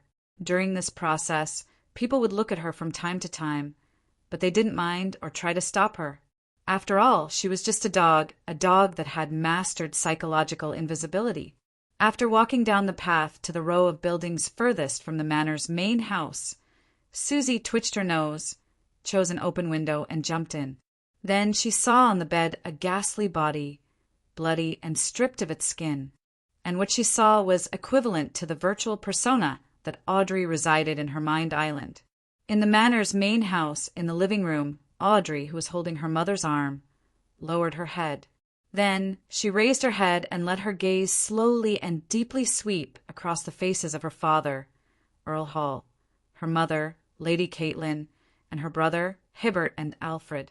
She maintained her silence and became even more silent. Byam, inside the Cathedral of Waves, Alger, who was wearing a robe embroidered with the symbol of a storm, walked up from underground. The mandated punishers, priests, and bishops on both sides nodded. The seal has returned to normal in time. You can put back the items that you are in charge of. Yes, Your Excellency Wilson. The mandated punishers, priests, and bishops heaved a sigh of relief as they clenched their right fists and punched their left chests. Alger didn't say anything else and only responded with the same courtesy. After returning to his room, he slowly looked around, took a light breath, and found a seat to sit down. The fool that doesn't belong to this era. Alger silently prayed to Mr. Fool, expressing his intention to leave the Church of the Storm. The claim that the seal had returned to normal in time could only be trusted by lower-ranking members of the Church. It couldn't be hidden from any cardinal or high-ranking deacon, much less the Pope and the Lord of Storms. And without Mr. Fool's consent and protection, Alger wouldn't dare to leave the Church of the Storm. That would definitely incur divine retribution. After a few seconds, he saw the familiar, boundless gray fog and heard Mr. Fool's response. Yes, to the Church of the Sea God. Phew! Alger relaxed, stood up, and took off his storm robe. After changing into a linen shirt, a brown jacket, and wide-legged pants, Alger looked at the cardinal robe that had been discarded on the table and fell silent for a while. Then he stretched out his hand and folded the robe neatly. After carefully scrutinizing it for a few seconds, Alger retracted his gaze, rode the strong winds, and flew out of the cathedral through the open window. He first flew to the bell tower, landed at the top and looked down at the surrounding streets and all of Byam. During this process, Alger stepped on the edge of the top and slowly circled around. Finally, he closed his eyes. A hurricane suddenly blew, sweeping Alger towards the church of the sea god. Above the gray fog in the ancient palace, Klein quietly sat on the high-back chair belonging to the fool. His figure would turn incorporeal at times, as though he was wearing a mysterious classical black robe and a hood that concealed his face. At other times he would return to normal, but he was shrouded in a thin layer of grayish-white fog. Such changes alternated, and the frequency gradually slowed down. And every time Klein transformed into a black-robed, hooded figure, slippery tentacles with strange patterns would extend out from under his clothes. These nearly transparent tentacles flailed and flapped, completely occupying the entire palace. After a while, Klein's figure finally stabilized. He habitually raised his right hand, rubbed his temples, and muttered silently to himself. The awakening of the celestial worthies was faster and more intense than I expected. If I hadn't devoured Zeradol's beyond our characteristic and used his remnant mental mark as a balance to stall for enough time, I wouldn't have been able to adjust in time to prevent him from awakening. However, this also made Klein's mental state rather unstable. And the reason why he didn't directly lose control was because the miracle invoker potion had been completely digested, and the first attendant of mysteries beyond our characteristic he had just swallowed had mostly been digested in a short period of time after he consumed the potion. The identity of world was the blessed of the owner of Sapphira Castle, directly equivalent to an attendant of mysteries. Therefore, Klein had been acting as an attendant of mysteries for a long time in advance and had been rather successful. As for the second attendant of mysteries beyond our characteristic, it still needed to be digested. Chapter 1394. After stabilizing the fragile balance between the anchor, the celestial worthy's will and his consciousness, Klein leaned back in his chair and examined the various powers brought about by the attendant of mysteries beyond our characteristic. Among them, there were three main types. They were all grasped by Klein with the help of Sapphira Castle and the Curtain, but he didn't know the exact names. The first was regeneration. If an item's material once had a spirit body, then an attendant of mysteries could use the regeneration ability to summon the corresponding spirit body threads, making the item become its marionette. It would also make the living beings that had established a deep connection with the item naturally turn into marionettes. To put it simply, an attendant of mysteries could make items that didn't originally have spirit body threads produce spirit body threads, but it could allow certain items to have spirit body threads that had long disappeared to regenerate. The former represented steel products, gold coins, and gold pounds. The latter mainly consisted of food like beef and fish. Once humans ate them and became marionettes' food, they would also turn into marionettes. It was as if they had suffered a strong corruption.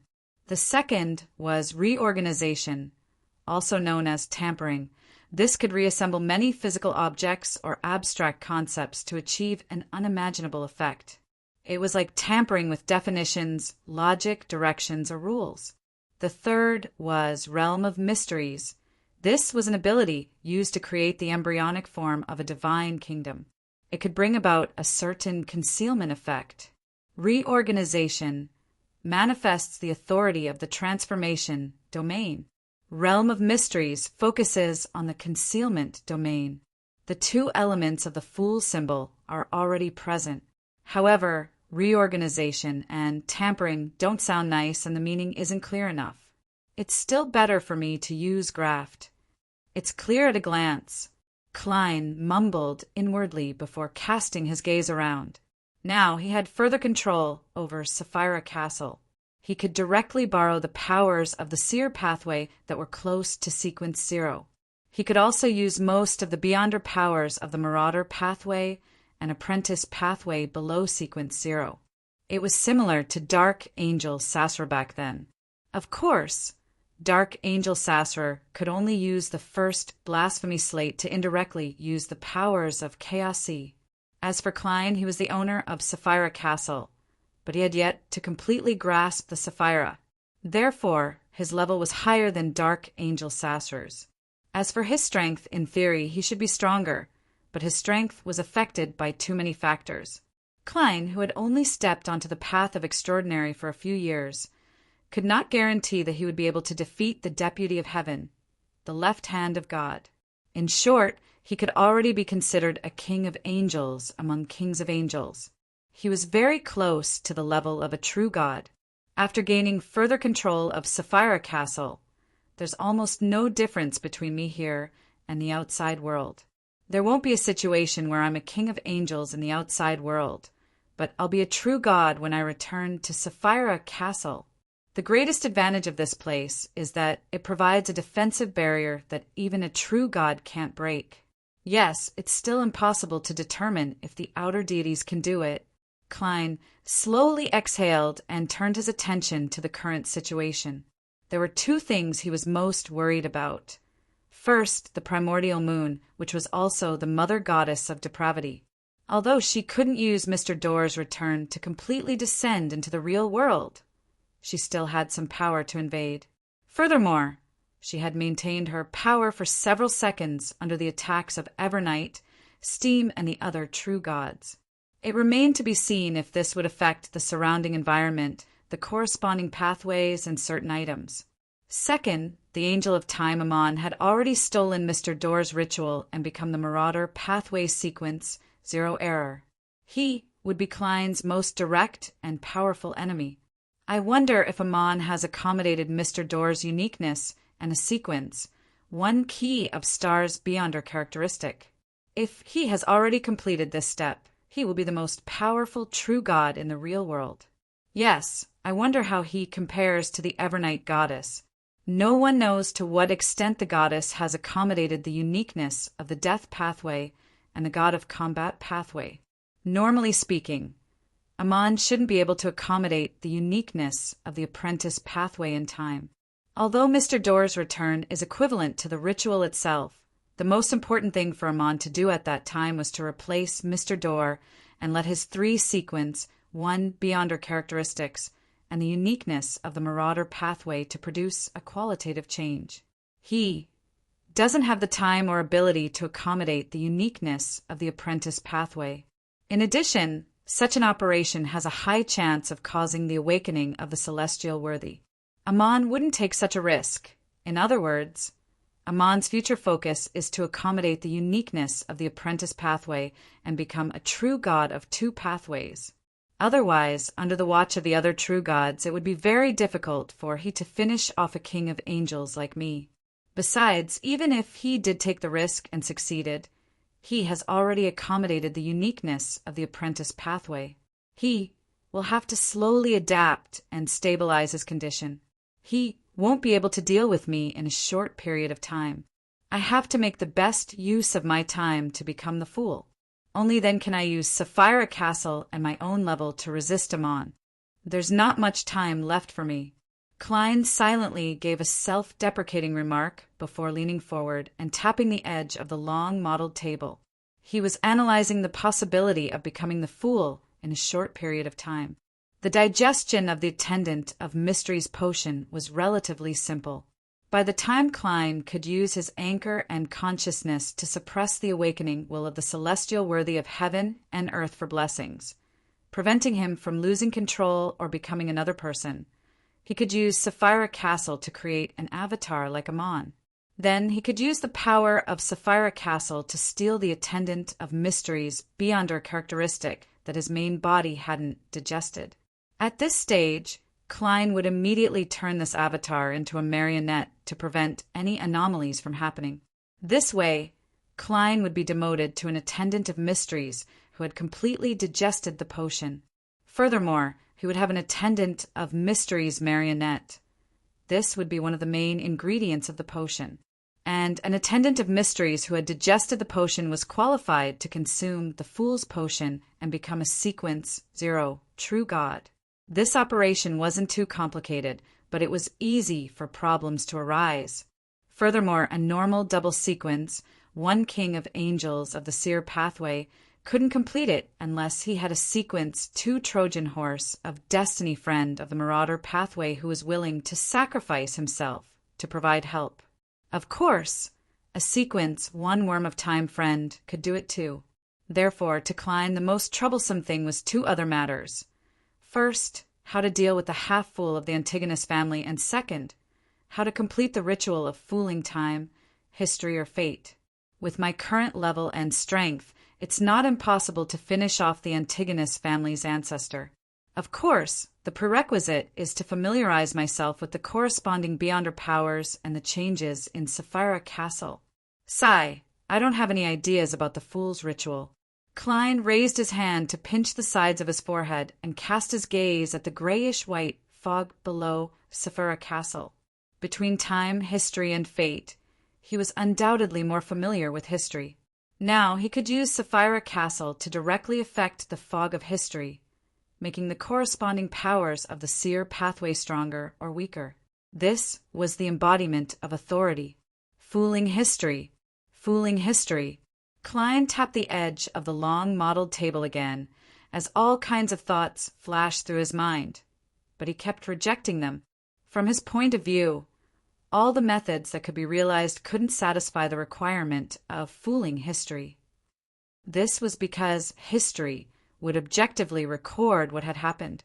Anything that existed had to be reasonable, and the methods that could satisfy the requirements, such as returning to the past, consuming the potion, and becoming the fool from history, were impossible. At the very least, Klein currently didn't have the ability to reverse time. As his gaze moved deeper into the fog of history, Klein suddenly had a feasible idea. The current true history was like this. The members of the tarot believed that they were following the fool who didn't belong to this era, an awakened ancient god or an existence that surpassed the ancient gods. And in fact, Mr. Fool was originally just an ordinary person who was hung above the gray fog. He used all kinds of resources to package himself and improve himself. Klein's train of thought was inspired by Amon. Using Sapphira Castle, he could create an avatar and use Sapphira Castle to steal his main body's fate, consciousness, anchors, and the sequence one attendant of mysteries Beyonder characteristic that belonged to Zeradol. Thus, the main body's Beyonder characteristic would be formed purely from that curtain, and the celestial worthy of heaven and earth for blessings would awaken bit by bit. This way, the tarot member's understanding was correct. Mr. Fool was a great awakened existence, and this went against the true history, but it was indeed a fact. It could be considered as completing the requirements of the ritual. Of course, the premise was that the avatar theft had to happen in Sapphira Castle or some other secret place. Otherwise, it would also be recorded in history, preventing it from achieving the effect of fooling. As for how to deal with the awakened celestial worthy of heaven and earth for blessings, or how to kill his main body and make him into a potion, Klein temporarily had no idea. The outcome of such an attempt is equivalent to suicide. Before being killed by the celestial worthy of heaven and earth. The avatar's attendant of mysteries beyond our characteristic must have been digested. After all, it successfully revived the Lord of the Mysteries. Klein shook his head and threw the idea of only caring about the beginning and not the end to it to the back of his mind. Since he couldn't think of a solution, he decided to seek advice from an existence who might know what to do. He had 2 targets. One was the snake of fate, Willa Septon, and the other was the Evernight goddess. The former might have some thoughts on fooling fate, while the latter probably knew what ritual the Antigonus family's ancestor had used to accommodate the fool's uniqueness. After stabilizing his mental state, Klein left Sapphira Castle and directly teleported to Bakeland. Chapter 1395. Deep in the forsaken land of the gods, at the peak of a mountain stood a huge cross that existed between reality and illusion. There was a blurry figure hanging upside down. Many ancient wooden stakes had pierced through his body, stained with flowing blood that didn't drip down.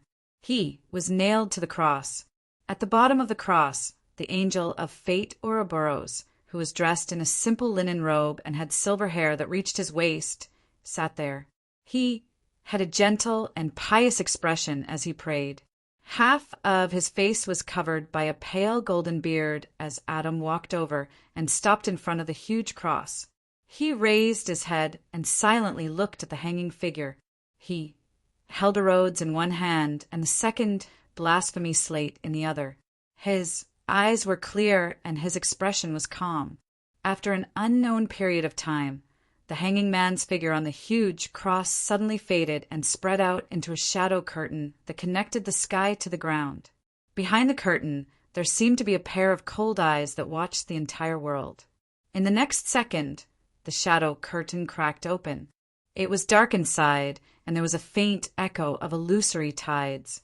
Adam raised his left hand, causing the ancient and mysterious magic mirror to emit a blurry glow.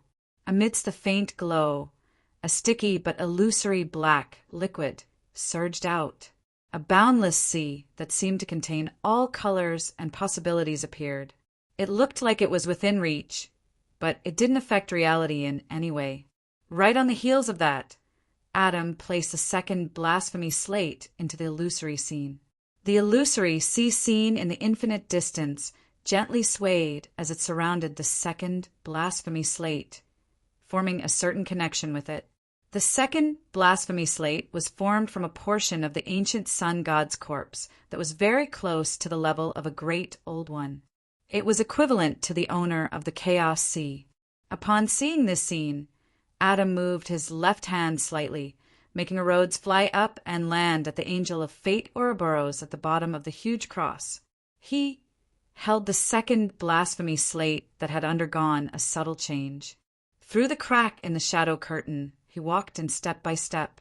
The shadowy curtain quickly closed and faded away, leaving only an empty giant cross in its original position. During the entire process, no one spoke. Everything happened in silence. Angel of fate Ouroboros didn't even attempt to open his eyes.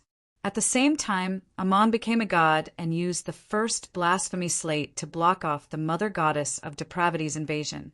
The Lord of Storms then shattered the corpse cathedral and one of Adam's identities.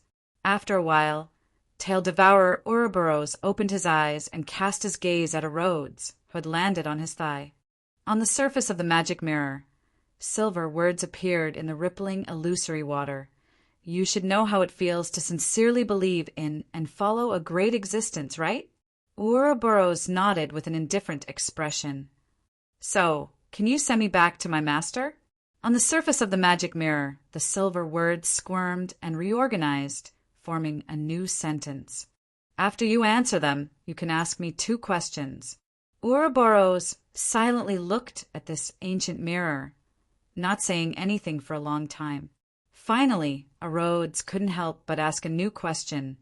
Why didn't you answer? As Ouroboros looked at himself in the mirror, he calmly replied, That's right. I haven't decided yet. 3 questions. Silver light slowly outlined 2 words on the surface of the magic mirror, on the lawn of a detached house in Bakeland. Willa Septon, who was already more than 2 years old, strode forward with his short legs, happily chasing after a big golden cat with shiny fur. Beside him were a nanny and a maid. Ever since this snake of fate was born, Alan Sirius's career had been improving day by day. Now he owned a private hospital that specialized in providing medical services to the upper class. As he ran, Willa Septon stepped on a slippery spot. With a whoosh, his body involuntarily leaned back. He took a few steps back and stepped on another stone. This provided him with the tendency to fall forward, allowing Willa Septon to miraculously maintain his balance. This child with obvious baby fat was rather wary of his encounter. This was because, with his luck, it was impossible for him to step on a spot that would cause someone to slip. His eyes quickly reflected a familiar figure. It was Sherlock Moriarty, who was wearing a half-top hat and a black, double-breasted coat. Willa Septon suddenly turned his head to look at his nanny and maid, only to realize that they had no idea that there was a stranger on the lawn. I have a nagging feeling that you'll say, Call for help all you want. No one can hear you. The well-dressed 2-year-old turned his head back and mumbled. Without waiting for Klein to respond, he threw up his hands again. In short, I have to congratulate you on becoming a king of angels. Bullying children doesn't match your current status. Klein laughed. Do you know how to fool fate? Willa Septon looked up and warily glanced at Klein. Giving me fake ice cream isn't the same as fooling fate. At this point, he complained, why don't you squat down?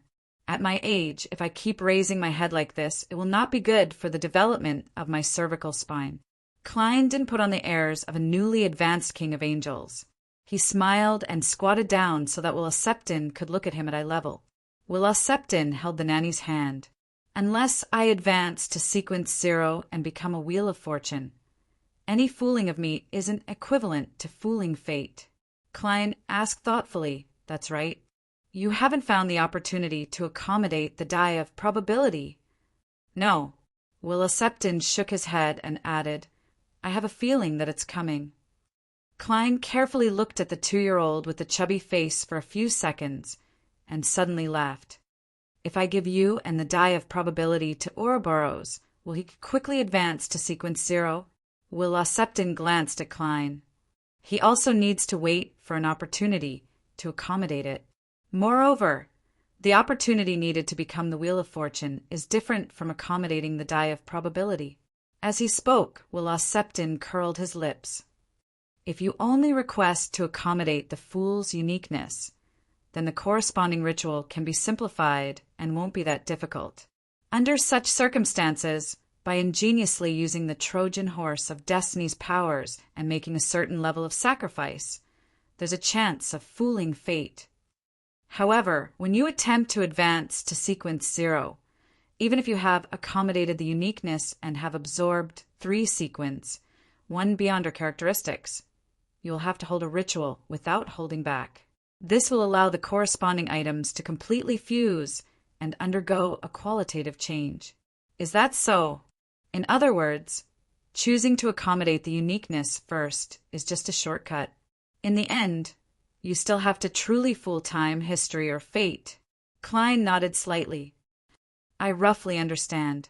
He then smiled and added, Enjoy your childhood. Enjoy your childhood. I don't know how long this will last.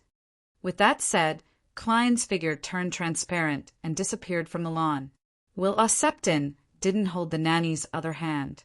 He instinctively grabbed forward twice before weakly retracting it. He left just like that. How rude. He didn't even prepare a gift for a visit.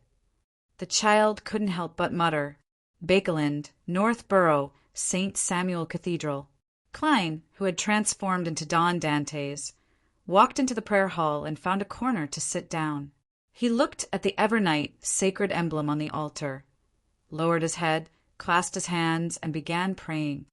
The Evernight goddess, who is loftier than the cosmos and more eternal than eternity. You are the mother of concealment, the empress of misfortune and horror. As he prayed, Klein, who had his eyes closed, gradually felt his body and mind calm down, as though he had entered a half-awake state. After an unknown period of time, an endless darkness appeared in front of his eyes. Beside his feet were clumps of night vanilla and slumber flowers. It was so quiet that even breathing seemed to disturb the surrounding sleepers. Before Klein could size up his surroundings, a figure suddenly descended from the depths of the darkness. There was clearly no sky or ground here, but the figure seemed to come from the crimson moon or stars hanging high in the sky. She wore a layered black dress that wasn't complicated. There were countless resplendent lights on it, as though the starry night sky had been draped over her body. Her head was blurry and difficult to see clearly. He could only confirm that it was a woman. Long time no see, the figure said gently before Klein could speak. Her voice was like a lullaby at night. Klein bowed in a gentlemanly manner. Is this directed at the former Lord of the Mysteries, or is it directed at me, who is hanging above Sapphira Castle? Klein was very certain that this was a dream, but a dream didn't mean that it was fake. The Evernight goddess's projection said with a smile, "I'm not sure where you were hanging above that door of light. After I left there, I never went back." As expected, Klein sighed inwardly. From the details, he confirmed the origins of the Evernight goddess, Ammonize's. "The 3 cocoons of light that were torn open were placed next to each other," he replied simply. The Evernight goddess's projection in the dream stood in the rippling darkness, giving off an unreal feeling. His voice was soft and slow. "The people there are all candidates for the Lord of the Mysteries' resurrection, but for some reason he lost control of many things. If it weren't for that, I would have died a long time ago as the Lord of Mysteries, and you and Roselle wouldn't have had the chance to return to reality. This means that the celestial worthy has completely perished. He can only rely on the remnant within the Beyonder characteristic and the mechanical arrangements of Sapphira Castle to revive." Klein sighed and smiled. I can already hear him whispering in my ears. Chapter 1396. The Evernight goddess's projection said calmly, "We cannot defeat or stop him or them. We can only resist and suppress them. Perhaps at certain times, just a tiny bit of negligence or a very light degree of relaxation can make us become him. On the Beyonder path, danger is always with us. We don't know when we will fall into the abyss." Klein silently added a few words for the Evernight goddess. He thought for a moment and asked, "When I was born, did you interfere with it?" The Evernight goddess's projection, which seemed to be fusing with the surrounding environment, nodded slightly. "I used Antigonus's uniqueness to indirectly affect Sapphira Castle and tampered the corresponding location of the Beyonder characteristic that accompanied your birth to the forsaken land of the gods." As expected, Klein sighed and frowned. "Antigonus's uniqueness can indirectly affect Sapphira Castle?" The Evernight goddess's projected voice replied in a soft, nocturnal voice. "He has lost control and gone crazy. This also means that his self-awareness can no longer suppress the will of the Lord of the Mysteries in his body. The 2 psyches have been stitched together, reflecting the most primitive, instinctive, bloody, and crazy side. And that Lord of the Mysteries is the former owner of Sapphira Castle. The current Antigonus can naturally use this identity to indirectly influence Sapphira Castle. It's no wonder the Evernight goddess's understanding of Sapphira Castle and the strange door of light is greater than Roselle the Great's. On the one hand, she was born in Sapphira Castle, and on the other hand, she imprisoned the crazy Antigonus. Klein was enlightened when he heard that. Why were there no Beyonder characteristics accompanying you and Roselle when you were born? In that case, be it the Evernight goddess or Roselle the Great, they would definitely choose the seer, apprentice, or marauder pathway. The Evernight goddess's projection calmly said, "This is also why I said that something had happened to the Lord of the Mysteries. He has lost control of many of the arrangements. After 2 consecutive failures, Sapphira Castle experienced a certain change. This is also a good thing for you. As the apocalypse approached, the remnant will of the Lord of the Mysteries would dissipate. In the end, only his spirit would remain and attempt to awaken. If you were born in the 4th epoch, you would have become him the moment you became an attendant of mysteries." This was because Klein had purely used the curtain left behind by the celestial worthy to advance. As for the Beyonder characteristics in the bodies of Antigonus, Zeridal, and the other angels, they had already been worn down and hybridized by generations of Beyonders and Beyonder creatures. Klein had a nagging feeling that the Evernight goddess had guessed that something had happened to the celestial worthy of heaven and earth for blessings. However, since she deliberately didn't mention it, it wasn't his place to pursue the matter. How did Antigonus accommodate the fool's uniqueness back then? The Evernight goddess's dream projection didn't hide anything as she replied gently. He asked Adam and Amon for help. They supported a listed tutor at the time. Using the powers of the Trojan horse of destiny, Klein acutely pointed to the core of the matter based on Will Oseptin's explanation and his own thoughts. The Evernight goddess's projection was like the starry sky at night as she quietly comforted her surroundings. They captured a demigod from the Solomon Empire and used Adam to perform a deep level of hypnosis and the corresponding memory transplant, making him believe that he was Antigonus. Then, under the premise of Antigonus's cooperation, Ammon stole his identity and fate. Antigonus then used the tampering authority to combine the identity, fate, and experimental subject in Ammon's hands. That Solomon Empire demigod began to live in the state of Antigonus, and after a period of time he took the initiative to accommodate the fool's uniqueness. Without a doubt, he lost control. And at that moment, the real Antigonus removed the tampering, allowing his identity and fate to return to Ammon's hands. Ammon ended the theft and returned them to their original owners. Klein listened attentively and thoughtfully added, "That's right. This way, it's equivalent to Antigonus failed to accommodate the uniqueness and became a monster, and Antigonus lived very well without any problems. These two completely different fates exist in the real world at the same time. Therefore, fate has been fooled to a certain extent before he could finish a sentence. Klein sensed some hidden dangers and hurriedly asked, "Won't there be any problems?" "There's a huge risk," the Evernight goddess's dream projection replied calmly. "Fate isn't easy to bear. If you can't retract your destiny in the extremely short period of time before the target loses control, the matter will undoubtedly fail. If you retract it a second earlier, the ritual won't have any effect. If you retract it a second later, Antigonus will bear the fate of losing control and going crazy. It will inevitably lead to the same outcome." "That's right. Having accepted fate, I naturally have to accept the trouble brought about by fate. If not for that, Ammon would have long stolen my fate and swaggered into Sapphira Castle." Klein mumbled inwardly as he began to think about how he should mimic the ritual of the Antigonus family's ancestor. Under the premise that a normal ritual was very difficult to complete and that the matter was very urgent, using a simplified ritual to accommodate the fool's uniqueness seemed to be the best choice. "When I become the half-fool, my control over Sapphira Castle will improve. My level and strength will at least reach the level of a true god. This way, even if I don't have a chance of winning against a dual pathway true god, I'll be able to protect myself and wait for reinforcements." As Klein thought about the comparison of strength and the development he hoped to obtain, he had a preliminary ritual plan. He planned on getting the Evernight goddesses help to suppress the Antigonus family's ancestor. Then he would use Sapphira Castle to steal the other party's identity, fate, and self-awareness.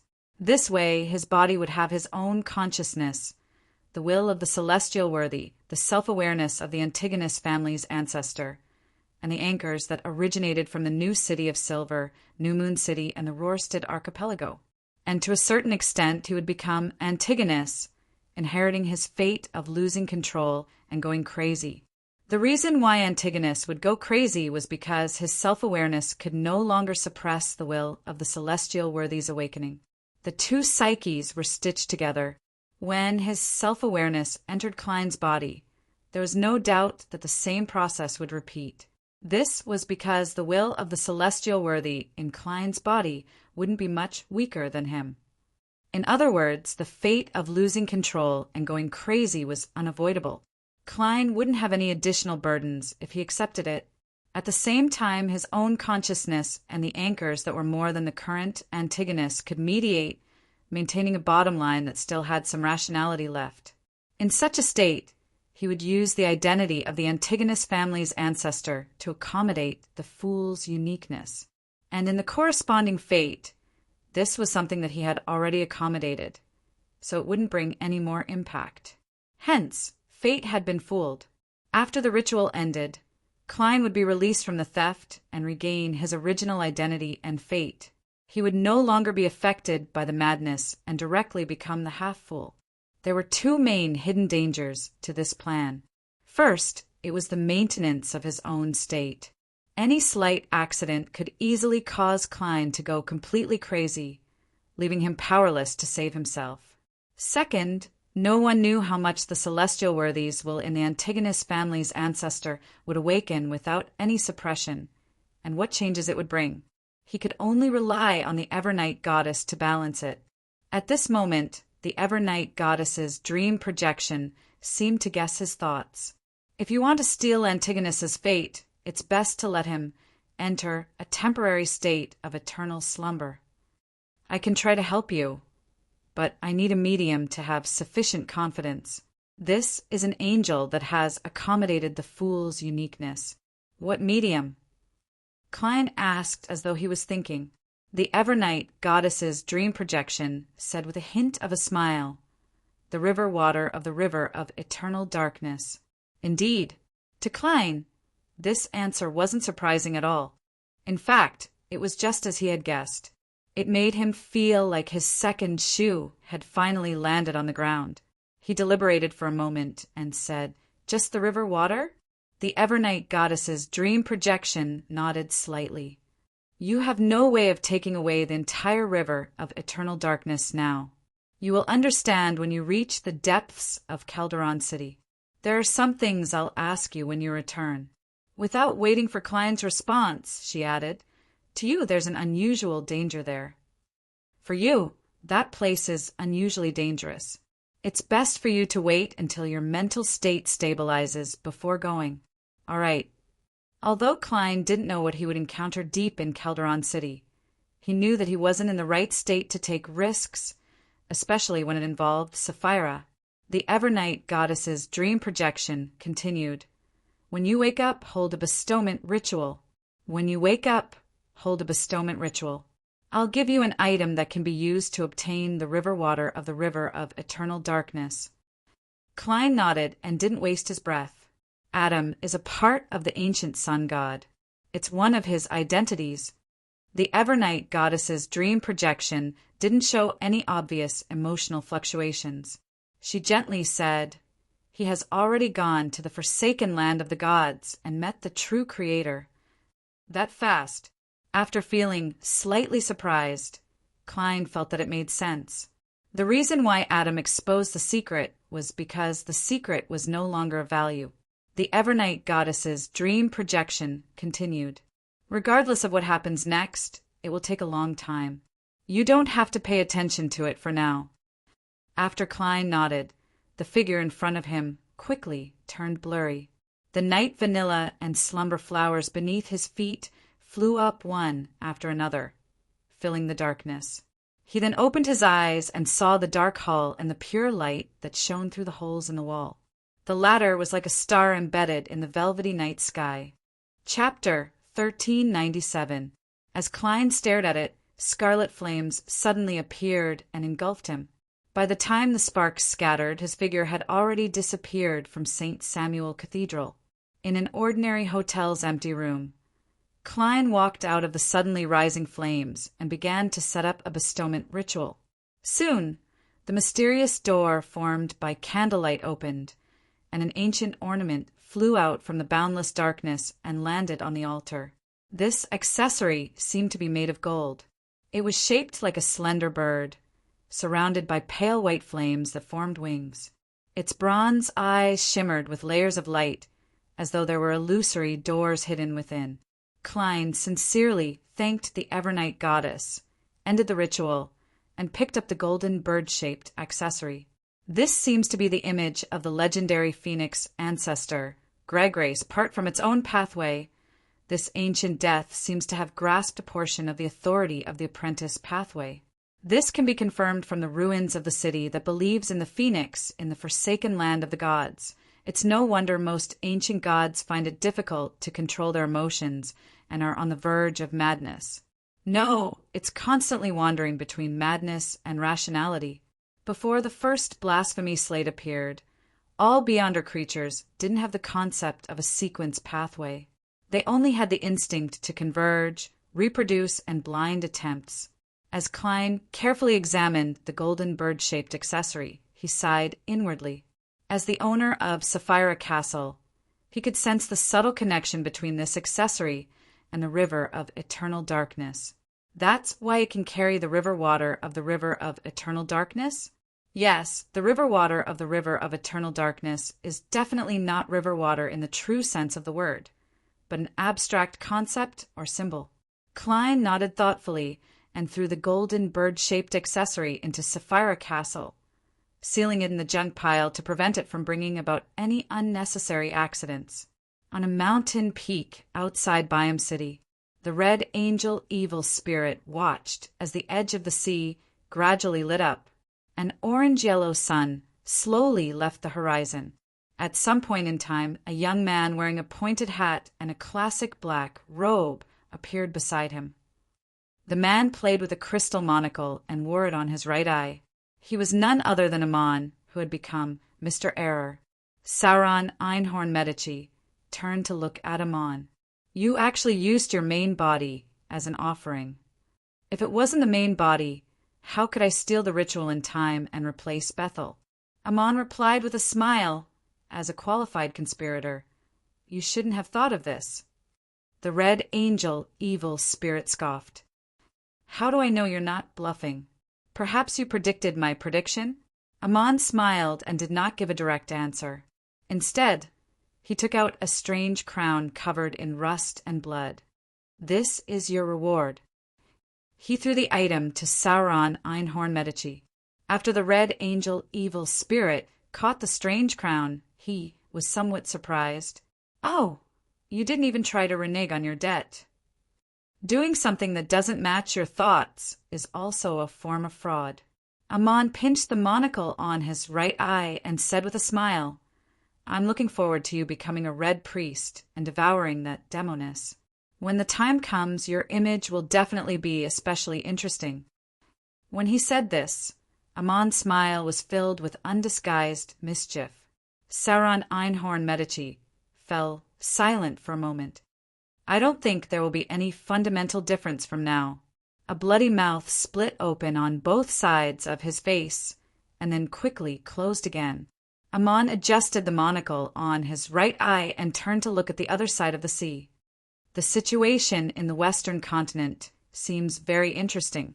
With that said, Mr. Error, the former Angel of Time, turned into light and dissipated. The Red Angel Evil Spirit looked in the direction Amon was looking and tossed the strange crown in his hand. On both sides of his face, bloody mouths appeared again. After absorbing this beyonder characteristic, it's best you stay away from Bansi. If you wish to grow breasts and be swollen all over, you can continue staying there. Medici curled his lips. Shouldn't that be your wish? Facing the altar filled with materials and artifacts, Klein raised his right hand and snapped his fingers. The table in front of him became empty and clean in an instant, and all the miscellaneous items were sorted and returned to their original places. This was a miracle that stemmed from some of the wishes that Klein had accumulated. Compared to the miracle invoker and attendant of mysteries of the past, the miracles I can create can be said to be of many types. They're very practical, including but not limited to building houses, interior decorations, garbage sorting, environmental protection. Klein looked at the cleaned altar and laughed self-deprecatingly. He then opened the door and left, walking towards the street. He wanted to return to reality and human society to strengthen his humanity and stabilize his mental state. His current problem was rather troublesome. It involved the awakened will of the celestial worthy of heaven and earth for blessings. If he couldn't suppress it first and directly seek out Miss Justice for treatment, it would only corrupt her and cause his psychiatrist to suffer from mental illness. Of course, if Miss Justice could reach the level of a sequence 2, she wouldn't be affected too much. Bakeland had already completed its reconstruction, and the number of pedestrians coming and going had returned to its peak. Just as Klein pushed open the hotel door, he heard all kinds of voices. Wait! Fresh fish from Pritz Harbor. It has more meat and fewer bones. It's suitable for frying. Special ginger beer with muffins and potato chips. Fresh and hot oyster soup. The freshest vegetables. Most of these voices came from the peddlers on the street. A small number came from the passengers who were chasing the public carriages or the pedestrians who had been hit by those who were in a hurry. The morning scene slowly unfolded with such a hubbub, noise, and chaos. Klein listened to these unfamiliar yet familiar shouts as he quietly looked at the scene in front of him. He didn't move for a few minutes. Only when a thief approached him did he put his hands into the pockets of his black coat and walked into the nearest coffee shop. A cup of good coffee, a serving of lamb stewed with tender peas, and a loaf of oat bread, Klein said to the owner of the cheap coffee shop. "A total of 11 pence," the boss answered after doing some mental calculations. Then he added, "Everything has gone up in price." "Everything has gone up in price these days." Klein didn't say a word. He took out a 1 soldi note from the junk pile in Sapphira Castle and handed it to the boss. He then found a seat by the window with a less greasy table and sat down. He pulled out a few tissues as a cushion. Following that, Klein spread out the letter and took out a dark red fountain pen. After looking at the early morning scenery and the passers-by for a while, he finally wrote, "Dear Mr. Aztec, I haven't written to you for another month because I had no choice but to sleep for a period of time. This isn't because I was injured, but because of the ritual. When I woke up and walked into human society again, I suddenly recalled my life in Tingen when I walked onto the streets. Back then, the morning was always very noisy and noisy. A large number of citizens left their residences and rushed to the factories and companies. Itinerant peddlers gathered on the streets, peddling vegetables, cooked food, and fruits of questionable quality. They were always very cheap. I would protect my wallet and carefully squeeze through them to the station. I would wait for the public carriage with many people. I work at the Blackthorn Security Company at 36 Zutland Street. I have a group of very good colleagues. Dunn Smith is the captain, the supervisor here. He's an experienced, kind, and responsible beyonder. He has a gentle personality and does things in a capable manner. He loves all his team members equally, and his only flaw is that he doesn't have a good memory. He might forget things that aren't too important in the blink of an eye. He often says, "Wait, there's something else." Of course, there's a reason for this. He has lost too many companions, and he hopes that they will stay in his dreams. Therefore, he often can't tell what belongs to reality and what belongs to dreams. Old Neil was my first mysticism teacher. The most useful skill he taught me was reimbursement. He always designed all sorts of strange ritualistic magic in a bid to obtain the goddess's help. Some of them succeeded, while others had ridiculous accidents. To this day, I can still recall them. He's a very kind person. Even if it's for his dreams, he doesn't want to hurt others. Leonard is a poet with his own secrets. At first, I thought he was very mysterious, a hidden beyonder that needed to be taken seriously. Later, I realized that he's a crude, simple, impulsive, rebellious, easygoing, and impolite young man. Furthermore, he really doesn't have any literary talent. He can only rely on memorizing to complete his acting. Yes, he does have some strengths. He's considered brave, and he has a sharp intuition and terrifying reasoning ability. However, that's only limited to certain matters. Fry looks cold on the outside, and he's a beyonder that people don't dare to get close to. But in fact, he's very responsible and passionate. He's always willing to lend a hand when others need help. Kenley is very short. He used to be a civilian staff member, but he later volunteered to become an official member. He's rather shrewd, but he never declines when he encounters a case. Every time he plays cards, he talks about his fiancée the most. Roshan is the receptionist at the Blackthorn Security Company. She's lively and a little lazy, and she's well-liked by everyone. To us, she's like a younger sister.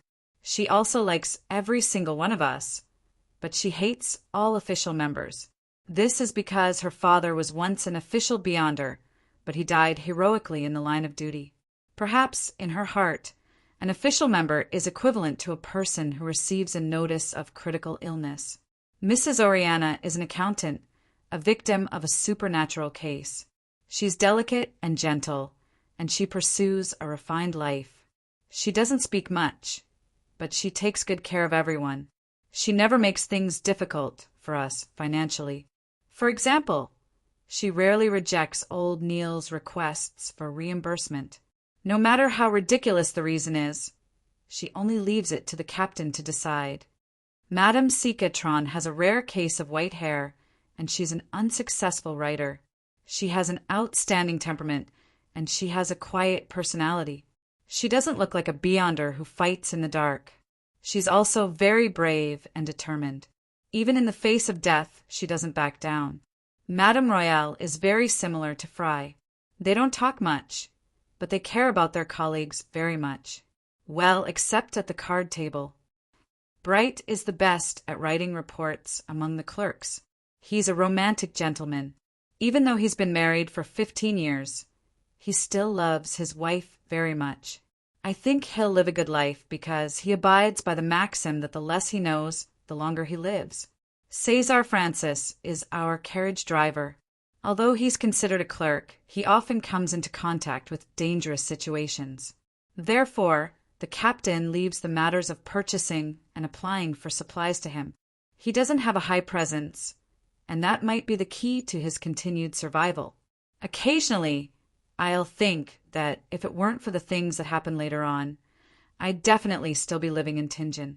I'd go to work on time every day, take my shifts underground, handle a few cases, play cards with my colleagues, and occasionally accompany Melissa and Banson to watch plays or circuses. If I can go home early one day, I'll study delicacies. That's one of my hobbies. I might visit you during the weekend and talk to you about the history of various fields. Unfortunately, life always pushes us forward, forcing us to face one change after another. Chapter 1398. After Klein wrote some more of his impressions of Tingen, he simply mentioned that he had completed the ritual and become a Sequence 1 attendant of mysteries. He had also resolved one of the shadows that had shrouded his heart for a long time, the leader of the secret order, Zeradol. He didn't describe his predicament in detail, but he seriously discussed the mental problems of angels. Putting away the pen and folding the piece of paper, Klein reached into Sapphira Castle and took out the Aztec copper whistle. He brought it to his mouth and blew at it. In the cheap coffee shop, white bones gushed out like a fountain, forming a gigantic messenger. The messenger then shrank its body to the height of a normal person. At the same time, it knelt down on one knee and extended its palm. "There's no need to be so afraid of me." When Klein saw this, he laughed and said, "It's not like I'll do anything to you." As he spoke, he picked up the letter and placed it in the skeleton messenger's palm. The messenger nodded heavily a few times, unsure of what it was agreeing to. Then its body disintegrated, turning into white bones that drilled into the ground. At this moment, the boss brought over coffee, oatmeal bread, and lamb stew with tender peas. As Klein enjoyed the breakfast that wasn't too delicious but had a rich commoner style, he looked out the window and enjoyed the morning scenery without any destination in mind. He admired the pedestrians, carriages, trees, fog, food, and machinery that formed the scene. If there's no apocalypse, it's best to maintain the lifestyle I had back in Tingen and lead a rather comfortable life. I can handle most cases, and it's best if I have a Sequence 7. Magicians have many tricks up their sleeves. If they're prepared, they won't appear too weak against a Sequence 6 or 5. As for a faceless and a marionettist, one can easily get lost when acting, while the other can easily lose control when advancing. They are relatively dangerous. Of course, if there's a sealed, creeping hunger, that would be perfect. Klein casually let his thoughts wander as he thought of the creeping hunger that had fallen into Amon's hands. He didn't know how Amon would treat this sealed artifact, but he felt that an item at this level wouldn't be of much value to an Angel of Time. After playing with it for a period of time, it would be thrown into a dark and hidden warehouse. I wonder if there's a chance to get it back. Just as this thought flashed through Klein's mind, he suddenly felt a little guilty. Even if he could snatch creeping hunger back from Amon's hands, he would toss it into the junk pile, waiting to bestow it to a blessed or believer who needed it. It was no different from being in Amon's hands. Klein quickly diverted his attention. This time, I lost the magic mirror again. Adam probably wouldn't be interested in a saint-level mirror like this. Perhaps I can take it back. No, a road seems to have spewed out from the Chaos Sea.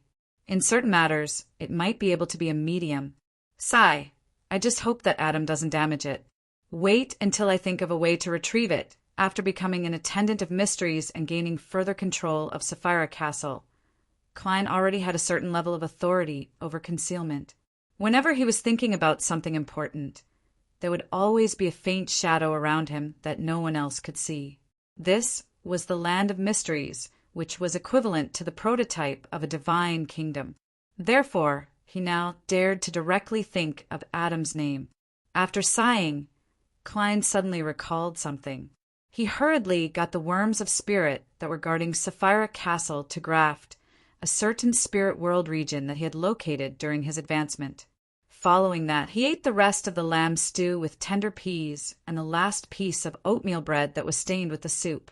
He finished the coffee beside him. After putting on his top hat and standing up, Klein took a step forward and directly entered the spirit world region that corresponded to Utopia. Then he removed the graft and returned to the ruins of Utopia through the spirit world region. This was an indirect teleportation effect achieved by using the graft and his ability to freely enter and exit the spirit world. Of course, the premise was that he could locate the corresponding spirit world region. On this point, as the owner of Sapphira Castle, Klein had a unique advantage. As for the attendants of mysteries like Zeradol, they could only rely on preparations. Klein, who had stepped into the ruins of Utopia, looked around and discovered that the collapsed houses and charred corpses shimmered with different colors. They were the Beyonder characteristics of the monster marionettes, the wealth that Klein had accumulated in the forsaken land of the gods. This might be useless to him, but he still had many believers and the number of blessed that would gradually increase. As a deity, he had to reserve some Beyonder characteristics to bestow. Thankfully, the Lord of Storms didn't sweep them away. As Klein muttered to himself, he couldn't help but feel grateful to Leodoro, East Chester County, in the Hall family's manor. After the sun finally rose, the tormented people returned to their rooms to catch up on their sleep. Only Alfred, Earl Hall's personal bodyguards, the deacons sent by the Church of Evernight, and the Nighthawks were left behind to investigate the cause of last night's incident. Audrey used the golden retriever, Susie, to monitor the development of the situation as she opened the bedroom door and walked in. In the weak sunlight that shone through the curtains into the room, a figure sat quietly on a high stool like a large doll. It was a giant rabbit with snow-white fur. Audrey raised her eyebrows and said in a low voice, "Mr. Wrath." This was Mr. Wrath of Psychological Alchemy, who had previously pursued the mind dragon Aerihog.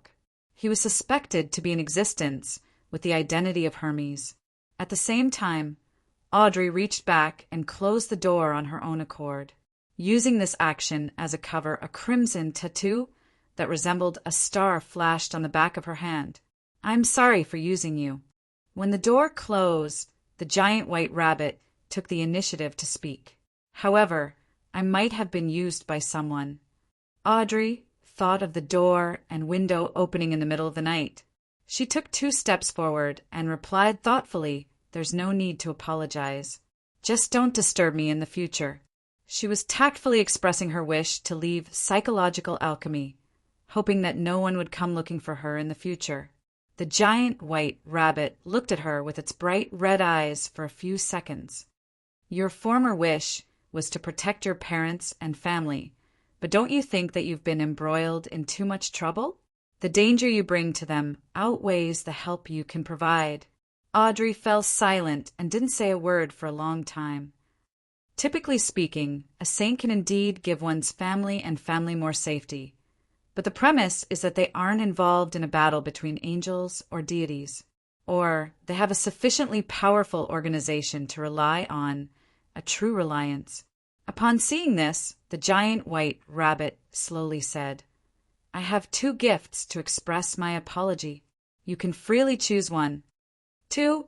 Audrey asked in a low voice. The giant white rabbit nodded, causing its ears to tremble. One of them is Miss Pride, who has truly become psychological alchemy. We can ignore your other secrets and acquiesce in your other actions, as long as you don't leak our secrets and bring danger to psychological alchemy. Of course, there are certain disadvantages.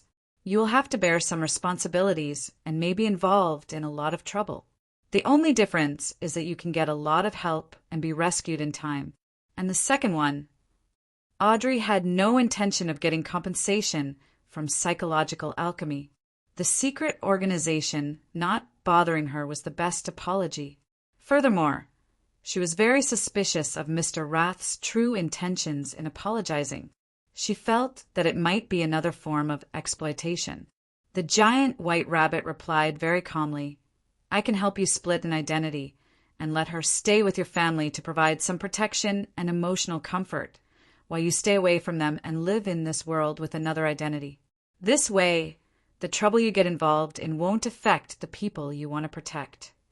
In the Beyonder world, at certain times and under certain circumstances, staying away is the best protection. Audrey fell silent again. Her green eyes were like the still surface of a lake. You don't need to answer me immediately. You can also combine the two methods. The giant white rabbit left the high stool and stood up. You know how to enter the Garden of Eden. As it spoke, its figure gradually disappeared, merging into the sea of collective subconscious. Byam, in a room in the Church of the Sea God. The oracle Donis, who was dressed in a gorgeous robe, sat on a chair and silently looked at Alger Wilson opposite him. The sleepiness he had accumulated from waking up in the middle of the night was completely gone. A cardinal of the Church of the Storm actually wanted to defect to the Church of the Sea God. This was a huge matter in the field of religion, in the mysticism world, and in international politics.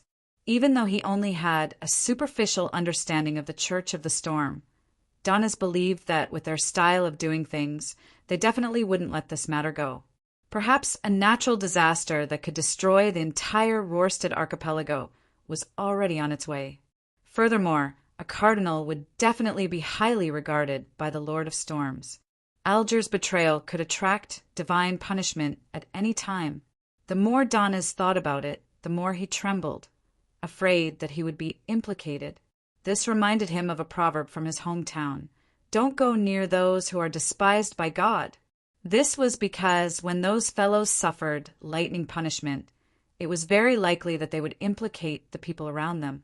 If it wasn't for German Sparrow sending me a message as Mr. Fool's attendant to get me to settle down Alger Wilson, I would have long tied up this bomb that had gone out of control and sent it back to the Church of the Storm. The more afraid Donis was, the more he couldn't help but mutter inwardly. Of course, he was just casually thinking about it. He didn't even consider the comparison of strength between the two sides. After a while, someone knocked on his door. Donis jumped up abruptly, walked quickly to the door, and opened a gap. "What did you get?" he asked in a low voice. The intelligence director of the Sea God Church, outside the door, said succinctly, "That's right. Your Excellency, the Church of the Storm has changed a cardinal." "What about the original one?" Donis asked, slightly stunned. "It's said that they've been transferred back to headquarters." The head of intelligence reported the information he had obtained from some servants in the Church of Waves. Back to headquarters. While Donis was confused, a gray fog suddenly appeared in front of him. Mr. Fool's words rang in his ears. "From today onwards, Alger will wear a mask and assume the position of the Pope of the Church of the Sea God. P.S. Asking for recommendation votes and monthly votes on Monday." Chapter 1399. The Pope! Donis was shocked. He almost couldn't believe what he had just heard. If this order hadn't come directly from Mr. Fool, he definitely would have cursed. Of course, if he was facing the German Sparrow, he would be able to hold it in. "Lord Oracle, do you have any other questions?" The intelligence director of the Sea God Church outside the door saw that His Excellency St. Donna's expression had become rather strange and was momentarily afraid. Donna's collected his thoughts and squeezed out a smile. "Pay close attention to the Church of Waves." "Yes, Sir Oracle." The intelligence chief secretly heaved a sigh of relief and hurriedly bowed and left. Danitz turned his head and looked at Alger Wilson with a beaming smile. "Mr. Fool has already given a revelation." Alger did not hesitate at all. He immediately stood up and pressed his right palm against his left chest. Donnis straightened his back and said solemnly, "God said that from today onwards, Alger will wear a mask and become the Pope of the Church of the Sea God. Mr. Fool's will is my will." Alger couldn't hide his smile as he bowed. Half of his smile was for Donnis to show his humility, and the other half was from the bottom of his heart, because this oracle meant two things. Mr. Fool and the Lord of Storms had reached a certain agreement and had a tacit understanding that his defection would no longer be pursued. Of course, he had to wear a mask and use a fake name so as to not embarrass the Church of the Storm. Becoming the Pope of the Church of the Sea God was a crucial step to the throne of the Sea God. From Alger's point of view, this meant that he had officially become Mr. Fool's subordinate. In the future, be it in exchange for the identity of Sea God or taking a step further to become the leader of the Church of the Fool, he had quite a good chance. As for Mr. Fool, he was a great existence that was on the same level as a true god or even higher. How could his agent not be an angel? After bowing, Alger waited patiently for a while until the Oracle Donnas brought a silver-black mask. He took the mask and solemnly put it on his face. Leonard wore red gloves and strolled along the coast of Mid-Seashire, enjoying the leisure he had after dealing with a transcendent case. As for the strange opening of the doors and windows last night, he had already received orders from the Holy Church to not investigate further. Leonard wanted to obey this order, but he was powerless. This was because he had long learned the general truth from Pallas Zoroast.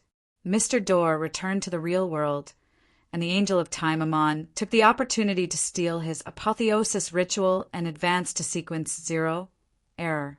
Almost at the same time, Mr. Fool awakened further. Through Sapphira Castle, he established a weak and fleeting connection with the Beyonders of the three pathways, Seer, Apprentice, and Marauder. As an angel of the Marauder pathway, Pallas Zoroast could undoubtedly sense that Amon had become a god and experience the corresponding change in authority. He also discovered that Sapphira Castle had established a certain connection with him.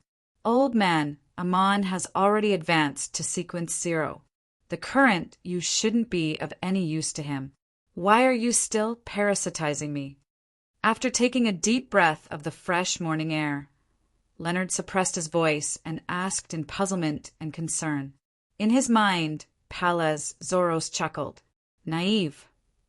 Do you think that you've become a saint and have grasped a lot of mysticism knowledge, so you no longer need my guidance? You can choose to teach me face to face," Leonard said after deliberating over his tone. To him, having an angel parasitizing in his body had both advantages and disadvantages. The advantage was that even if he encountered a real mythical creature, it wasn't as if he didn't have the strength to resist it. As long as he shouted, "Old man," the problem might be resolved. In addition, the history of the fourth epoch and all sorts of uncommon mysticism knowledge were also rather useful. The most obvious disadvantage was that his life was under the control of the parasite. If the other party had any ill intentions, he wouldn't be able to stop it. This problem was once what Leonard was most worried about, but it wasn't important now. This was because Mr. Fool's recovery was increasing, and he could completely suppress Pallas Zoroast. Furthermore, Leonard had also become a high-ranking deacon of the Church of Evernight. He would definitely receive the attention of the Evernight goddess, and he might even be specially marked. Under such circumstances, it was impossible for the deity who wielded concealment to not discover Pallas Zoroast. If Old Man had any ill intentions, he would have long been finished off. What troubled Leonard the most was that many things weren't convenient because of this. although he was already used to entering and exiting the bathroom with an old fellow parasitizing in his body, to the point of squatting by the toilet and chatting with him. He still preferred to be alone in such situations. Therefore, he felt that it was better for Old Man to leave his body and live in his house like an elder. It was a better way to interact with him. When he needed to deal with more dangerous matters, he could let Old Man temporarily parasitize him. Upon hearing Leonard's suggestion, Pallas Zoros scoffed. "Are you still thinking of removing the parasite when you return home and then parasite when you need to go out? You think I'm your bodyguard." Leonard chuckled dryly and said, "That's right. If you haven't fully recovered and want to continue parasitizing, I have no objections." Palazarost was silent for 2 seconds before his slightly aged voice echoed in Leonard's mind again. For the position of Lord of the Mysteries, the Fool and Amon will definitely have a battle. When the time comes, under the influence of the various laws of the Beyonder characteristics, us angels of the same pathway might be affected. It's still safer to seek the protection of the Evernight. When the Lord of the Mysteries is born, even if you beg me to parasitize you, I won't even think highly of you." Leonard was slightly stunned when he heard that, as he subconsciously repeated a name, Master of the Mysteries. "This isn't something you can understand in depth. Of course, with me around, there's no need to worry too much," Pallas Zoroast said with a sigh and pride. Leonard was just about to take the opportunity to ask when he suddenly saw a Red Gloves running over with a telegram in hand. "Your Excellency, a telegram from the Holy Cathedral," the team member said respectfully with a bow. Leonard nodded slightly and took the telegram. He quickly scanned through it. "Head to the southern continent and participate in the operation to annihilate Rose School." Southern continent, Rose School. Leonard extracted the 2 most crucial words. He quickly returned to the largest cathedral in the city and used a large-scale ritualistic magic to establish a connection with the Holy Cathedral. In his dream, he met the Pope, Ma, Ariana, and other high-ranking figures. After a simple exchange, Leonard roughly understood the essence of the mission. The various Orthodox churches would each send 3 to 4 demigods to the southern continent to annihilate Rose School, which had been very active since the all-out war. This was a long-term mission because the demigods of Rose School knew how to hide their whereabouts. They were rather secretive and weren't easy to find, lock onto, or deal with. According to the Pope, it would be pretty good if they could see sufficient results in 3 years. During this process, the Holy Cathedral would rotate the demigods based on the situation to ensure that the archbishops and high-ranking deacons in charge of this matter were in a relatively stable mental state. After leaving the dream, Leonard surveyed the area and suppressed his voice. "Old Man, things are a little strange. Why are the various churches suddenly annihilating Rose School?" This wasn't an easy task. In the past few centuries, it wasn't like the Orthodox churches hadn't made similar attempts, but they could only suppress and weaken them. They were unable to truly eradicate Rose School. On the one hand, this was because of the enmity between the allies. There was suspicion and a lack of cooperation. On the other hand, it was because the demigods of Rose School were indulging in their desires, and despite their abnormal mental states, they still knew how to hide and conceal themselves when faced with danger. They wouldn't take the initiative to send themselves to their deaths. In addition, they had the protection of the chained god and the mother tree of desire. It was difficult for the deities to provide precise guidance for their actions. Pallas Zoroast didn't immediately answer Leonard's question. After more than 10 seconds, he sighed and said with a slightly aged voice, "This is to eliminate latent dangers and prepare for the apocalypse." Prepare for the apocalypse. Leonard opened his mouth, wanting to say something, but he ultimately fell silent. Prepare for the apocalypse. Leonard opened his mouth, wanting to say something, but he ultimately fell silent. Bakeland, Harvest Church.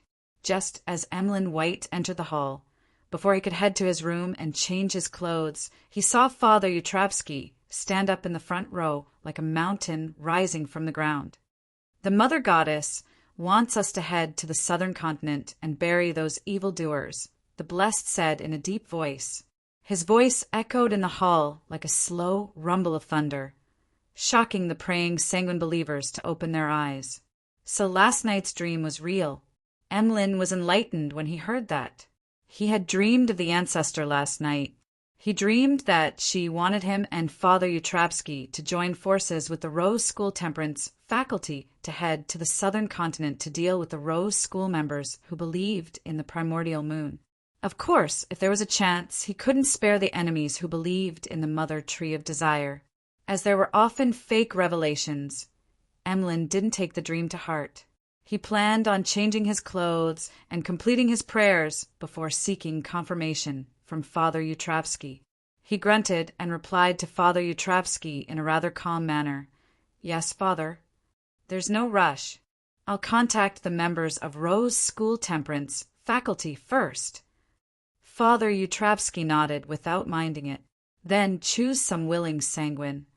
Republic of Intis, capital of Trier." A supervisor of an intelligence agency was assigning tasks to his subordinates. Suddenly his vision turned blurry as a voice that seemed to come from afar sounded in his ears. "Orville, Dillon. Orville, Dillon. P.S. Seeking monthly recommendation votes on Monday. Chapter 1400. As a Beyonder who joined Intis's Director General for Foreign Security as a member of the Secret Order. This wasn't the first time Antoine had encountered something like this. In certain scenarios in the past, he would hear the ravings of Hornacis, Phlegria, Hornacis, Phlegria.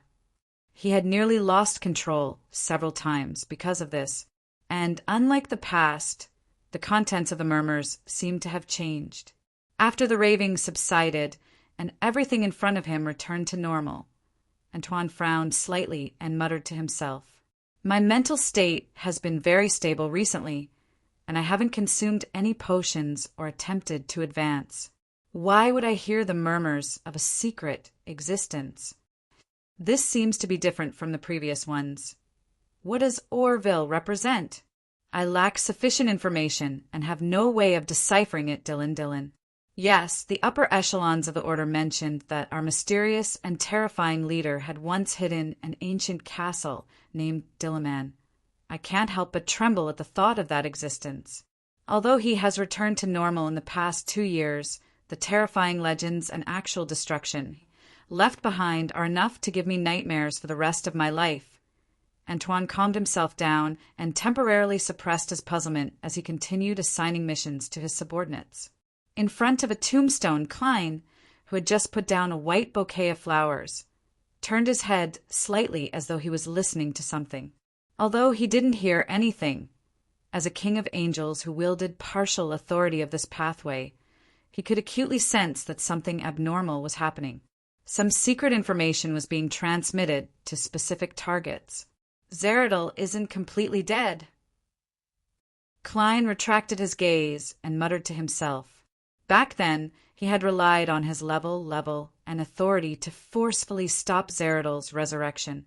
Furthermore, he didn't notice any abnormalities, but after examining himself, he discovered a problem. What he had absorbed from Zeridel was a complete set of Sequence 9 to Sequence 1 Beyonder characteristics. In other words, it only contained a Miracle Invoker Beyonder characteristic. And Snake of Fate, Willa Septon, had said that Zeridel was the same as the ancestor of the Antigonus family. He had an additional set of Miracle Invoker Beyonder characteristics. Therefore, there was no doubt that Zeridel's Miracle Invoker Beyonder characteristic had vanished. As for whether he was missing scholar of your Bizarro Sorcerer and other Beyonder characteristics, Klein had no way of guessing due to his lack of understanding of Zeridel.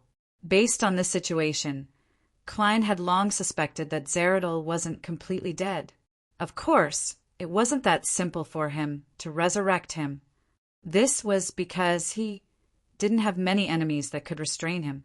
When Zeridel was able to separate out a Sequence 2 Beyonder characteristic, he was undoubtedly a Sequence, one attendant of mysteries. There weren't many enemies he needed to face that could restrain him. Every one of them had to be dealt with the utmost caution. Therefore, Klein used he,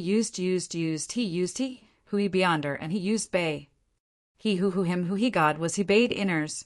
From the looks of it, he must have used a secret method to guide a specific target to resurrect him.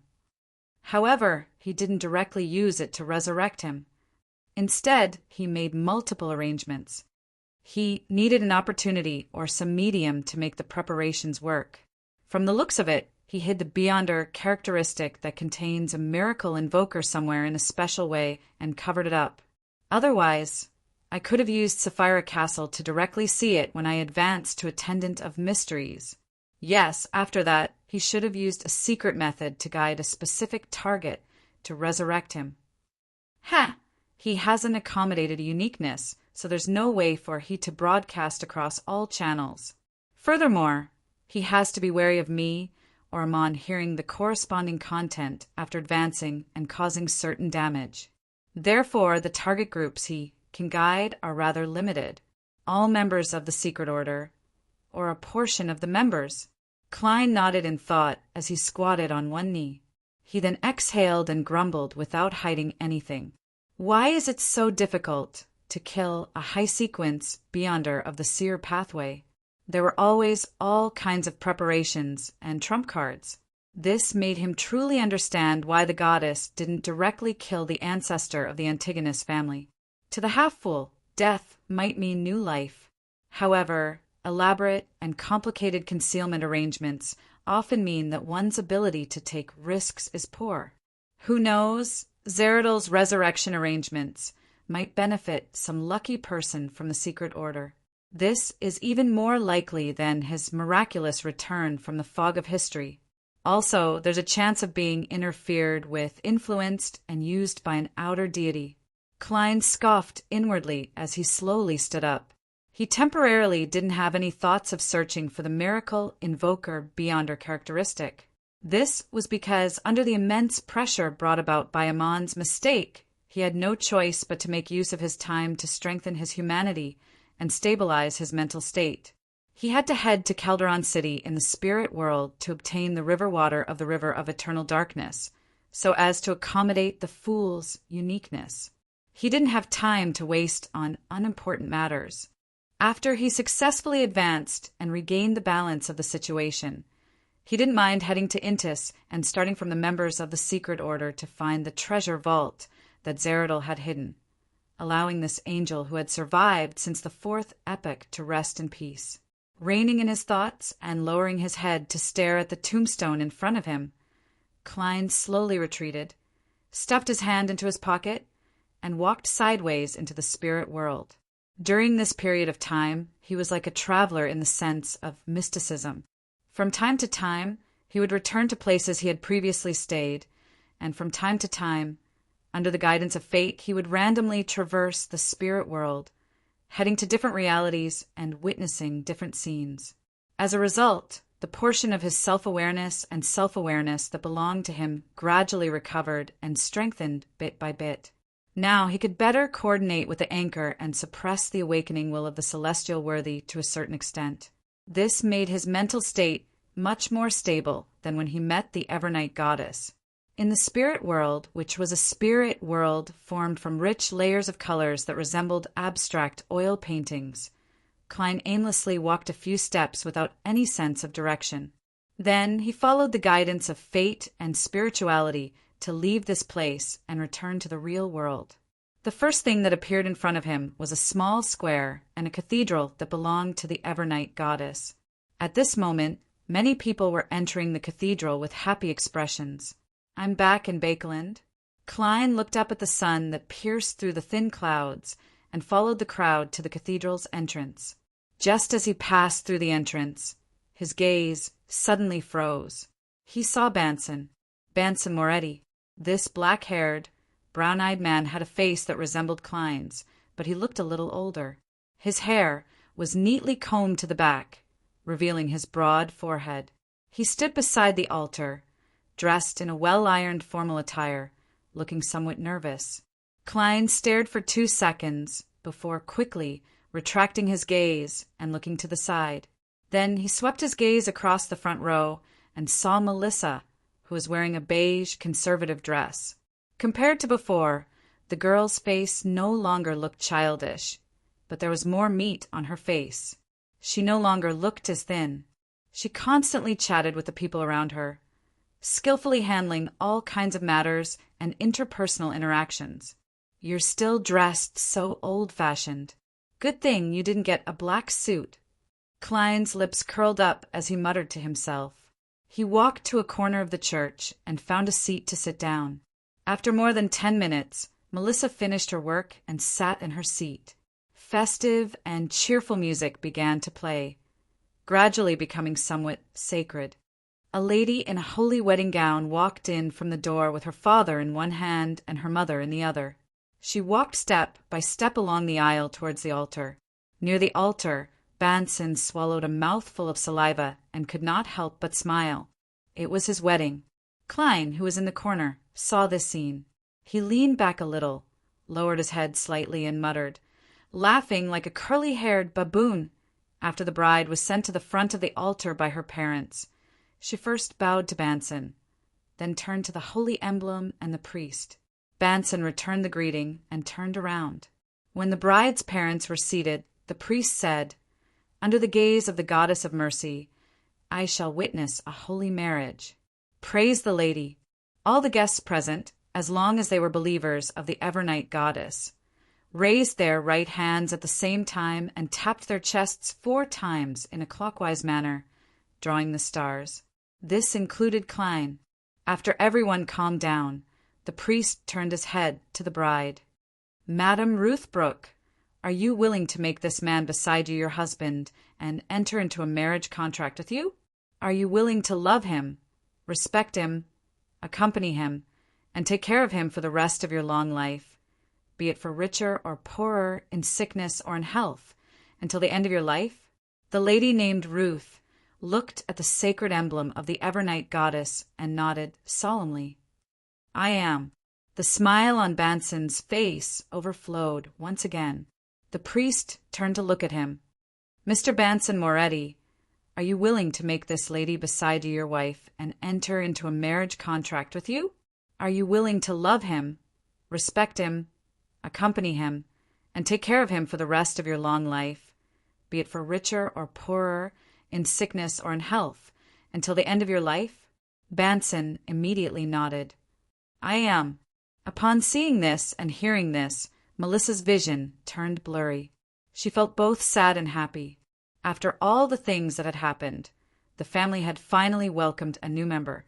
Suddenly, she subconsciously turned her head and looked at the corner. She saw an empty seat. No one was sitting there. Melissa pursed her lips and shook her head slightly. Her gaze swept across the area for a few seconds before she slowly retracted it and looked back at the altar. It wasn't until the priest announced the marriage contract and that Banson and Ruth were officially husband and wife that Melissa smiled again. East Chester County, in the Hall family manor, Klein's figure walked out of the void. His mental stability had recovered a little, and he could seek treatment from a psychiatrist. At the same time, he had to resolve a problem.